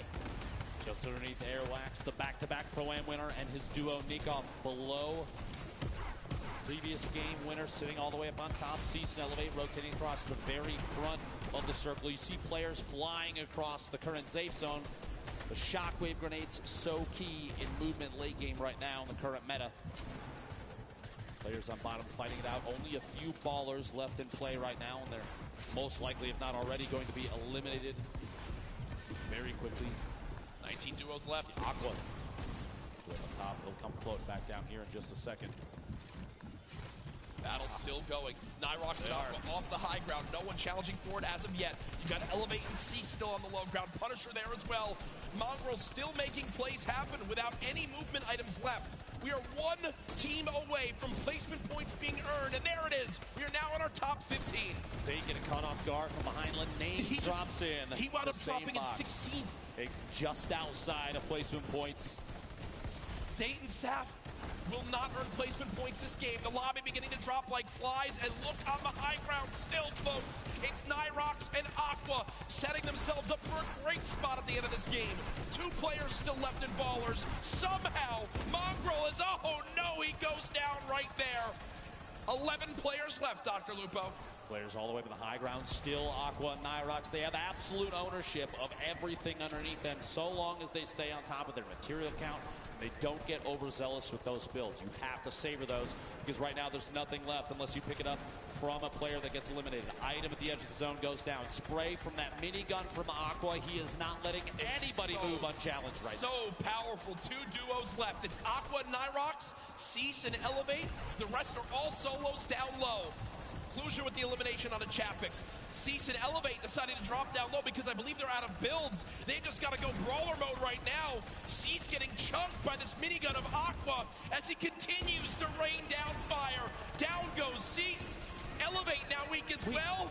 The circle's moving back the other way. Wolfies is at the forefront right now in one of the best spots because of all those builds potentially already owned. He can just make his way on through without challenge. Skype trying to challenge for high ground and gets absolutely beamed. Daedra and Wolfies in this game as solos. Cluja as well. Aqua and Nyrox. Could they get another victory royale? Currently at 5 eliminations this game. Aqua. Stink grenades from above, still riding the minigun, still 250 small ammunition remaining, and this thing is so punishing from above. You have that high ground advantage. You have the shots on Wolfies from above the elimination, a 3v2 situation. Aqua, Nyrox looking to pick up the first World Cup back-to-back victory royale, Jack. Pressure coming on in, they drop down low, the tag's coming. Oh my gosh! There it is! A 17-point performance from Aqua and Nyrox as they win it again. That alone, those 2 games may be enough to push them all the way to the top of the leaderboard, and they are 1 game away, if they can hold that, from $3 million. My goodness, folks, here it is again. Aqua with that minigun up top just made it impossible for any other team to even try to contest them on high ground. They send Nyrox down, Cluja there as well. Here Cluja was doing everything he could, but again, when you're at a number disadvantage, Dr. Lupo, a health disadvantage, when you're on the low ground as well, I mean, I just don't see how you could do it in the game. He tried to edit him down, unfortunately just can't hit the final shots as Aqua still drops him with 200 HP. And again, much deserved as they take the victory royale.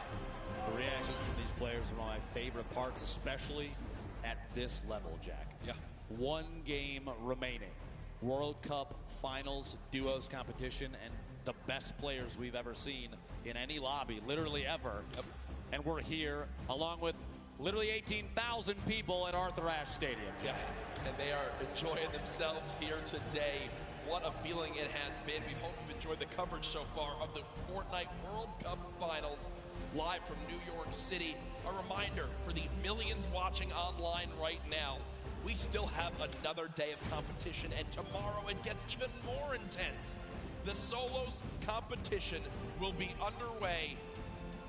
Tifu will be involved as well. I'm sure a lot of people here looking forward to that, as it is going to be one to remember tomorrow. There's no duos that can save you. There's no reboots. It's you and you only. The nerves will be at an all-time high. Who do you have? If you look at the entire list of everybody for solos, real quick, 1 or 2 names. Who do you think's going to do well? Oh, gosh. Well, I'm looking at anyone who's double qualified. For me, right off the bat, as people that could be favorites. And, whoa, we just got the standings. And now I'm completely shifted focus. Sap and Zate still in the lead. 3 points, Jack. Yes. First and second are separated by 3 points. The 2 victory royales now for Nyrox and Aqua, definitely moving them way up the leaderboard. But look second at this. place now. EU and NA. The fight back and forth is there, right? Twitter's talked about it about 1 million times. Yep. Reddit says it over and over again. EU versus NA, and I think right now this leaderboard screams that the competition on both sides is huge. Page 2 on your screen now, Jack.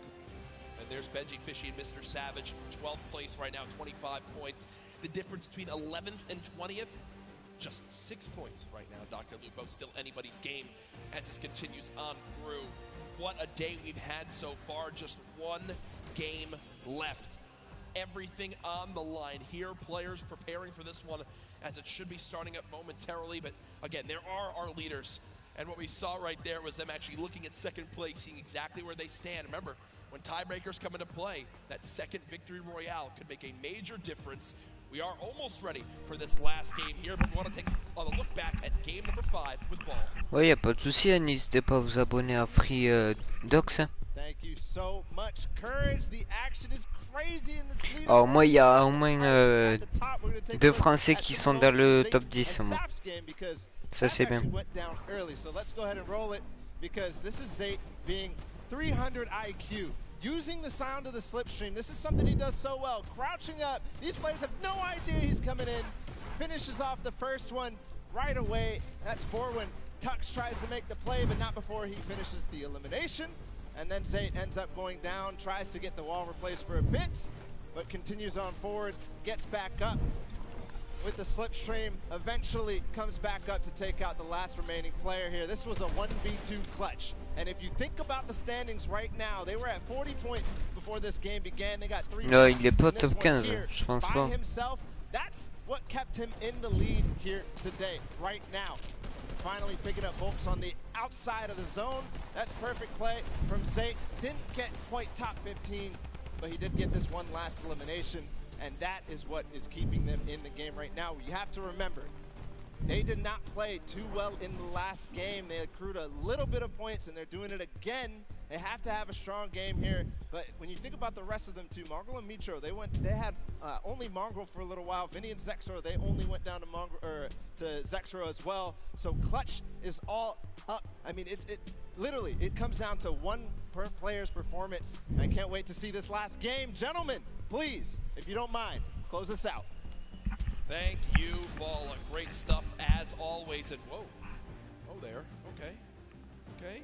Marshmallow joining us on the cast. Yeah, I think that's basically exactly how it works. Now we have a little bit of special announcement for everyone live in the venue right now. Pay attention, Fortnite World Cup attendees, to celebrate the 1 p.m. Marshmallow live performance on Sunday, tomorrow, the first 2,500 fans to enter the Arthur Ashe Stadium will receive a Marshmallow cosplay helmet to wear during the performance. The first 400 fans to enter the stadium will also receive the Marshmallow supply drop codes. These special codes contain the Marshmallow outfit, the Mellow Rider glider, the all-new Mellow Mallets pickaxe, and 1,000 V-Bucks. Also, the first 10,000 fans to enter the stadium will receive Fortnite-themed thunder axes to make noise while cheering on their favorite players during the Fortnite World Cup Finals. Doors to the Arthur Ashe Stadium open at 11:30 a.m. tomorrow, so you want to make sure you get here early to make sure you get your seat. I'm looking forward to that. Can you show me the axes, please? I mean, look at this. You know how loud it's going to be in here tomorrow when you're banging these around, when you can annoy your siblings with these when you wind up going home with them. I don't want to give everyone any more ideas, but I'm ready for that performance. It's going to be an absolute blast. I know, I'm sure everyone here looking forward to that as well. Marshmallow is so much fun to watch live, but this is it. Dr. Lupo, at the end of this game, we will crown the first ever Fortnite World Champions. I cannot believe we made it here. Ladies and gentlemen, make some noise. $15 million on the line here. 3, 2, 1. Jack, 10 weeks of practice, the qualifiers, constant hours of scrimmaging against each other. These players know each other's strategies. They know where they're going to drop. They know when they will and won't pressure. This is going to be intense.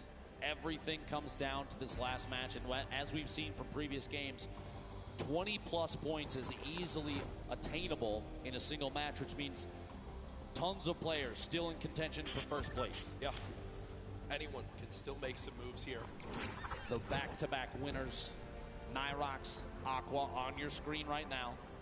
Saw him making a drop down to the southwest corner of the map. If it works, I think you stick to it. Right? I mean, it's working for these guys right now. Who will win which region will take home the Fortnite World Champion title? And already the first player dropped. Eclipse goes.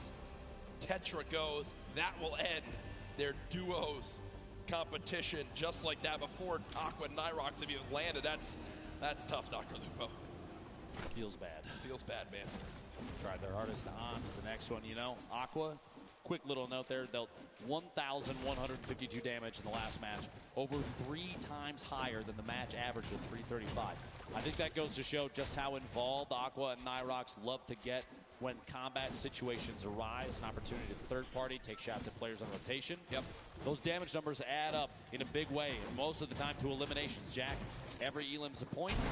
Placement is huge as well. PF Zin and Nix. Duo from Brazil looking to make shots here. Players over at Snobby do pick up that first elimination. Twiz goes down. His duo nowhere to be seen just yet, but that elim is big for them, an early point, very key. Format on the right side of your screen, if you forgot. Look it up top, that little evil base, the bolt action sniper rifle. Temporarily vaulted, brought back, a headshot as a knockdown, 105 to the body. Big damage there. So here we go, players now still fighting. Keenstar and Hunter. Shockwave grenades picked up, 20 total builds possible right now. 200 HP, so they have all the shields they could ever want. Wondering if they've done any damage yet to their opponents. Looks like they'll just go ahead and be happy with backing on them for now. Don't want their final game to end super, super early. We can see in the minimap down there. I'm curious if they know other players are over there at Mega Mall. Meanwhile, Aiden and Sean. Paradise bombs. Aiden goes down. It's all up to Sean to try and make the clutch save. It is potable. SSK, jam side, also dropping down here every single time, but it is not enough. Jam side comes out on top, able to temporarily save his duo. And there goes Aiden and Sean. They now exit the World Cup duos as well. More pressure though. Jay and Little also dropping here at Paradise. These highly contested, very important POIs are big. Oh my gosh, the aggression. Shockwaves in, stink grenades deployed, and there it goes. The elimination comes on through as they got the scent of blood and like sharks in the water chase down their opponent. You can't really blame them either in situations like this, though, especially at the World Cup. If you get a knockdown, if you're in a 2v1, you're even willing to sacrifice your teammate potentially in a situation like that to try and get another. Already, people are dropping much quicker this game. Oh, 100%. Already down to 7 duos eliminated from this one. 84 players left in total. And you might think, that's not a lot in Fortnite, but no, trust me, right now in a lobby like this, they're going quick. And I will say this duo of Daedra and M11Z, if they can make it to late game with the assault rifles they have a legendary assault rifle, Dr. Lupo, and an epic infantry rifle. Both of those can shred. And as we know, editing out windows, finding opponents who are rotating, maybe hitting a slipstream or in shadow form, some well-timed AR shots can mean quick damage and eliminations. We're going to have to see going into the late game if this aggressive gameplay continues. 30 seconds until the circle moves. Meanwhile, over at Neo Tilted, we've seen this 2v2 so many times. Clicks and Skeptic versus Mongrel and Mitro. The high ground taken all the way up top. Pressure from above. Clicks looking to see if he can hit a shot through his quick edit. 103 from Mongrel from underneath. Going to edit out and try and take the high ground.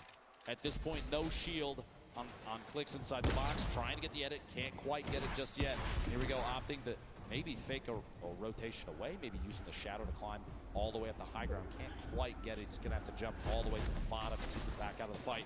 Hits from underneath. He's going to box up just a little bit and rotate for a better angle at this point. Meanwhile, Mitro in the baller.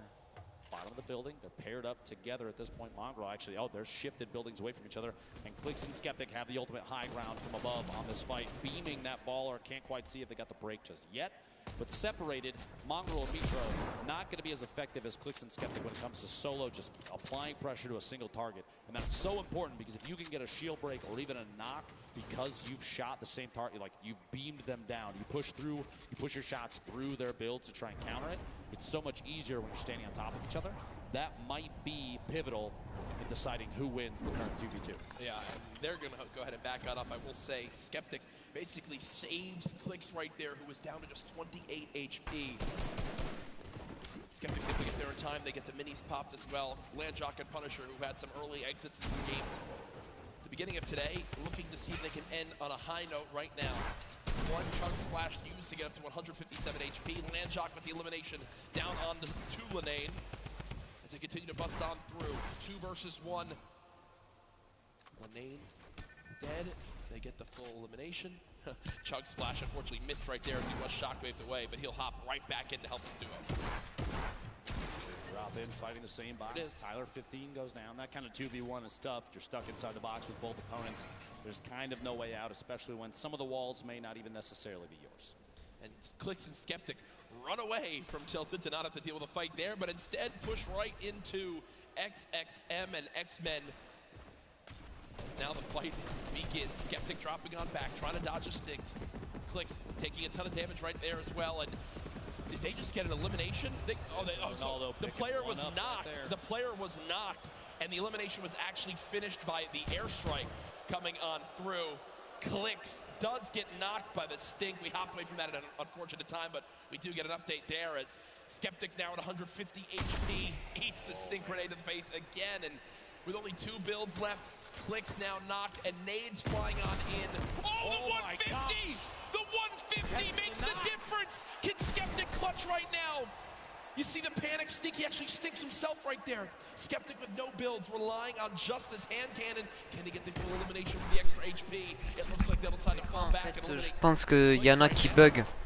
En fait, j'appuie sur carré pour mettre l'écran en entier. Voilà. Et en tout cas, salut à toi, Crafter. Oh my gosh! The clutch from Skeptic. And you see he shakes his head right there, does get the job done.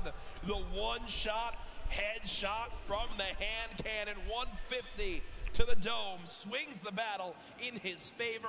No mats, no teammate, no problem as Skeptic gets the job done. I said it before and I'll say it again, he's one of the most confident players that we have seen in the World Cup, and right there, literally standing in the open to bait a shot to that 150 Ça cannon is huge. On regarde la World Cup un peu. It's literally nearly impossible to win with 0 mats and they have the high ground. And guess what? As the player went down to thirst his teammate, well, things worked in his favor as he hits the shot. Saf and Zate, who had a 3-point lead on second place heading to this game, currently at 0 points earned so far. Ouais, mais je pense que c'est un bug, Noctis. C'est un bug. Même il n'y a pas que toi, il y a d'autres personnes aussi qui est venu sur mon live et qui a dit ça. Mais ça bug. Sinon, si tu veux regarder le live, bon après si tu veux, tu peux le regarder sur ma chaîne. Mais après si tu veux vraiment en bonne qualité, tu vas sur la chaîne Fortnite et tu regardes tout simplement le live, tu vois. Ok, y a pas de soucis, Crafter. Après reviens quand tu veux, en tout cas vous êtes les bienvenus. Zexro and Vinny, I believe, were top 3 or top 5 heading to this game, so an unfortunate ending for them. And all things considered, you know, Stompy and Chinkin were a duo with an average placing in the online qualifiers of 1.8 across the 5 weeks. I think it was the highest average of any duo. And we haven't really seen much of them today, so finally seen a little bit from that duo, as many people had very high expectations. Chapix running away right now, nearby as well.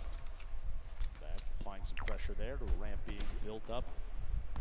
Chapix kind of all by himself between 2 duos here, Dubs and Mega. The heavy snipe to drop Dubs down. He's going to have to build back just a little bit, reconnect.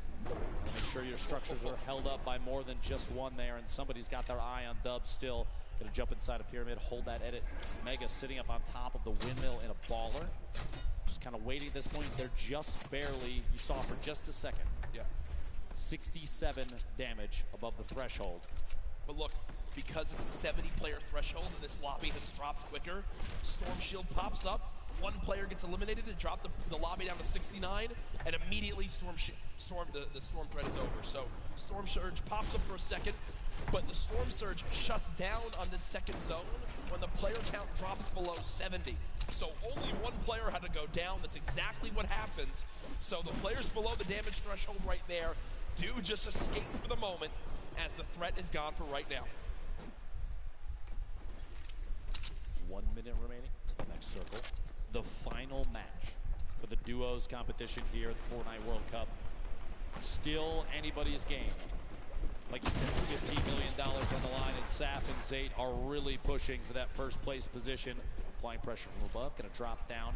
Just do a little bit of damage, but not the best spot to sit and try and fight that.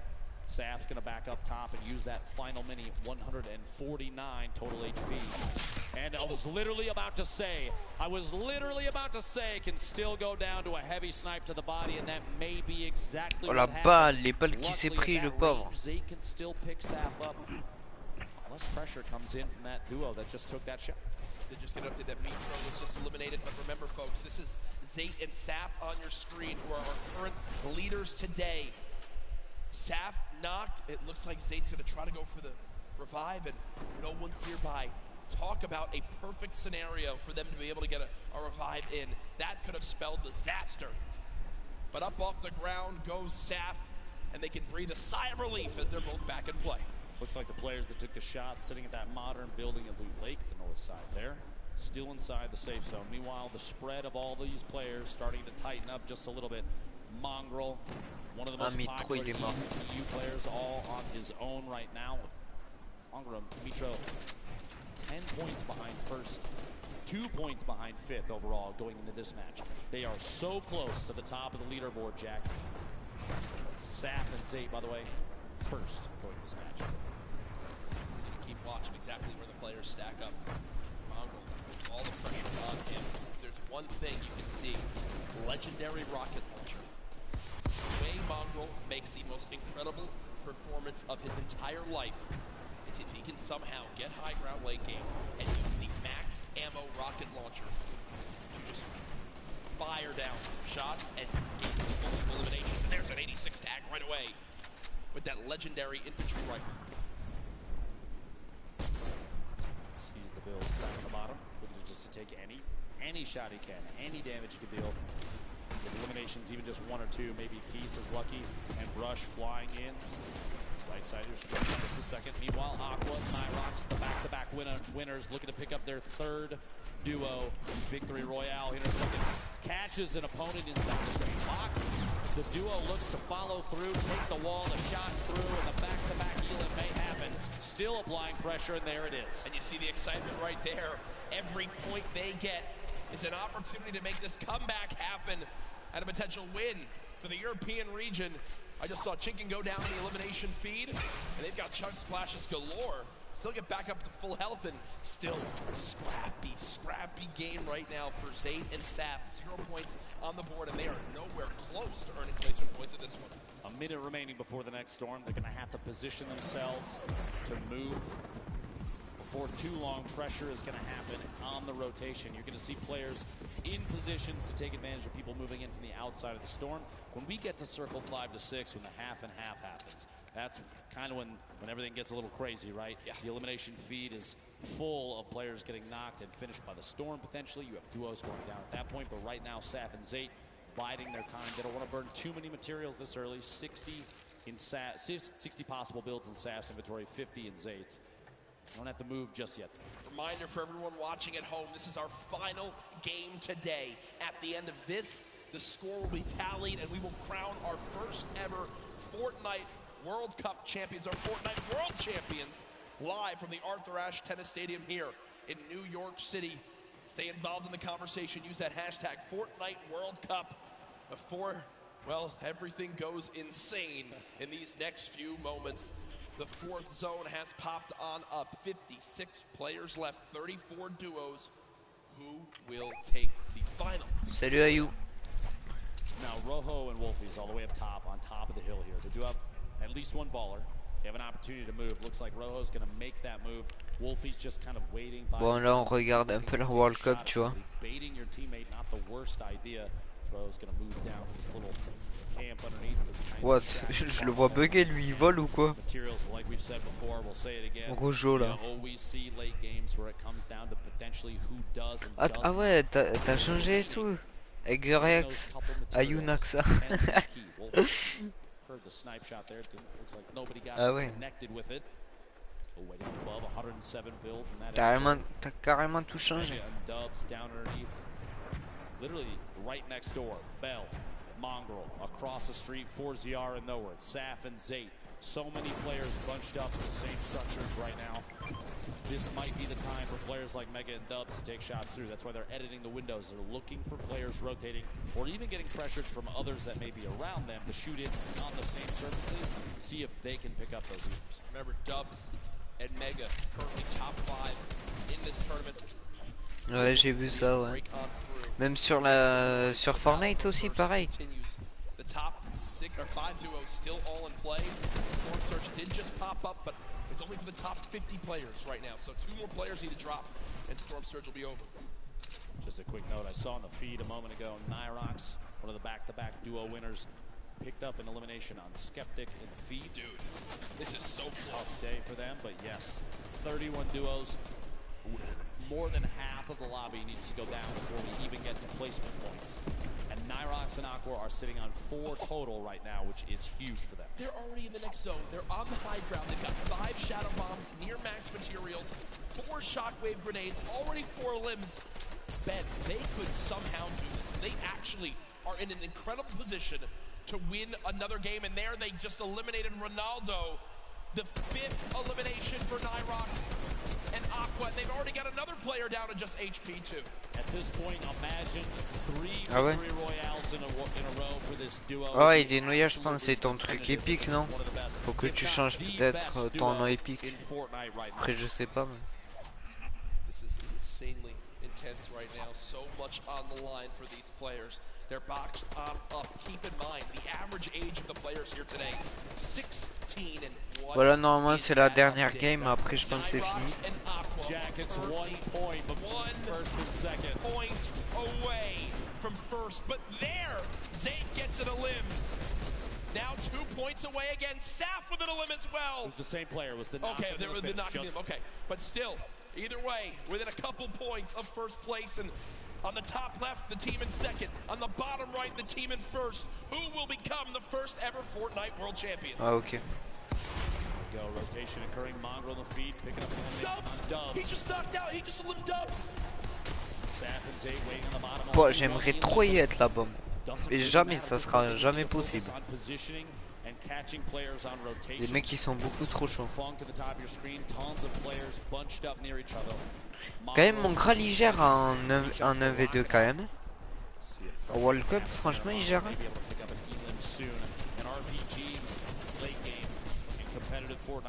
Voilà. Par contre, il est antique, hein.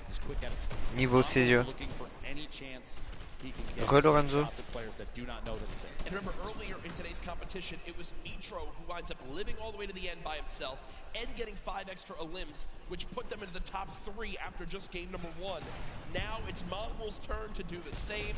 The new pickup for FaZe Clan looking to clutch on up. Putting shots down range. I believe this is Mega, one of his teammates on FaZe, who's on the other side of that metal, and he's not relenting with this pressure. Both of these duos actually in our top 10 right now. The new zone pops on up, and this is a full moving zone. Did he get the elim? He did! Mongrel with the elimination onto Mega. Oh là là là là. Qu'est-ce qu'il est chaud. I don't know if you saw that when the elim popped up on his screen. The eyebrows raised just a little bit. He may have even been surprised that he picked that one off. Attendez, il est où mon chargeur pour charger mon tel?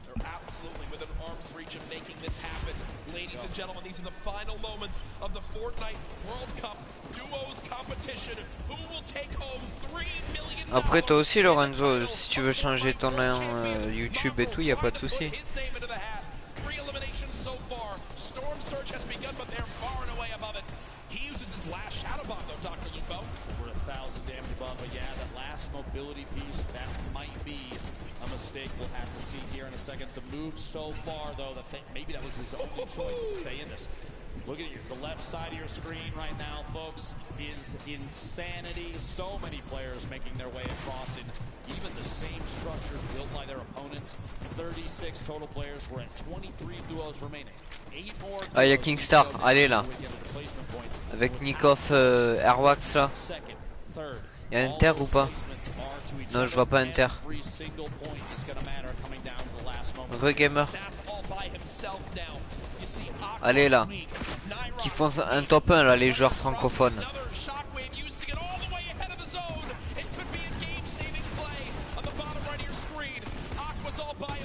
Bon, comment ça fight?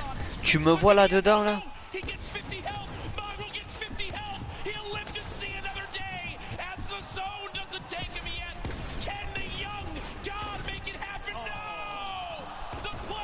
Ah dommage, quand même bien joué à toi mon Graal.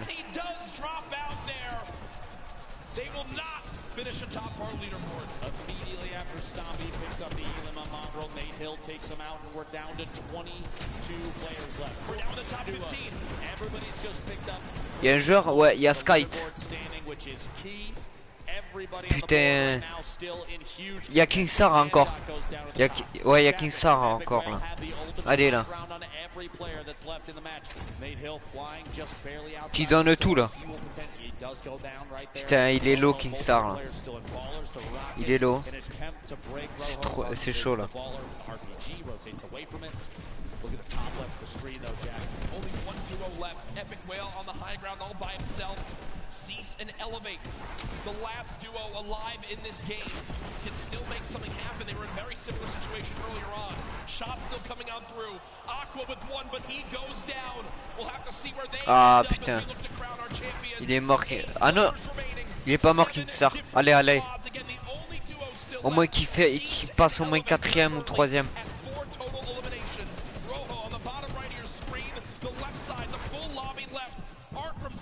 Ah mais par contre il est low. S'il se mange un coup de zone. Ah il est mort Kingstar. Je pense qu'il est mort. Ouais il est mort. Ah quand même GG à lui. Ils ont bien joué.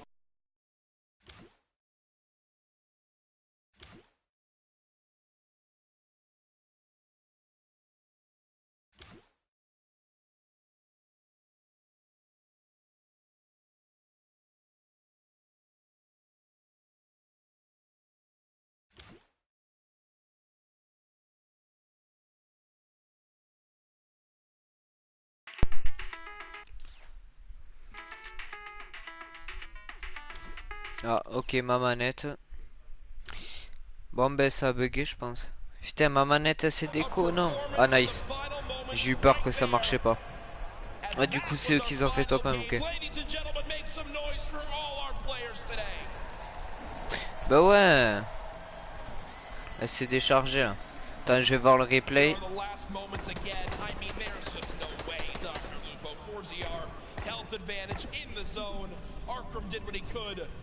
Still a beautiful performance at 16 eliminations, or 6 eliminations, sorry, and second place in that one. C'est chiant les manettes PS4 ça. We'll see exactly how it all plays on out here. There's the replay.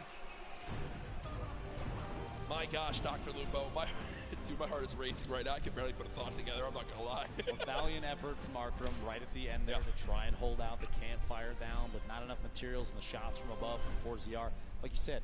Material advantage, HP advantage, every advantage in the world. It was his game to win. Yeah, and I'm looking around right now. A lot of people on their feet here in this venue, where we will soon find out who will be crowned the first ever Fortnite World Champion, who will have their lives changed forever as they win $3 million combined between the two. Millions watching online. Send right now. Est-ce qu'on va savoir les résultats ou pas? Use the hashtag Fortnite World Cup. Get it trending. Who do you think won? I think we've got an idea, but I'm not saying anything. I'm not saying anything until the official leaderboards come out, or else I will be kicked off this stage and never allowed back. Security will actually spear tackle it. Yeah. It's true. They told me before we got up here. Look, an immovable object. Le pseudo il faut que je pense que tu ailles sur Google marquer tu vas dans ton compte Google et après tu peux le changer. Je sais pas gamer à quelle heure. That being said, there was a lot of confidence, and you love to see that, especially from every player on the stage right now. 100 of the ouais, tu vas dans Google avec ton compte et tu changes. That we have ever seen. They have to realize that they beat every other challenger to get here. Jack. There's an energy in this room right now. I'm just looking around. Everyone has their cameras ready for when the announcement comes. Again, we're tallying every little bit so we know exactly who won it. Ladies and gentlemen, do you guys want to hear who will be the first ever Fortnite World Champions? I think they do. The results are in. Ladies and gentlemen, congratulations to the first ever Fortnite World Champions, Aqua and Nyrox!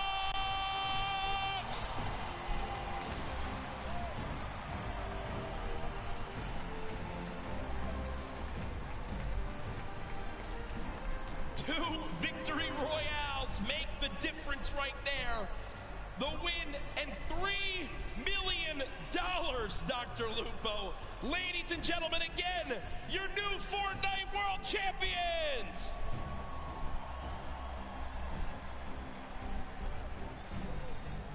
Two victory royales, Jack. An incredible day of gameplay for them. The look on their faces, too. I can't believe it. No idea. I cannot believe. Again, you got to remember. How do you react to that? How do you react to that, Jack? They're left in the dark as this loads on up. They have no idea how it's going to break all on down.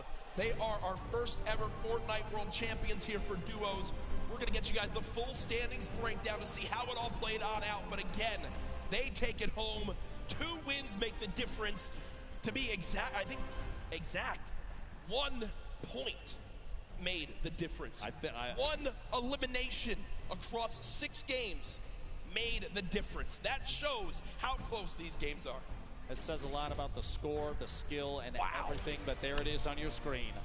Nyrox, Aqua, $3 million rising, and across the top 10 there, an incredible display of skill. Rojo and Wolfies, Elevate and Cease, Saf and Zate, Arkram and Falconer, Mongrel and Mitro, Mega and Dubs, Dorox and Items, Zexro and Vinny, and Vato and Sky, your top 10 duos for the World Cup. And just to reiterate, $3 million.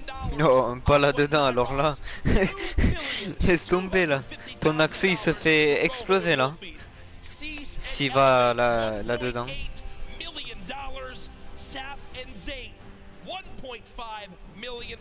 Putain. And in 5th, Arkram and Falconer, $900,000. Congratulations to everyone. Les autres ils ont 3 millions le machin. Après à qui? Remember folks, do not go anywhere. We still have our trophy presentation to celebrate our winners. Aqua and Nyrox. Ouais, y a même pas la Solari dans le top 20 s'il te plaît. Months of grueling competition, it pays off in a big way. And it's funny to look at a leaderboard like that with all the Non, laisse tomber. C'est du haut level là. Depuis que je regarde le live, depuis que je regarde tout simplement leur live, je regarde leur façon de jouer, franchement. J'ai rien à dire. Moi je vais là-dedans, jamais laisse tomber.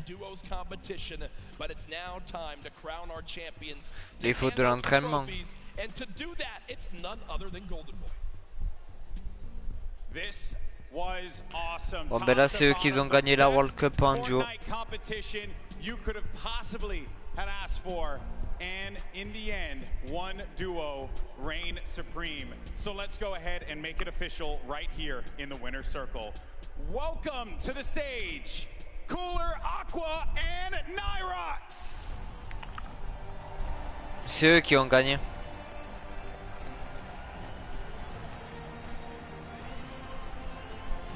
Là ils peuvent s'acheter une villa, bagnole et tout. Moi j'ai ça, laisse tomber moi.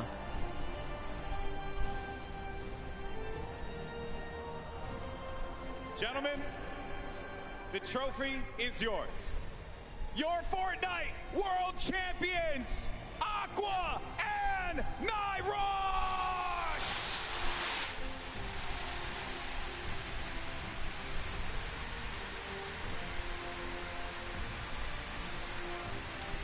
Bon ben GG à eux en tout cas.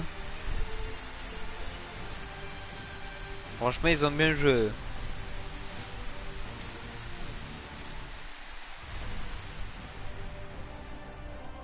Gentlemen, I want to get your thoughts here real quick and just talk to you about this monumental moment in your lives. How does it feel? I know that's a really generic question, man, but you just won $3 million. How do you feel, buddy? Fair enough for you, my friend. Non, moi pareil. Porter, soulever le trophée là. Why do you guys think that you're here right now? What happened? What did you end up doing differently that separated you from the rest of the pack and allowed you to get in that first place position? I think it's the amount of hours we put into this game and how serious we take it. Ah ouais, soulever le trophée là. Bon, ben félicitations à eux. Demain World Cup solo et après c'est fini. On verra bien my demain. mom, she always supports me, and it's just insane what happened. Like, I don't know what to say. It's insane. For you, my friend. All my friends, my family, my father, and it's good. All right. Well, you're definitely going to have a lot more fans now, man. Once again, your 2019 Fortnite World Champions, Aqua and Nyrox.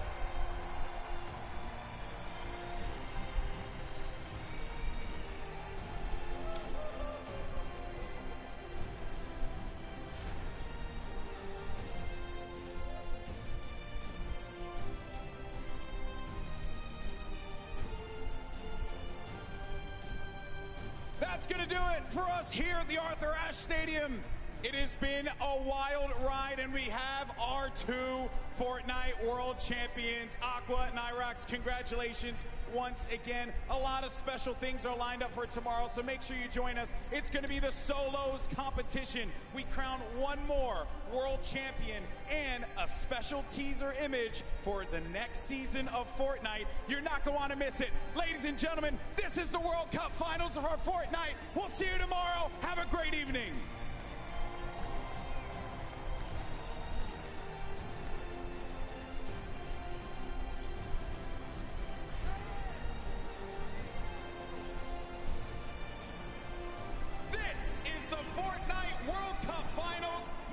City, where you at?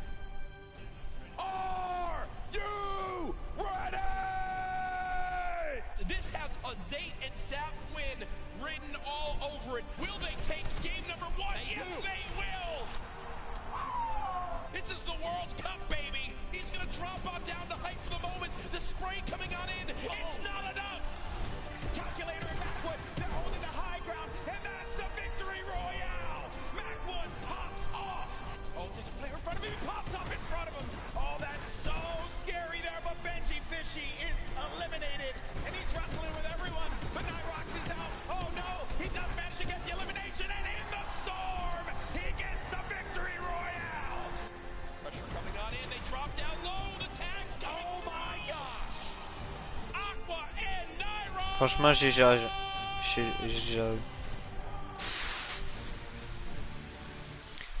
Bon, les vainqueurs de la World Cup duo.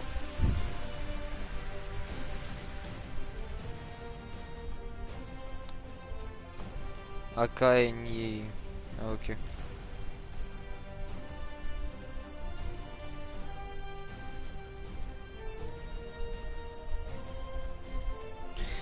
Bon, sur ce, vous voulez que je continue un peu le live ou... Cela vu que c'est terminé. Bon.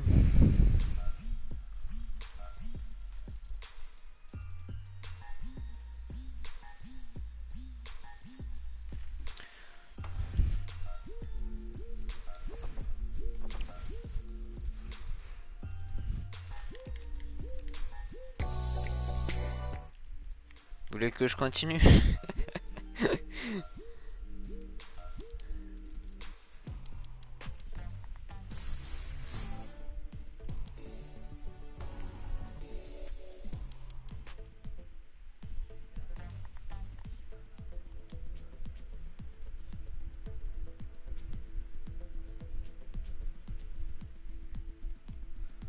What? J'ai eu un tag là? Oh nice, je l'ai eu. Oh, le tag de la World Cup, ouais.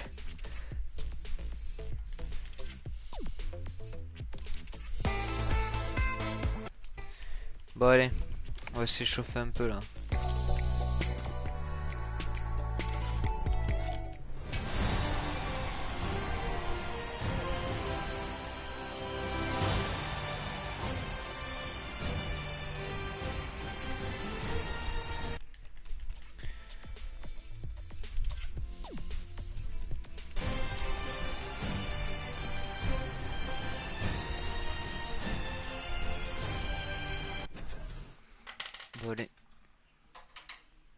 Est-ce que j'ai regardé comment ils jouaient les fanzones?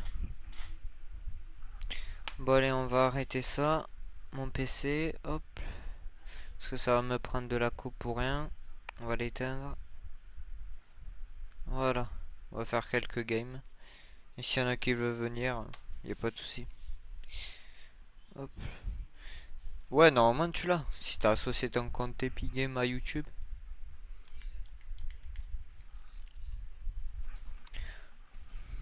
Attends, hop, je vais enlever le fil.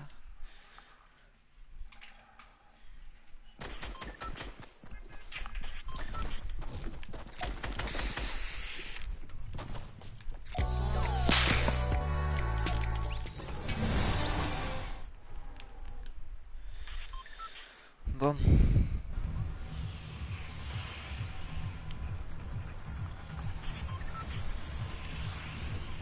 Non, là j'économise pour le pass de combat. Parce que sinon après...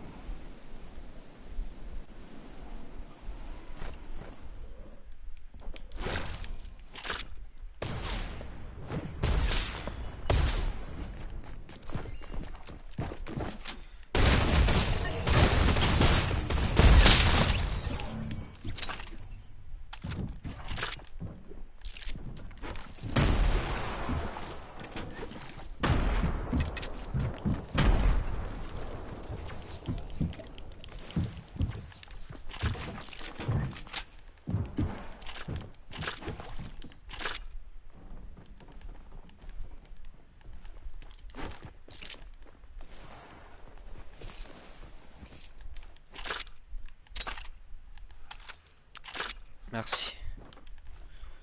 Quand il y en a un ici, je vais l'attendre. Bon, allez, viens.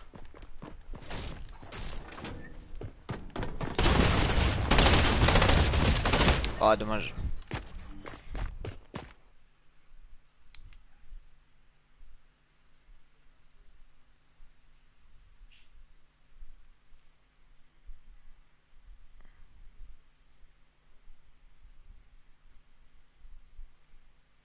Mais après, t'es pas obligé de m'offrir aussi des cadeaux, donc après je sais pas. Même moi quand j'offre des cadeaux, tu vois, j'en offre comme ça, tu vois, mais...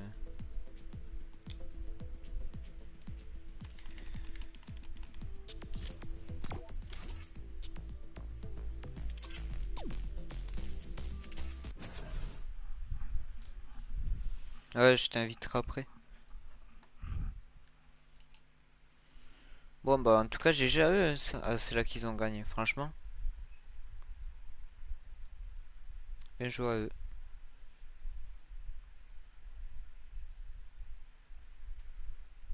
Comme tu vas, You, j'oblige pas, tu sais.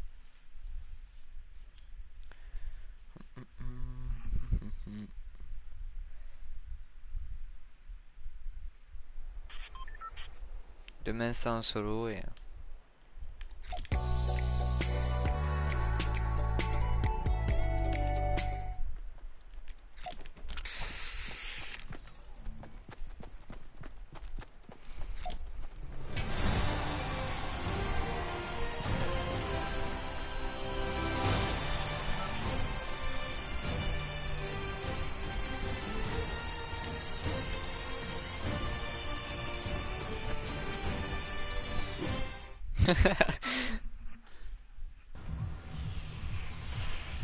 Bon allez, là je fais que des spawns agressifs là.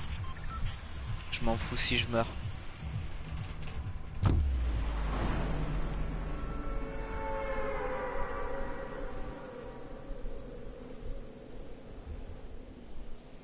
Non, Néo, il y a presque personne. T'auras plus de monde à Salty qu'à Titled.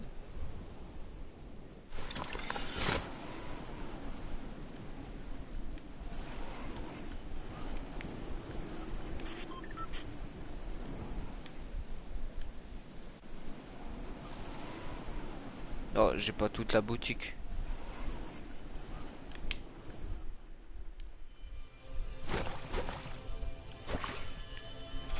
Bon, tant pis.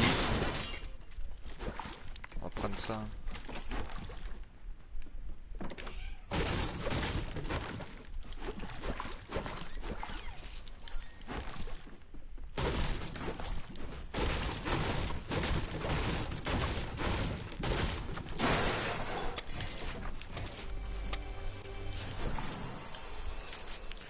Putain.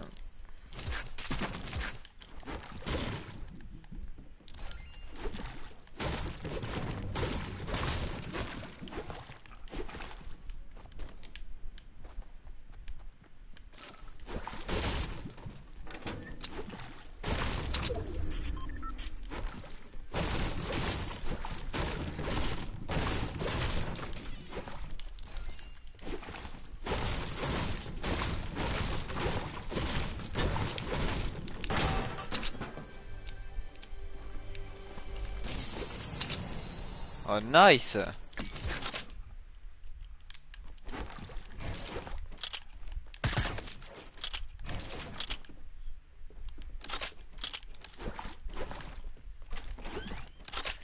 peu de shield et... Non. Oh nice.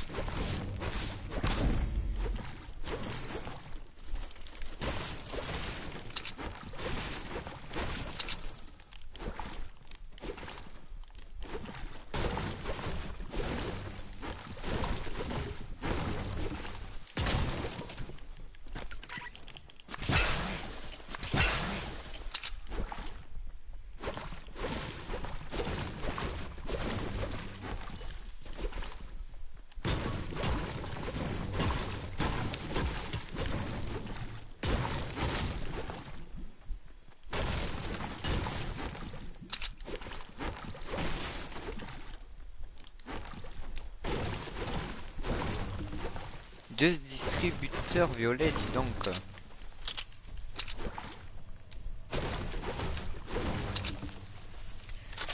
Bon, y'a quoi?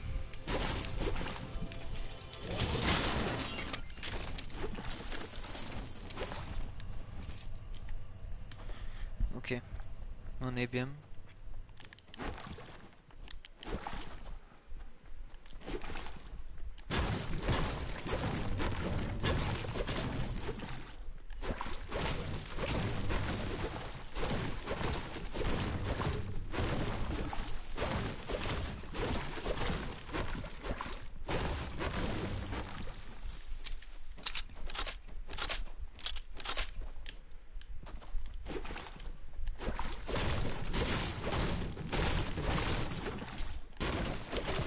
Il est déjà 35.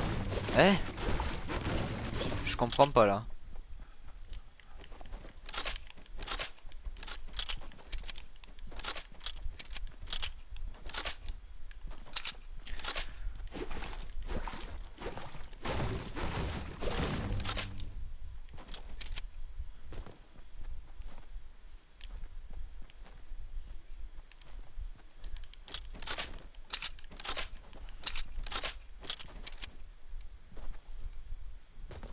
Y'a un mec là-bas.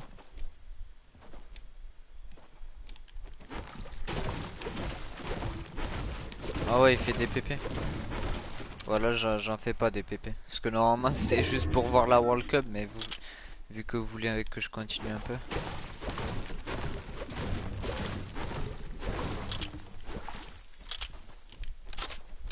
Putain, ça fait longtemps que j'ai pas fait de solo. C'est abusé. On va monter ici. Hein.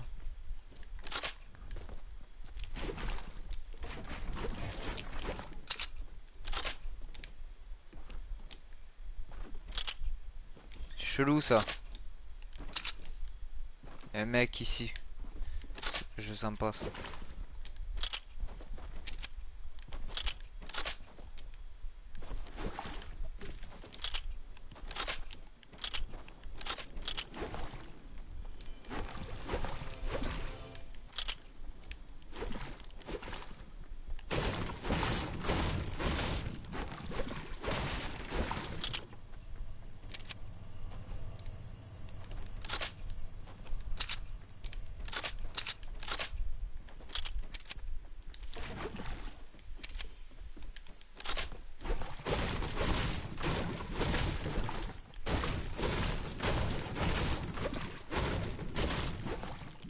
Pas pour le moment les BF.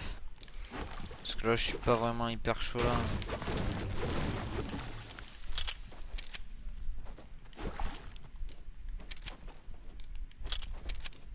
Putain, il y a un mec ici.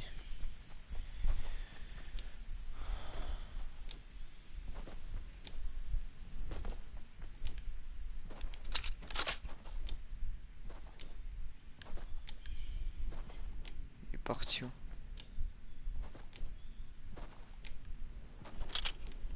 Parti où?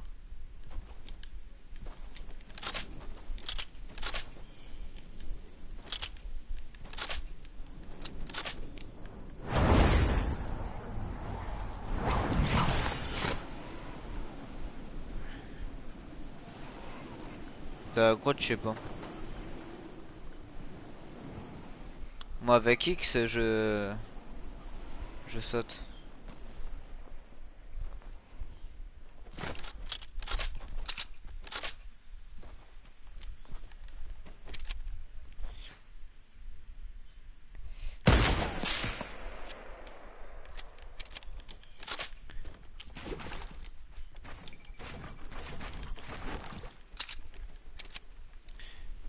Scope. Putain.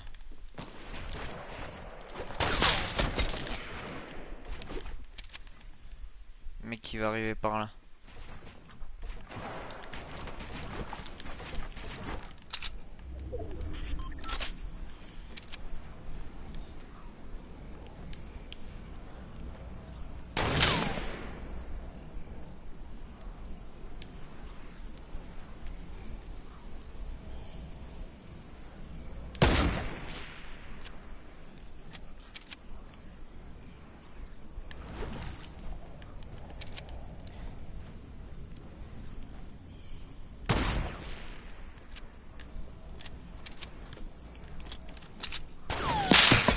What?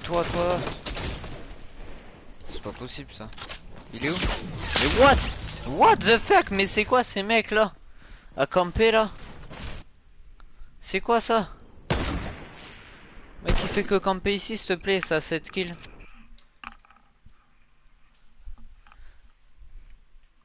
Gros bientôt il faudra se faire comme un tournoi ou comment ça se passe?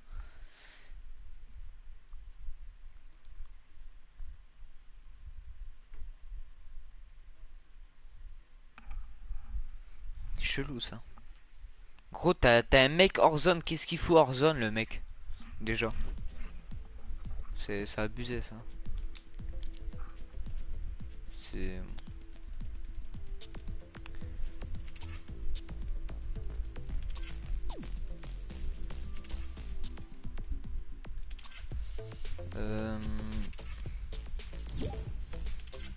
Tiens si tu veux venir, aïe. Ça on peut faire de la section.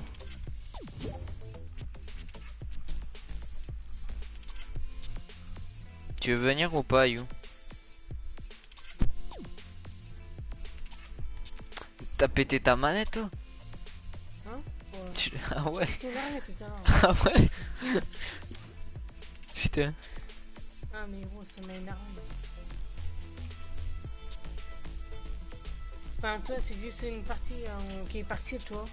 Et après je l'ai réparé. Je mets des scots par-dessus toi. Ah ouais mais là.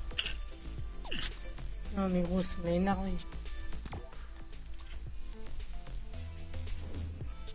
Les gars s'il te plaît j'avais le viseur sur lui, prenez jamais ses balles gros. Et comme par hasard le viseur sur moi il me laser. Gros ça m'énerve.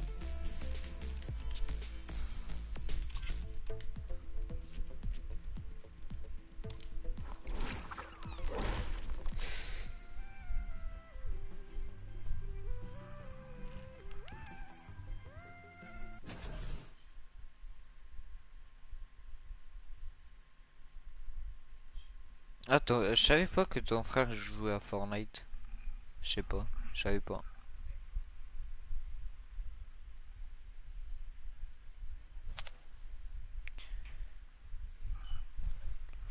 Putain, j'ai mal aux côtes là.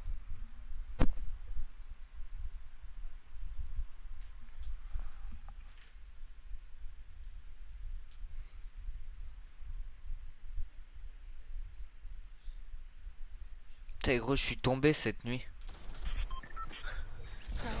Je te promets, je dormais tellement bien. Du coup, je me retrouve par terre, tu sais. C'est abusé. Moi, ça me réveille. Genre, je me tourne et tout, et là, je tombe. Non, mais moi, je me suis retourné. En plus, c'est un lit à 2 places, tu sais. Mais laisse tomber, gros. Je suis tombé comme une merde, mais un truc de malade. Bon, allez, viens salter. J'ai un pompe de guerre. Ça passe. En plus, ça, j'avais resté plein de défis là tout à l'heure. Ah ouais. Oh, mais je suis tombé. Oh là là, laisse tomber. J'ai réussi les défis de réanimer les personnes. Enfin, j'ai réussi plein de choses. Quoi. What? Oh non, je croyais que c'était un parapluie. Hein. Ouais, le monde. Putain. Ah, vas-y, je suis obligé d'y aller à la maison de fond. Et c'est pas ça.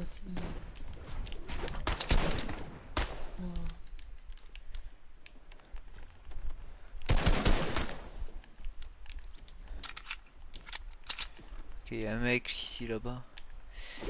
Je vais voir en bas qu'est-ce qu'il y a. Pas avec toi. Ok, une popo.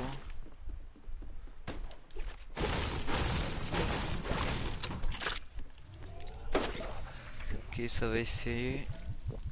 Ouais, bof. Eh, c'est le auto monster. Oui, ça va très bien, merci.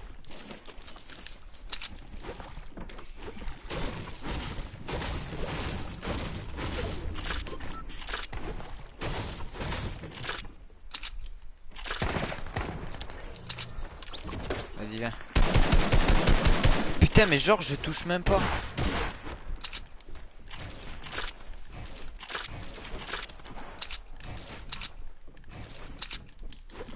Sur moi, viens sur moi un peu. Je vais tomber sur un mec là. Ouais, il y a un mec sur moi. Putain, mais genre, il me laser là.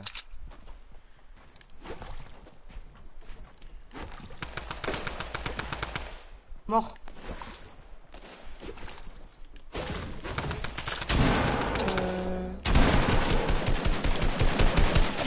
Putain, mais où encore putain, par derrière là. Bande de schlag, va. Putain, les mecs ils savent même pas jouer là. Casse les couilles ça aussi.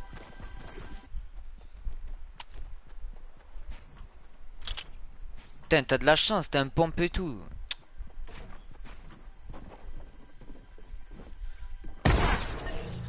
Tu t'en fous, tu les rushes, tu t'en balèques. Hein.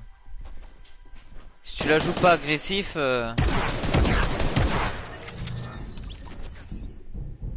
Ils sont en bas.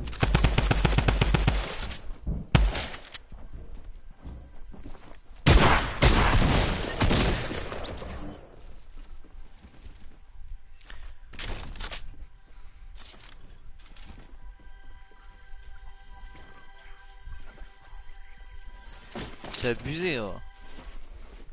Si les pompes claquaient au sol que tu chopes à chaque fois là. J'ai réanimé. Attends. Fais gaffe s'il y a pas d'autres mecs là.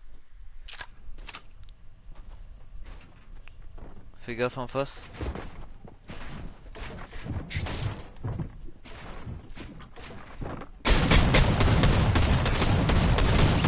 Mais gros, mais putain.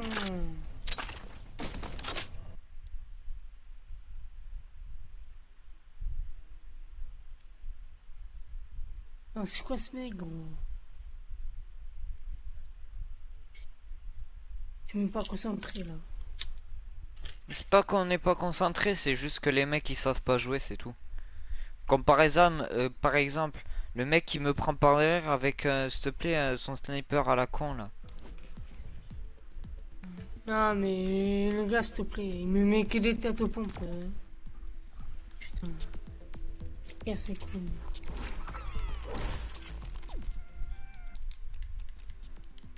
Attends, il faut que je change un peu de skin là. Je vais changer. Je vais mettre lui.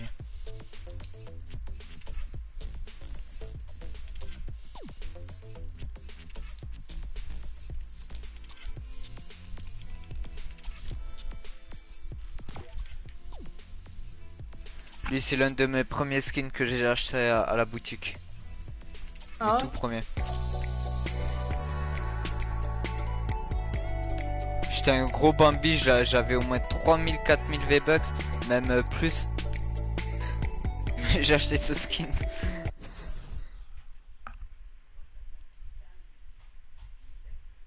Par contre, depuis tout à l'heure, je sais pas, je me sens pas bien. Depuis que, je sais pas, je regarde la World Cup, c'est pour ça parfois je parlais pas. Je sais pas, j'étais pas bien. J'avais comme une bouffée de chaleur, j'en sais rien.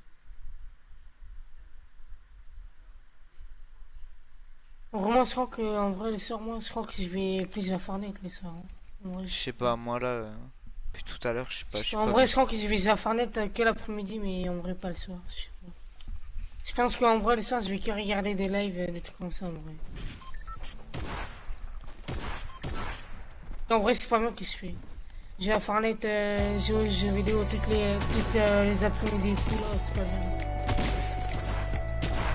Tout l'après-midi et tous les soirs, c'est pas bien. Au bout d'un moment, il faut que j'y arrive. Hop.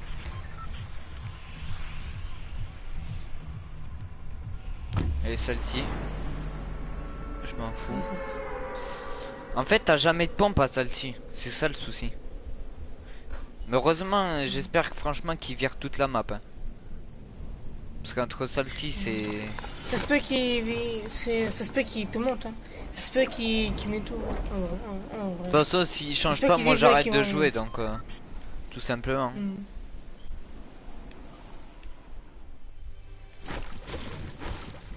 Ah non, c'est obligé d'aller à la maison de fou.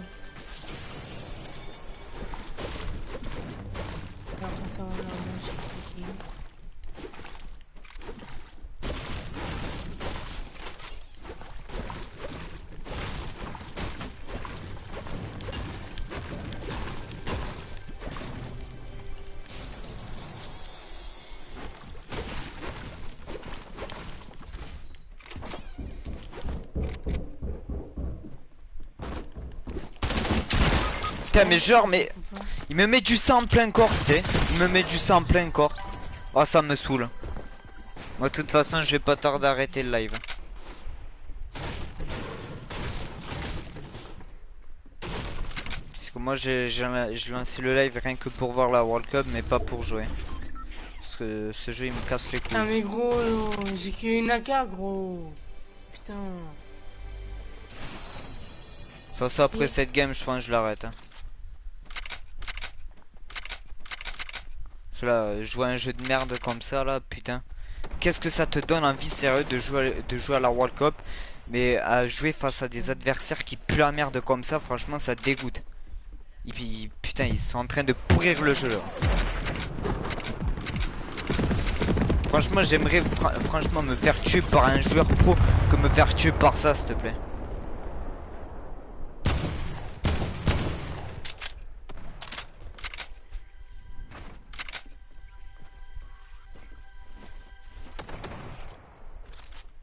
Genre le mec il me fait un sang, c'est en plein corps. Hein. C'est abusé. Et attends, je vais te réanimer autre part là, je me casse. Non mais ça sert à rien, rush. Hein. De toute façon...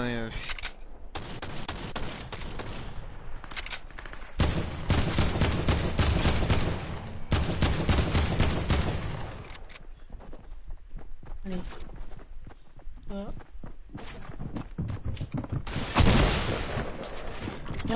Toi en haut, même toi. Fallait mettre un toit. Putain. Pas c'était de réflexe. Putain. Allez, vas-y, dedans, c'est ta grande. Putain. Bon, sur ce, je pense que je vais arrêter le live. Tout simplement. On a regardé quand même la World Cup, donc franchement c'était cool. Casse les couilles, putain. Putain, combien de fois j'ai pété des trucs avec ce jeu là? Moi, combien de fois j'ai pété ma manette à cause de ce jeu? Combien de fois? S'il te plaît. Elle, ça fait que 2 mois. Elle, ça fait que 2 mois que je l'ai ma manette. Hein. Elle est tout défoncée. Elle est tout défoncée. Ah, mais... Moi, à cause de ce jeu de merde, hein, j'ai pété mon téléphone, j'ai pété 2 télés, j'ai pété 3 manettes. Putain. Non, moi les télés, non. PS4, gros, j'ai pété. 3 moi, c'est juste les manettes, moi. Ça m'avait saoulé un jour, mon pauvre, j'ai attrapé la manette avec le couteau, mec, je l'ai défoncé.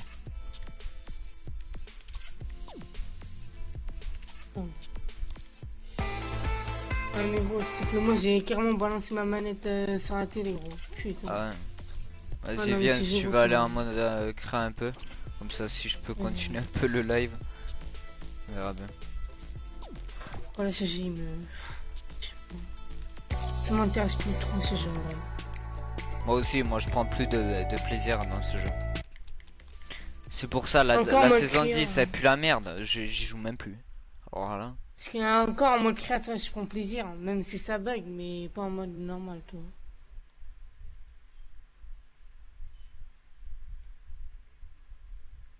Même le mode de créa, s'il te plaît, il bug. Depuis leur mise à jour, là. Bah ouais. S'il te plaît, ils savent rien faire. Gros, t'as que des problèmes pour éditer tout, s'il te plaît. Ben, ce pseudo, c'est son pseudo, voilà. Exoriax, c'est la team, et voilà. Salut à toi, Ambre. Oui, ça va très bien, merci.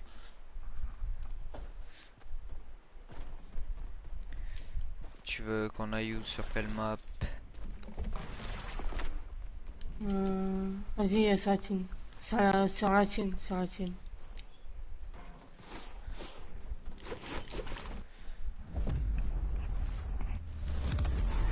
Vas-y, change d'équipe, on se fight fight monte comme en ça. ping, là. Putain, faut qu'ils arrêtent un petit peu de monter en ping, là. L'appartement, là, ma connexion, il a rien pour monter en ping. Là, il a rien, ma connexion. C'est eux. Ah ouais? Là, ça doit être eux, avec leur bug et tout.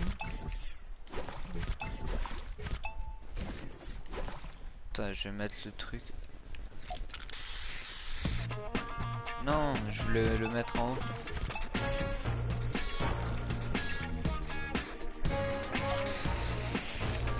Voilà.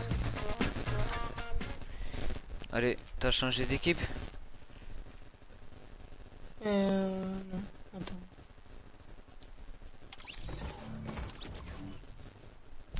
Ici. Non, pas encore parce que Discord, j'aime pas trop. Par contre, ton micro il fait un bruit ou je sais pas si ça vient de ta manette. Là, il fait déjà un bruit là. Bah ouais, ça fait un truc bizarre. Là. Ça grésille. Yep. Là, il fait déjà un bruit là.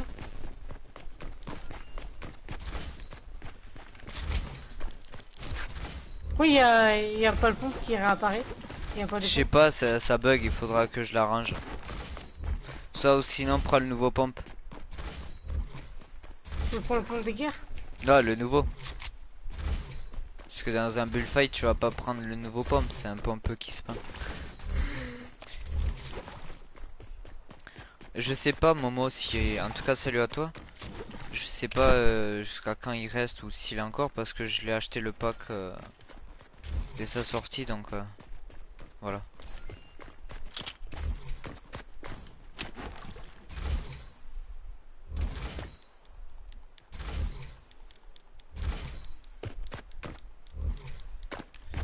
Bon, allez.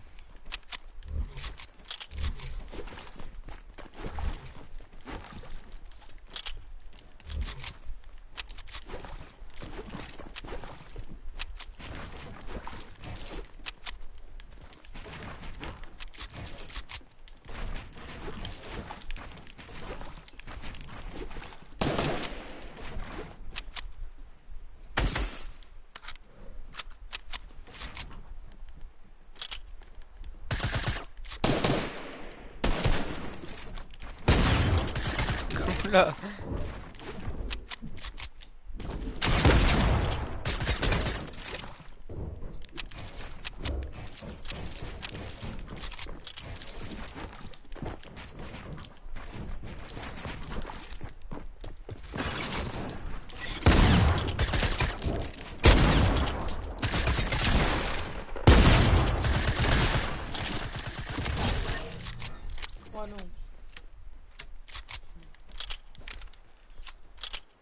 faut que je prenne l'habitude à la Switch.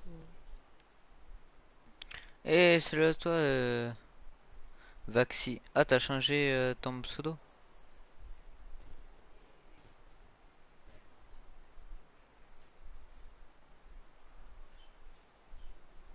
Non, apparemment c'est son frère qui va jouer Yuki.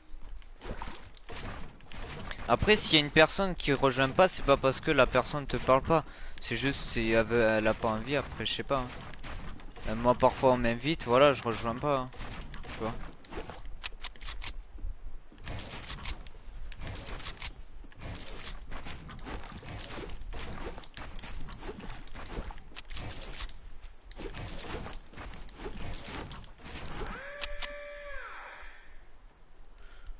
Ah bah je sais pas ça.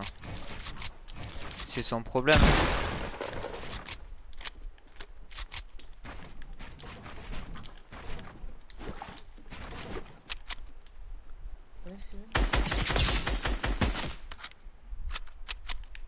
Ouais, je suis là moi.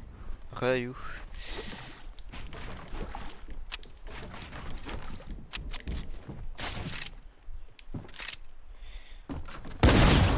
Ah ouais, mais tu m'as mis une balle, laisse tomber.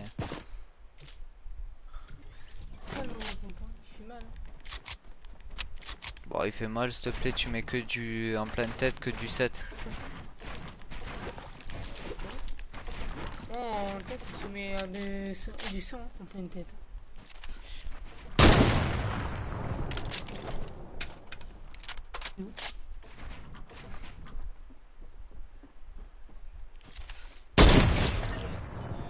T'es où? Bah en face de toi. Ah mais non, putain. Ça fatigue ça.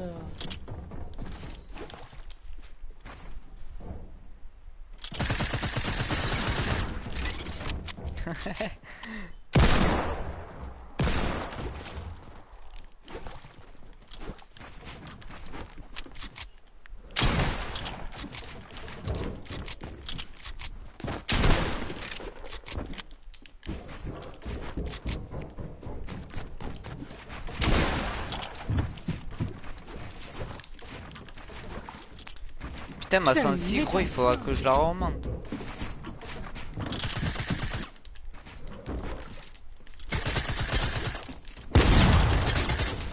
Chaque fois je sais que tu te retournes. Du coup c'est pour ça que je construis vite fait.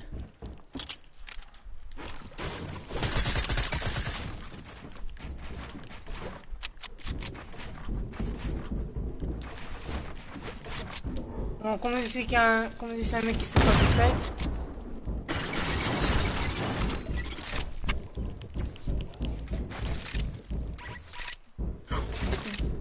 Comme tu veux, Lorenzo.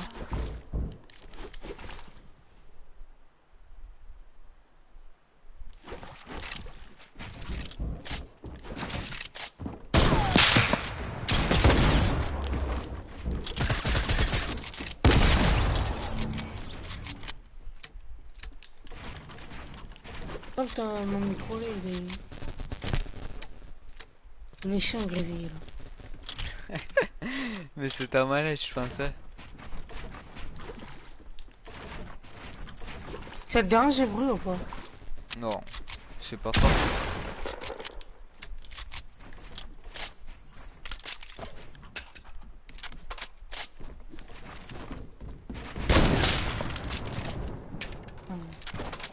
Je sais pas comment ils me l'ont vendu à quel tireur la manette, mais.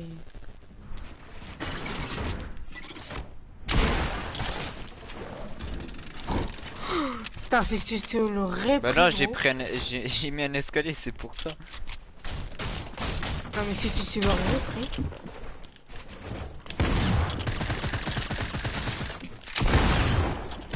Putain gros, pourquoi à chaque fois ça veut edit là? Ça me casse les pieds.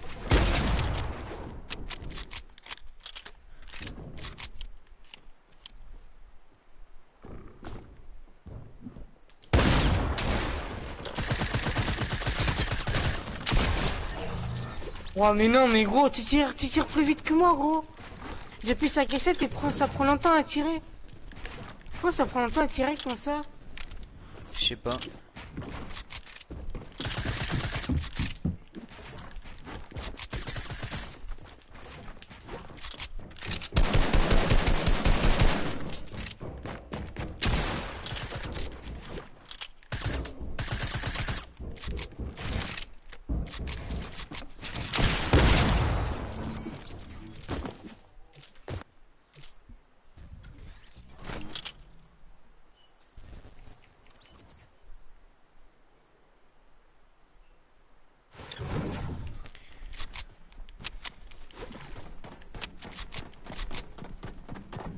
Gros, t'es mort toi aussi?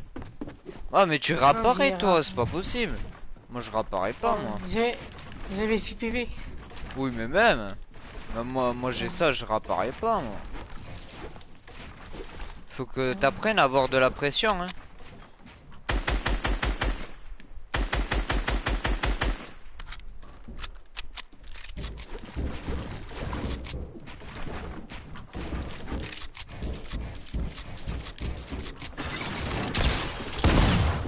Genre.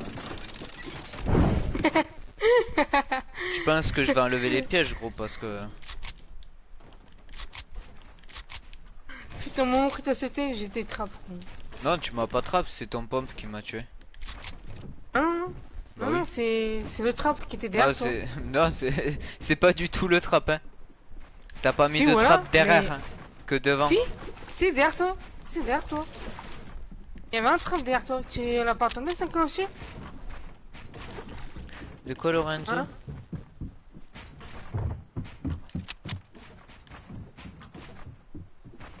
Ah, ok, y a pas de souci, Lorenzo. Tu l'as pas entendu, ça clenché, le trap?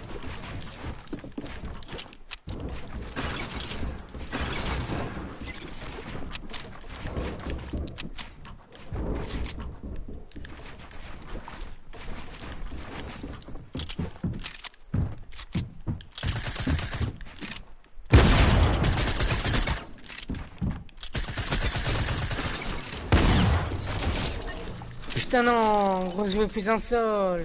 Bah ouais. Non mais surtout, tu m'as empêché, gros. En gros, toi, au moment que j'avais posé le sol. Mais en fait, tu vas poser, attends-toi, et l'escalier, je crois. Tu marques Exoriax. C'est tout.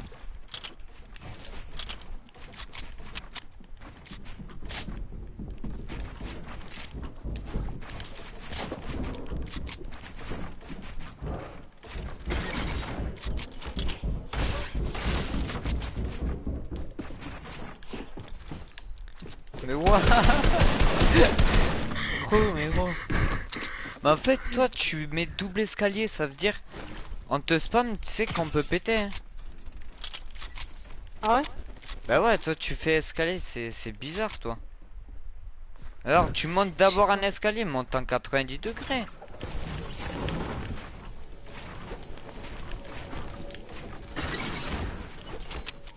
Putain non. J'ai même pas visé en plus. Regarde, Seven, mais tiens. Regarde, Seven, me tue pas, s'il te plaît. Regarde, le 90, c'est bien ça. Regarde, bah, un 90, tu sais faire un 3-6, un 90. Un ça, non? Un ça, non?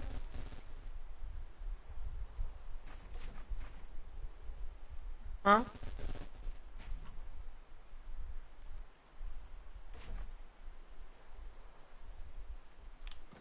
De quoi?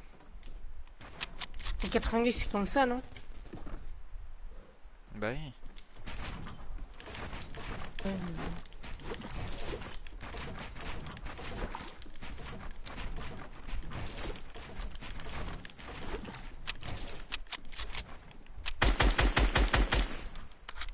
Putain, j'ai le viseur, s'il te plaît, je te touche même pas.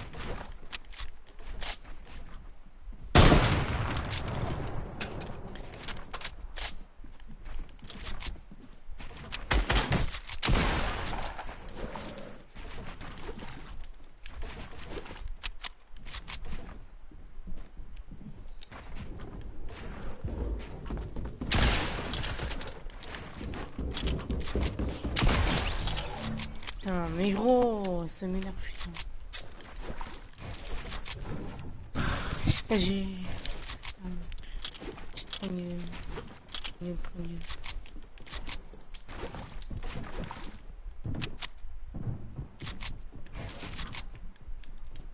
Oh, je vais m'améliorer, tout. Mais si, c'est juste au fur et à mesure, hein. Regarde, mais gros, regarde, j'ai même pas fait les 90, regarde.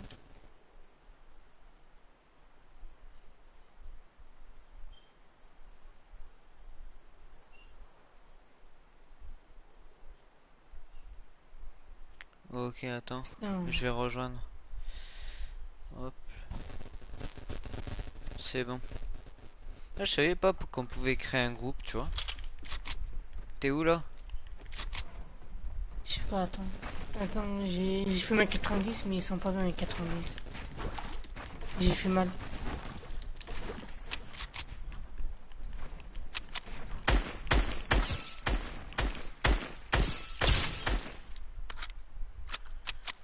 Ah, t'as visé là? Bah non. J'ai fait L2, R2. Pourquoi? Il faut viser à la Scar, tu vas pas mettre des noscopes hein. Ah mais ça.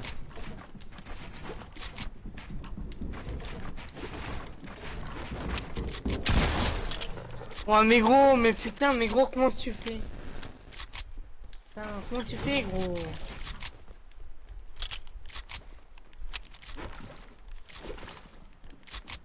Avec ce micro de merde.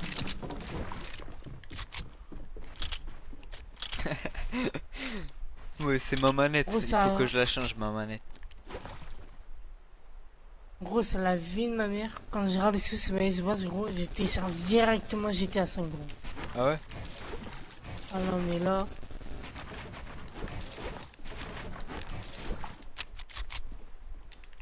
Puis je sais même pas que si je vais continuer Fortnite. Quand j'irai GTA.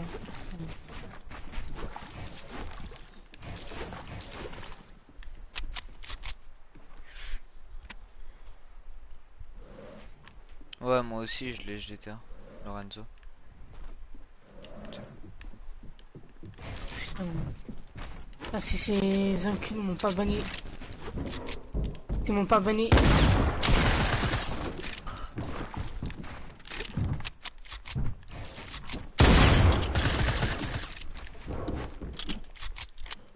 Héros!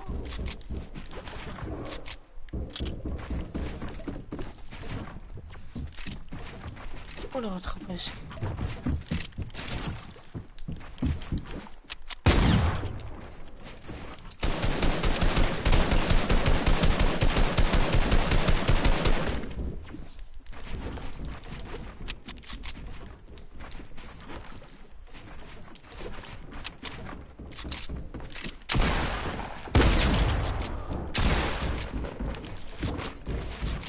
Pourquoi ça va jamais edit?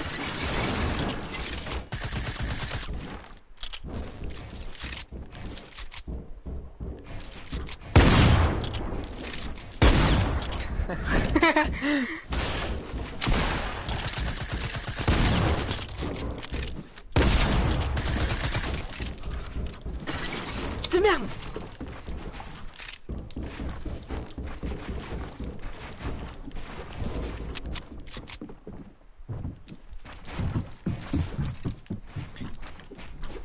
Putain.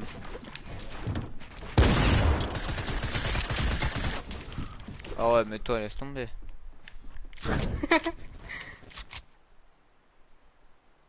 Là, tu crois que ça je vais devenir prendre en bait fight ou pas, toi? Je sais pas. Tu crois que ça je vais te battre en bait fight ou pas, toi?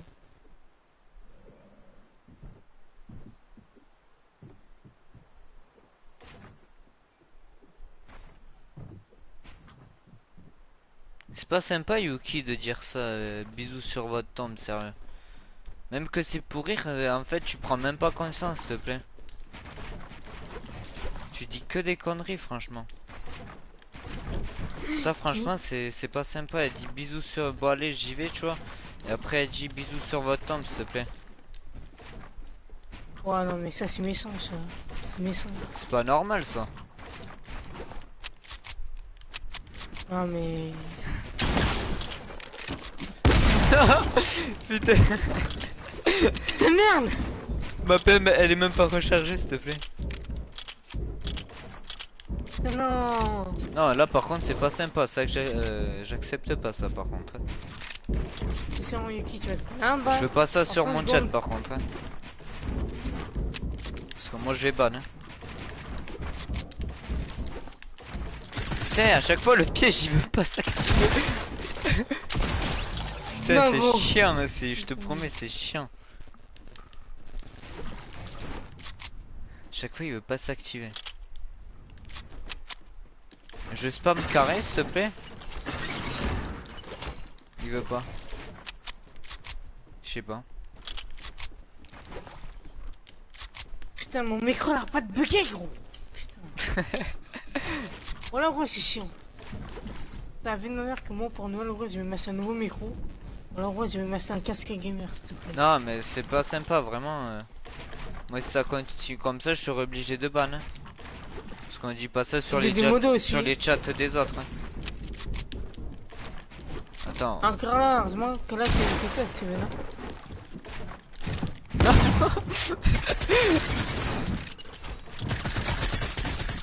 Non, je voulais mettre une décale, putain.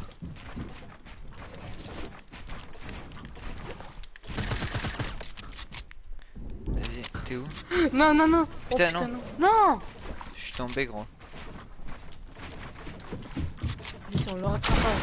Le gamer. Ah putain, je passe à travers. T'es où? Je t'attends où, mais je sais pas où tu es. Oh la chance que t'as eu, la chance que t'as eu, je voulais construire, je te promets.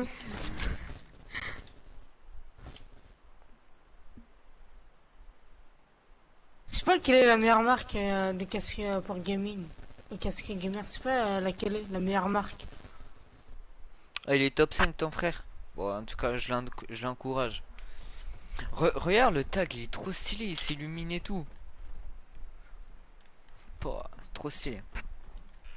Top 4.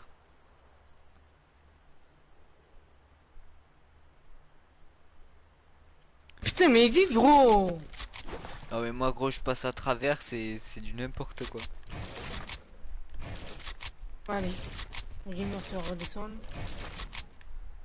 Oh putain, j'ai réussi à faire la même descente que toi. Comme tu fais là. Genre tu fais comme ça. Oh bon là j'avoue là que là c'était de la merde. Pourquoi j'ai même pas fait la descente, gros? T'es où là? Regarde. Attends, regarde, monte. Combien que je suis descendu là? Ah non. Regarde-moi. Attends, détruis. Voilà. Vas-y, descends. C'est mieux par terre, gros. Regarde, après mes dessins qui j'arrive le mieux. Attends. Après les dessins qui j'arrive le mieux, c'est comme ça, regarde.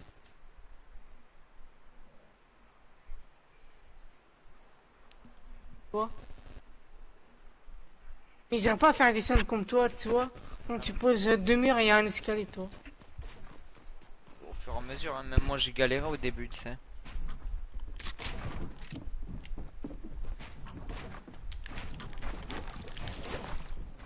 Ok, bon maintenant je mets que bloc tout seul, c'est super.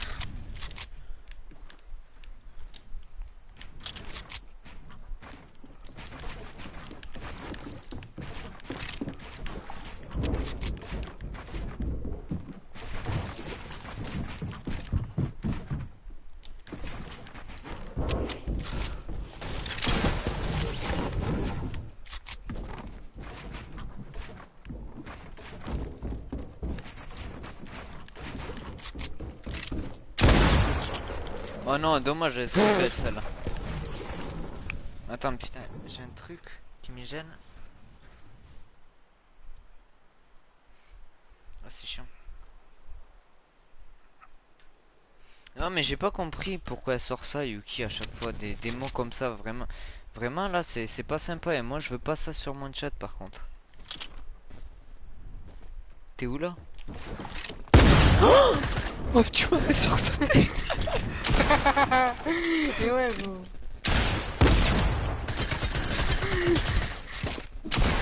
Non.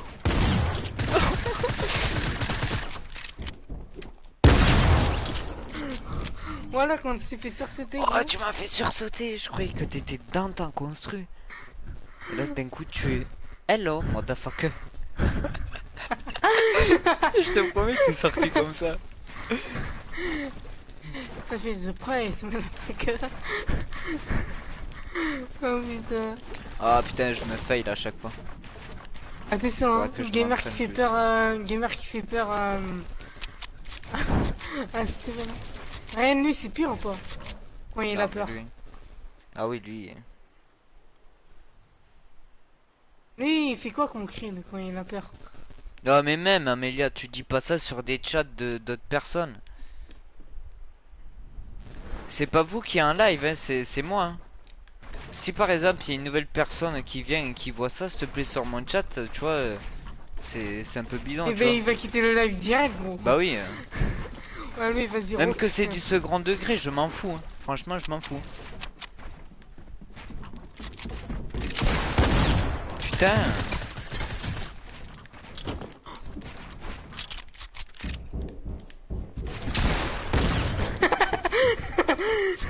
Oh, voilà. Non. Bon, moi j'ai été comment.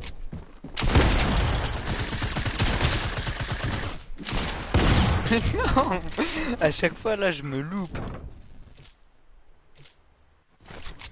Bah ouais, c'est voilà quoi. Attends, c'est mon live, on dit pas ça, oh, c'est bon. Moi la prochaine fois, moi je banne, hein. Ça va être tout simplement. Et il a fait top 1. Vas-y. Ban. Ouais, ils se connaissent, Amélia.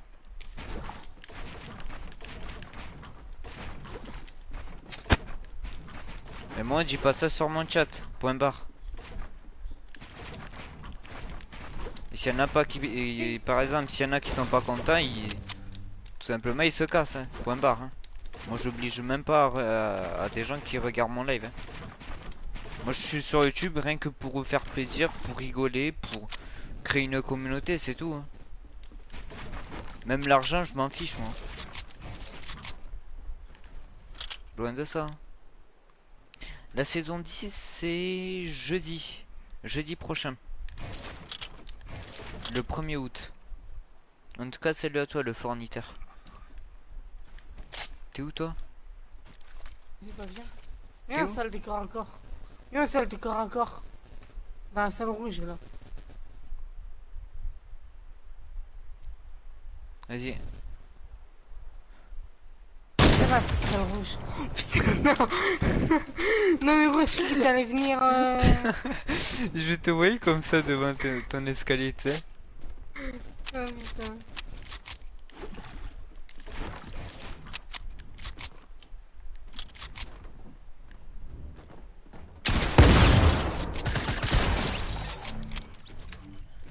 Est-ce que tu as la visée auto, toi? T'as la visée auto ou pas? Non, j'ai désactivé.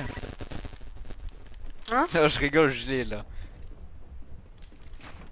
Là, je l'ai pas désactivé là. Non, t'imagines, j'ai pas l'aide à la visée, j'ai un shoot comme ça. Ouais. Y a un problème hein. Et là, il y en a une boîte assurée là. Ah ben là. Non. À chaque fois tu te retournes, je me prends ton mur.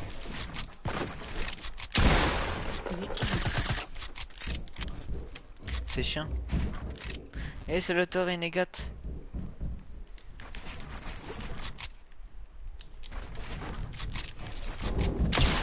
Oh là là. Putain. Oh là là là là là là là. Putain, mais c'est sûr que t'étais encore là. Ben non, j'ai fait une edit. N'hésitez pas à vous abonner à Evolution Shadow, s'il vous plaît. En tout cas, si vous êtes nouveau sur la chaîne, en tout cas, vous êtes les bienvenus. Peut-être après Renegade, parce que il y en a qui voulaient que je continue mon live, du coup voilà. Parce que normalement c'était un live rien que pour regarder la World Cup, mais là je fais un peu du mode créa, tu vois. Après si tu veux, il n'y a pas de souci. Non mais il n'y a pas de souci Shadow, en tout cas t'es le bienvenu. Ou la bienvenue, à part si... voilà. Et j'arrive.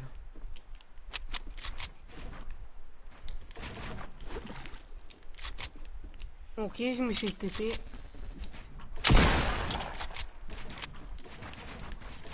Putain mais pourquoi ça veut pas construire hein?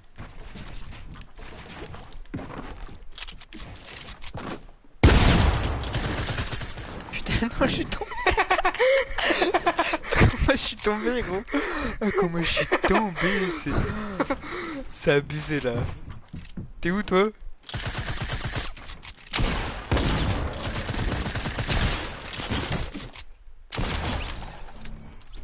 Ah, c'est abusé. Ah voilà gros. Tu m'as fait mal au ventre. Putain gros, j'ai mal au ventre.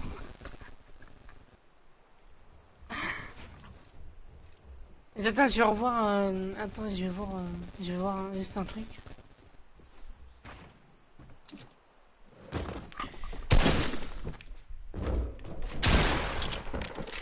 À chaque fois, oh la PM, tu vois, c'est fort. Mais c'est trop là à recharger.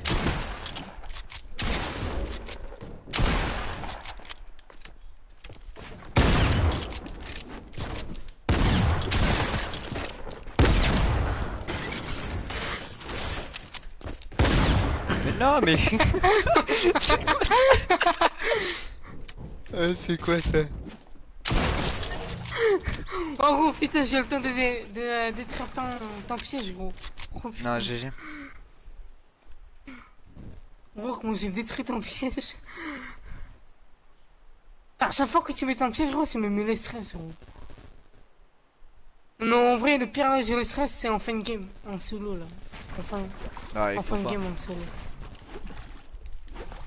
Gros, en fin de game de solo, gros, j'ai fait du n'importe quoi tout à l'heure. Ah Putain, ouais? j'étais en top 2, gros, j'ai fait du n'importe quoi. S'il te plaît, j'étais tellement stressé que j'ai compris des impuissants, s'il te plaît. Non, pas quand même, là. Tu sais, voilà. Je savais même pas qu'est-ce que j'ai fait, gros.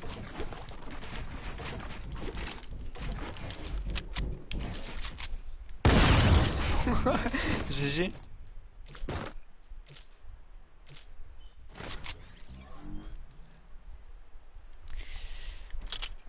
Putain, mais comme de... Micro... Attends. Ah non, mais donc déjà mon micro de merde. Putain. Vas-y, viens. Putain.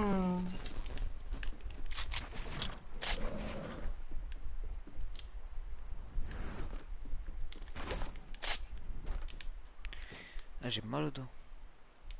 Vas-y, viens. T'es où? Vas-y, viens.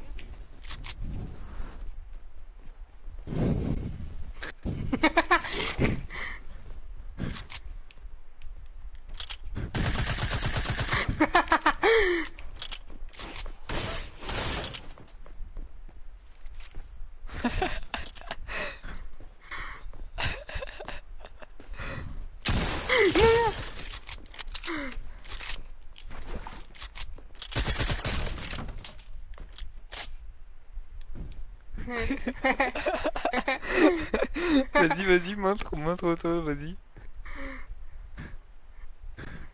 Allez. Putain. Vas-y.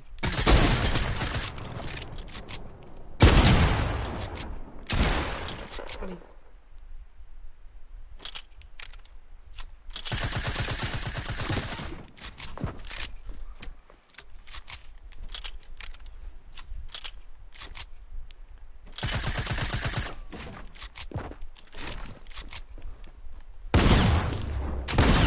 Oh, GG.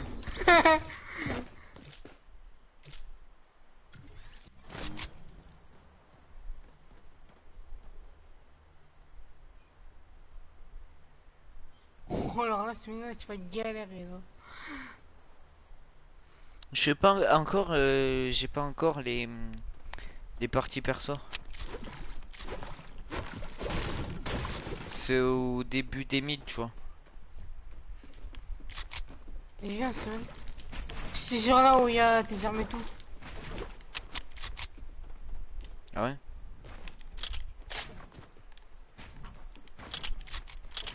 Oh ouais, mais...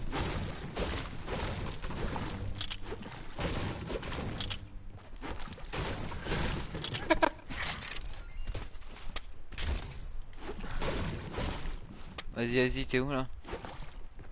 Vas-y, passe. C'est vraiment une... Ah mais c'est vraiment une... Putain. Ah le cancer. Putain. Ah là là.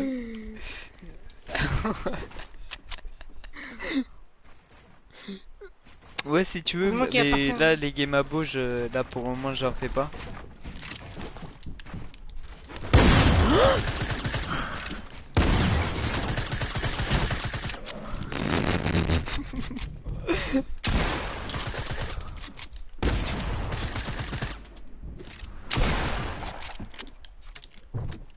Putain.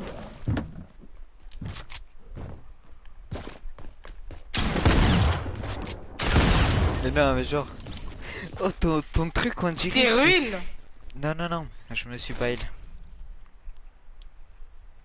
Ouais, mon truc, André. André, quoi mon truc? Hein? Ah, Seven? Seven? Ouais. André, quoi mon truc?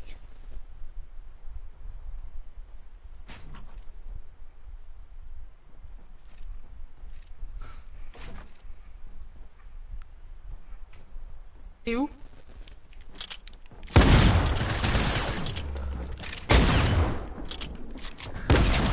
C'est pas possible, gros. Non. Allez. Putain, là tu m'avais pas vu là, non, au début. Mon pseudo, s'il y a un modo qui peut l'écrire. Je vois ta tête là.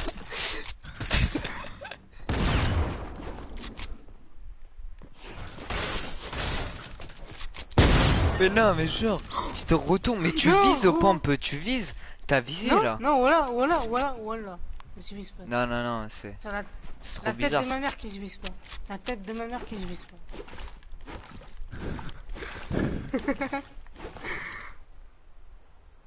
Non, si, j'avoue, je vise. Non, vu que comment tu t'es retourné, juste ça, après je m'en fous, tu vois.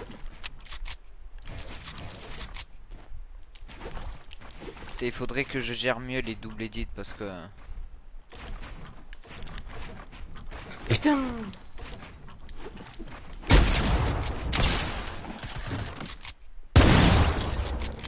Là, j'ai pas visé là. Non, mais là, t'inquiète.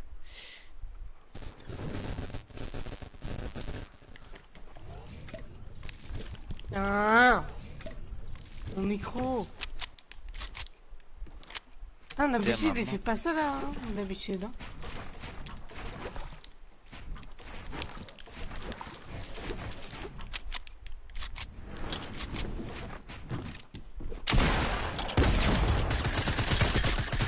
Ouais, mais...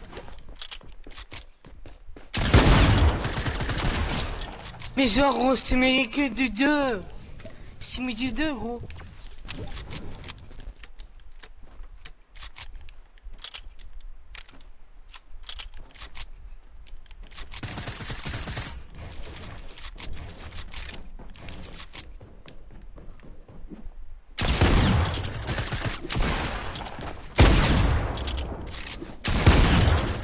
Putain, je suis bloqué, gros. Là, une balle. Ah, je mets une balle dans ta grosse tête là. Bang! Ça, là.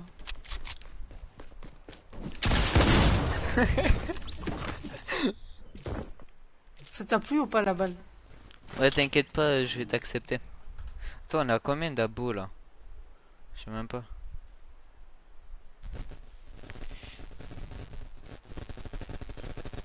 On est... Ah ouais, 713. J'avais pas vu encore. Ouais, ton micro.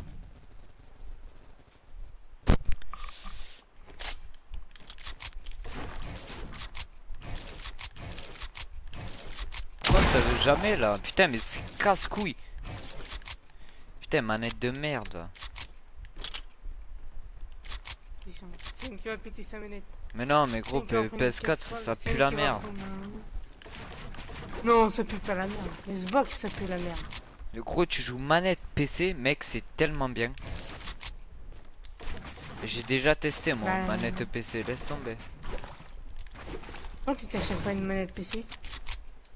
J'ai dit PC sur... Tu joues manette sur PC. Pas une manette PC. Oula, ça va pas là. Là tu me fais peur là. Là c'est grave là. Là c'est très grave là.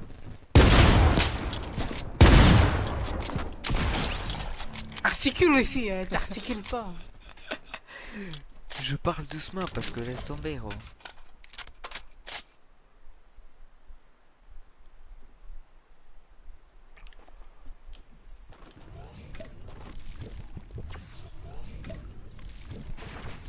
T'es où là? Putain.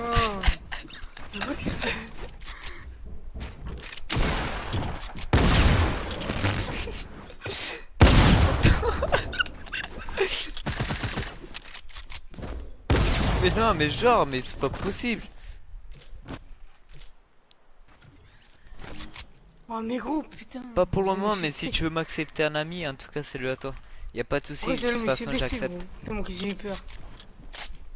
Gros, mais moi parfois je sursaute, laisse tomber.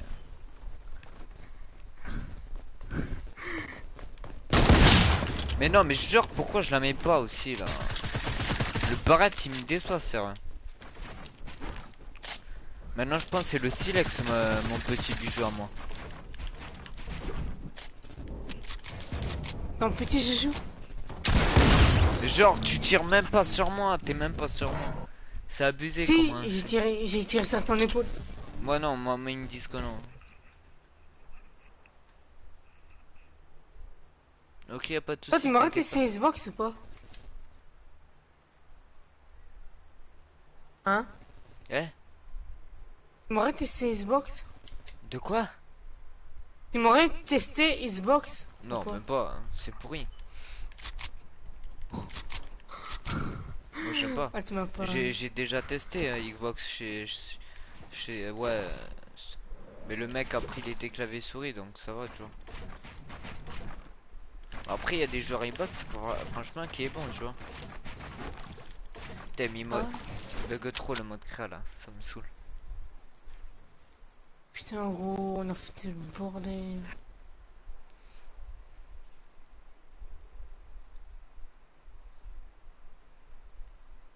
C'est le toi vorace. Pourquoi tu rigoles? Rien d'air. Pourquoi tu rigoles, c'est elle? De quoi? Pourquoi t'as rigolé? Comme ça, j'ai pas le droit de rigoler. Non, mais... Gros, maintenant on va me poser une question, pourquoi tu rigoles? C'est nouveau ça en 2019.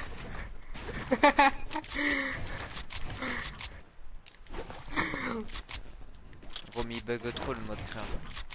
C'est abusé. Bon, mais je passe à travers.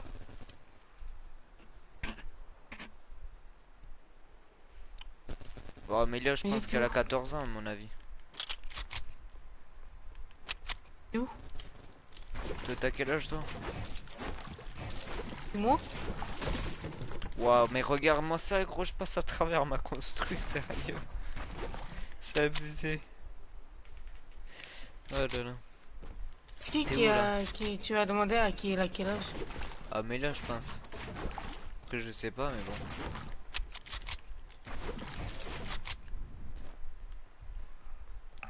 De toute façon, toi, tu sais mon âge, de toute façon. Non, parce qu'Inferno, il me l'avait dit. Qui? Inferno. Mon âge? Non, pas ton âge. Ah.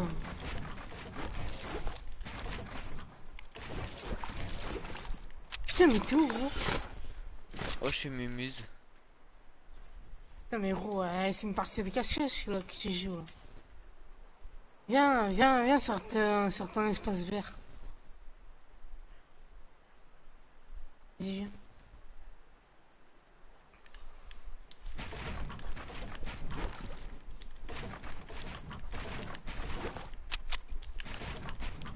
Toi, t'as commencé Fortnite à quel âge? Moi... Fortnite, il est sorti en quelle année? Bah, 2017. T'avais quel âge? Là... 14 ans. T'avais 14 ans? Moi j'avais 16 ans quand j'ai commencé Fortnite. J'avais 16 ans. Bah ouais, parce que 2018 j'avais 15 ans. Et 2017 j'ai 14 ans.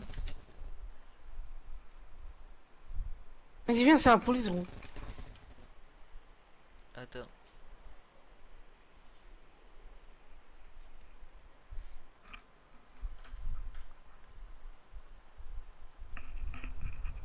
Tu vois, Game Streams, elle a fait gagner 100 € de PSN en live aujourd'hui. Ouais.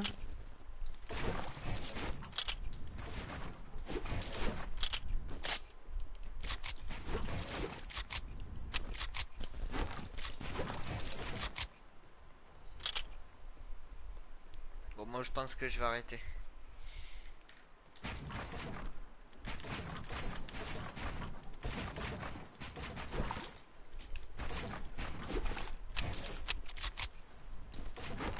Putain mais gros c'est chargé pendant 1 heure gros. T'es où gros? Je sais pas.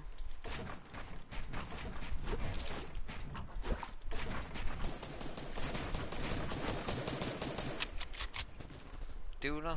Ah là gros. Je sais pas gros, je te cherche.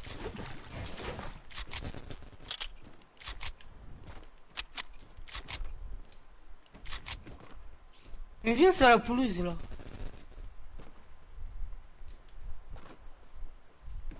Ah tu es sur la pelouse ou quoi? Vas-y on se fait un foot. T'es où là? Je sais pas si certains... T'es où là?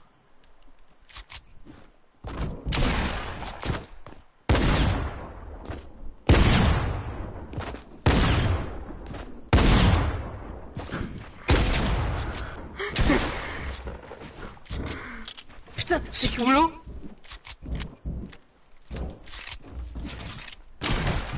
Oh, je t'ai mis la tête.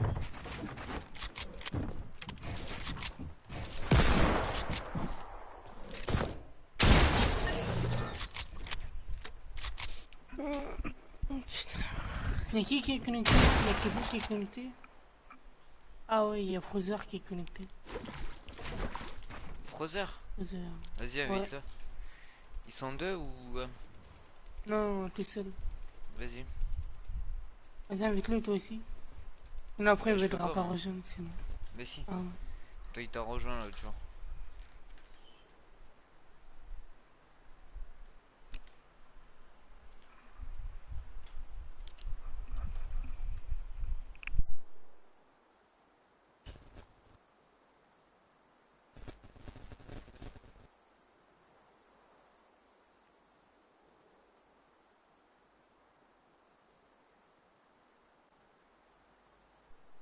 Pas pour le moment, mais si tu veux m'ajouter, y a pas de souci parce que je vais sur toi Théo, je vais bientôt arrêter mon live. Parce que vu que c'est qui a gagné la World Cup en duo. Voilà. Demain tu refais un live? Demain ouais, pour la solo. Après je referai un live que saison 10. Si la saison 10 elle est claquée au sol, j'arrête de jouer. Oh non. Tu me donneras ton compte? Non.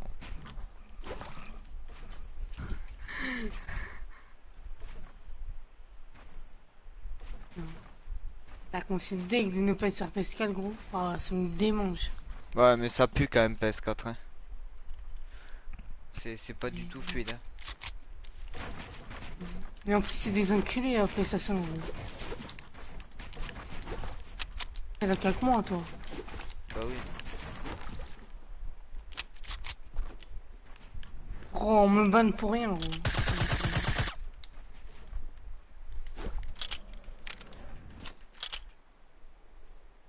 Eh ben... Quoi tu t'en... Tu perds l'équilibre ou quoi? T'es où là? Là t'es où? T'es où là? Moi je suis un peu en bas là. Là t'es où? Ah franchement t'es en bas toi.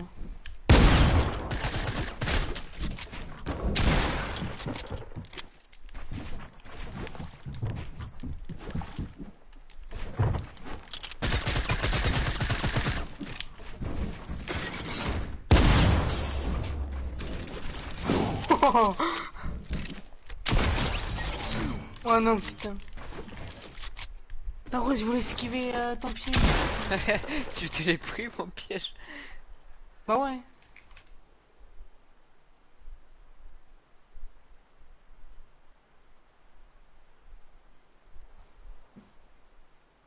Pour la World Cup, mais là je pense que c'est fini là. Après demain on verra qui va gagner. Peut-être tu penses qui c'est qui va gagner demain? Je sais pas, mais là il faut que la Solari se réveille. Hein. Parce qu'ils sont même pas dans le top 20. Est-ce qu'il est dans le top 20, t'avais dit?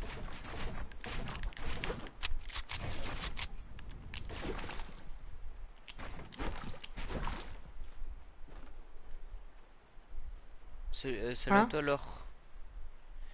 C'est 2 Anglais qui a gagné la World Cup en Joe. Mais eux en vrai, eux ils sont ah bien, non, mais, là. ah non mais c'est trop chaud là.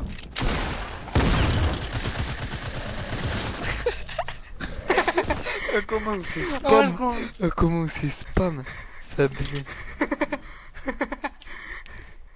Ouais, je vais essayer de te montrer, mais je pense que c'est fini. Attends, je vais voir. En tout cas, merci à toi pour là-bas. Il peut regarder sur la rediff du live. Ouais, ou sinon tu regardes sur internet. Parce que là, je sais pas si on pourra voir.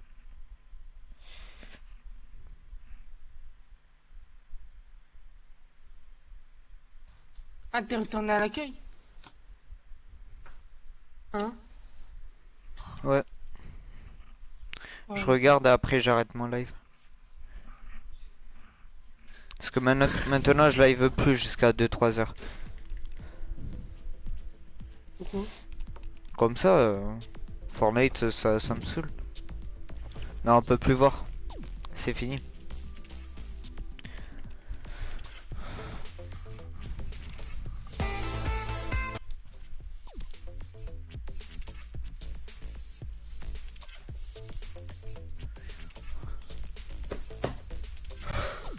Putain.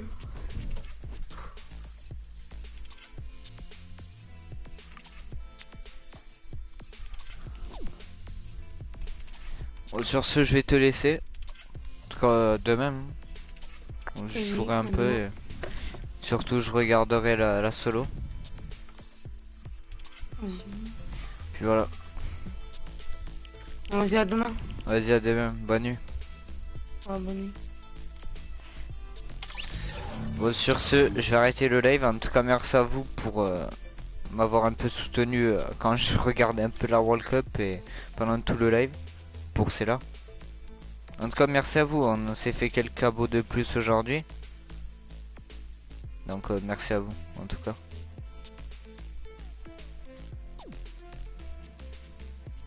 Merci à toi, Amélia, merci. Bon, allez, sur ce, on se retrouve demain pour un nouveau live pour regarder la World Cup en solo. Et puis voilà. En tout cas, merci à vous. Et bonne nuit, la team. Et à demain.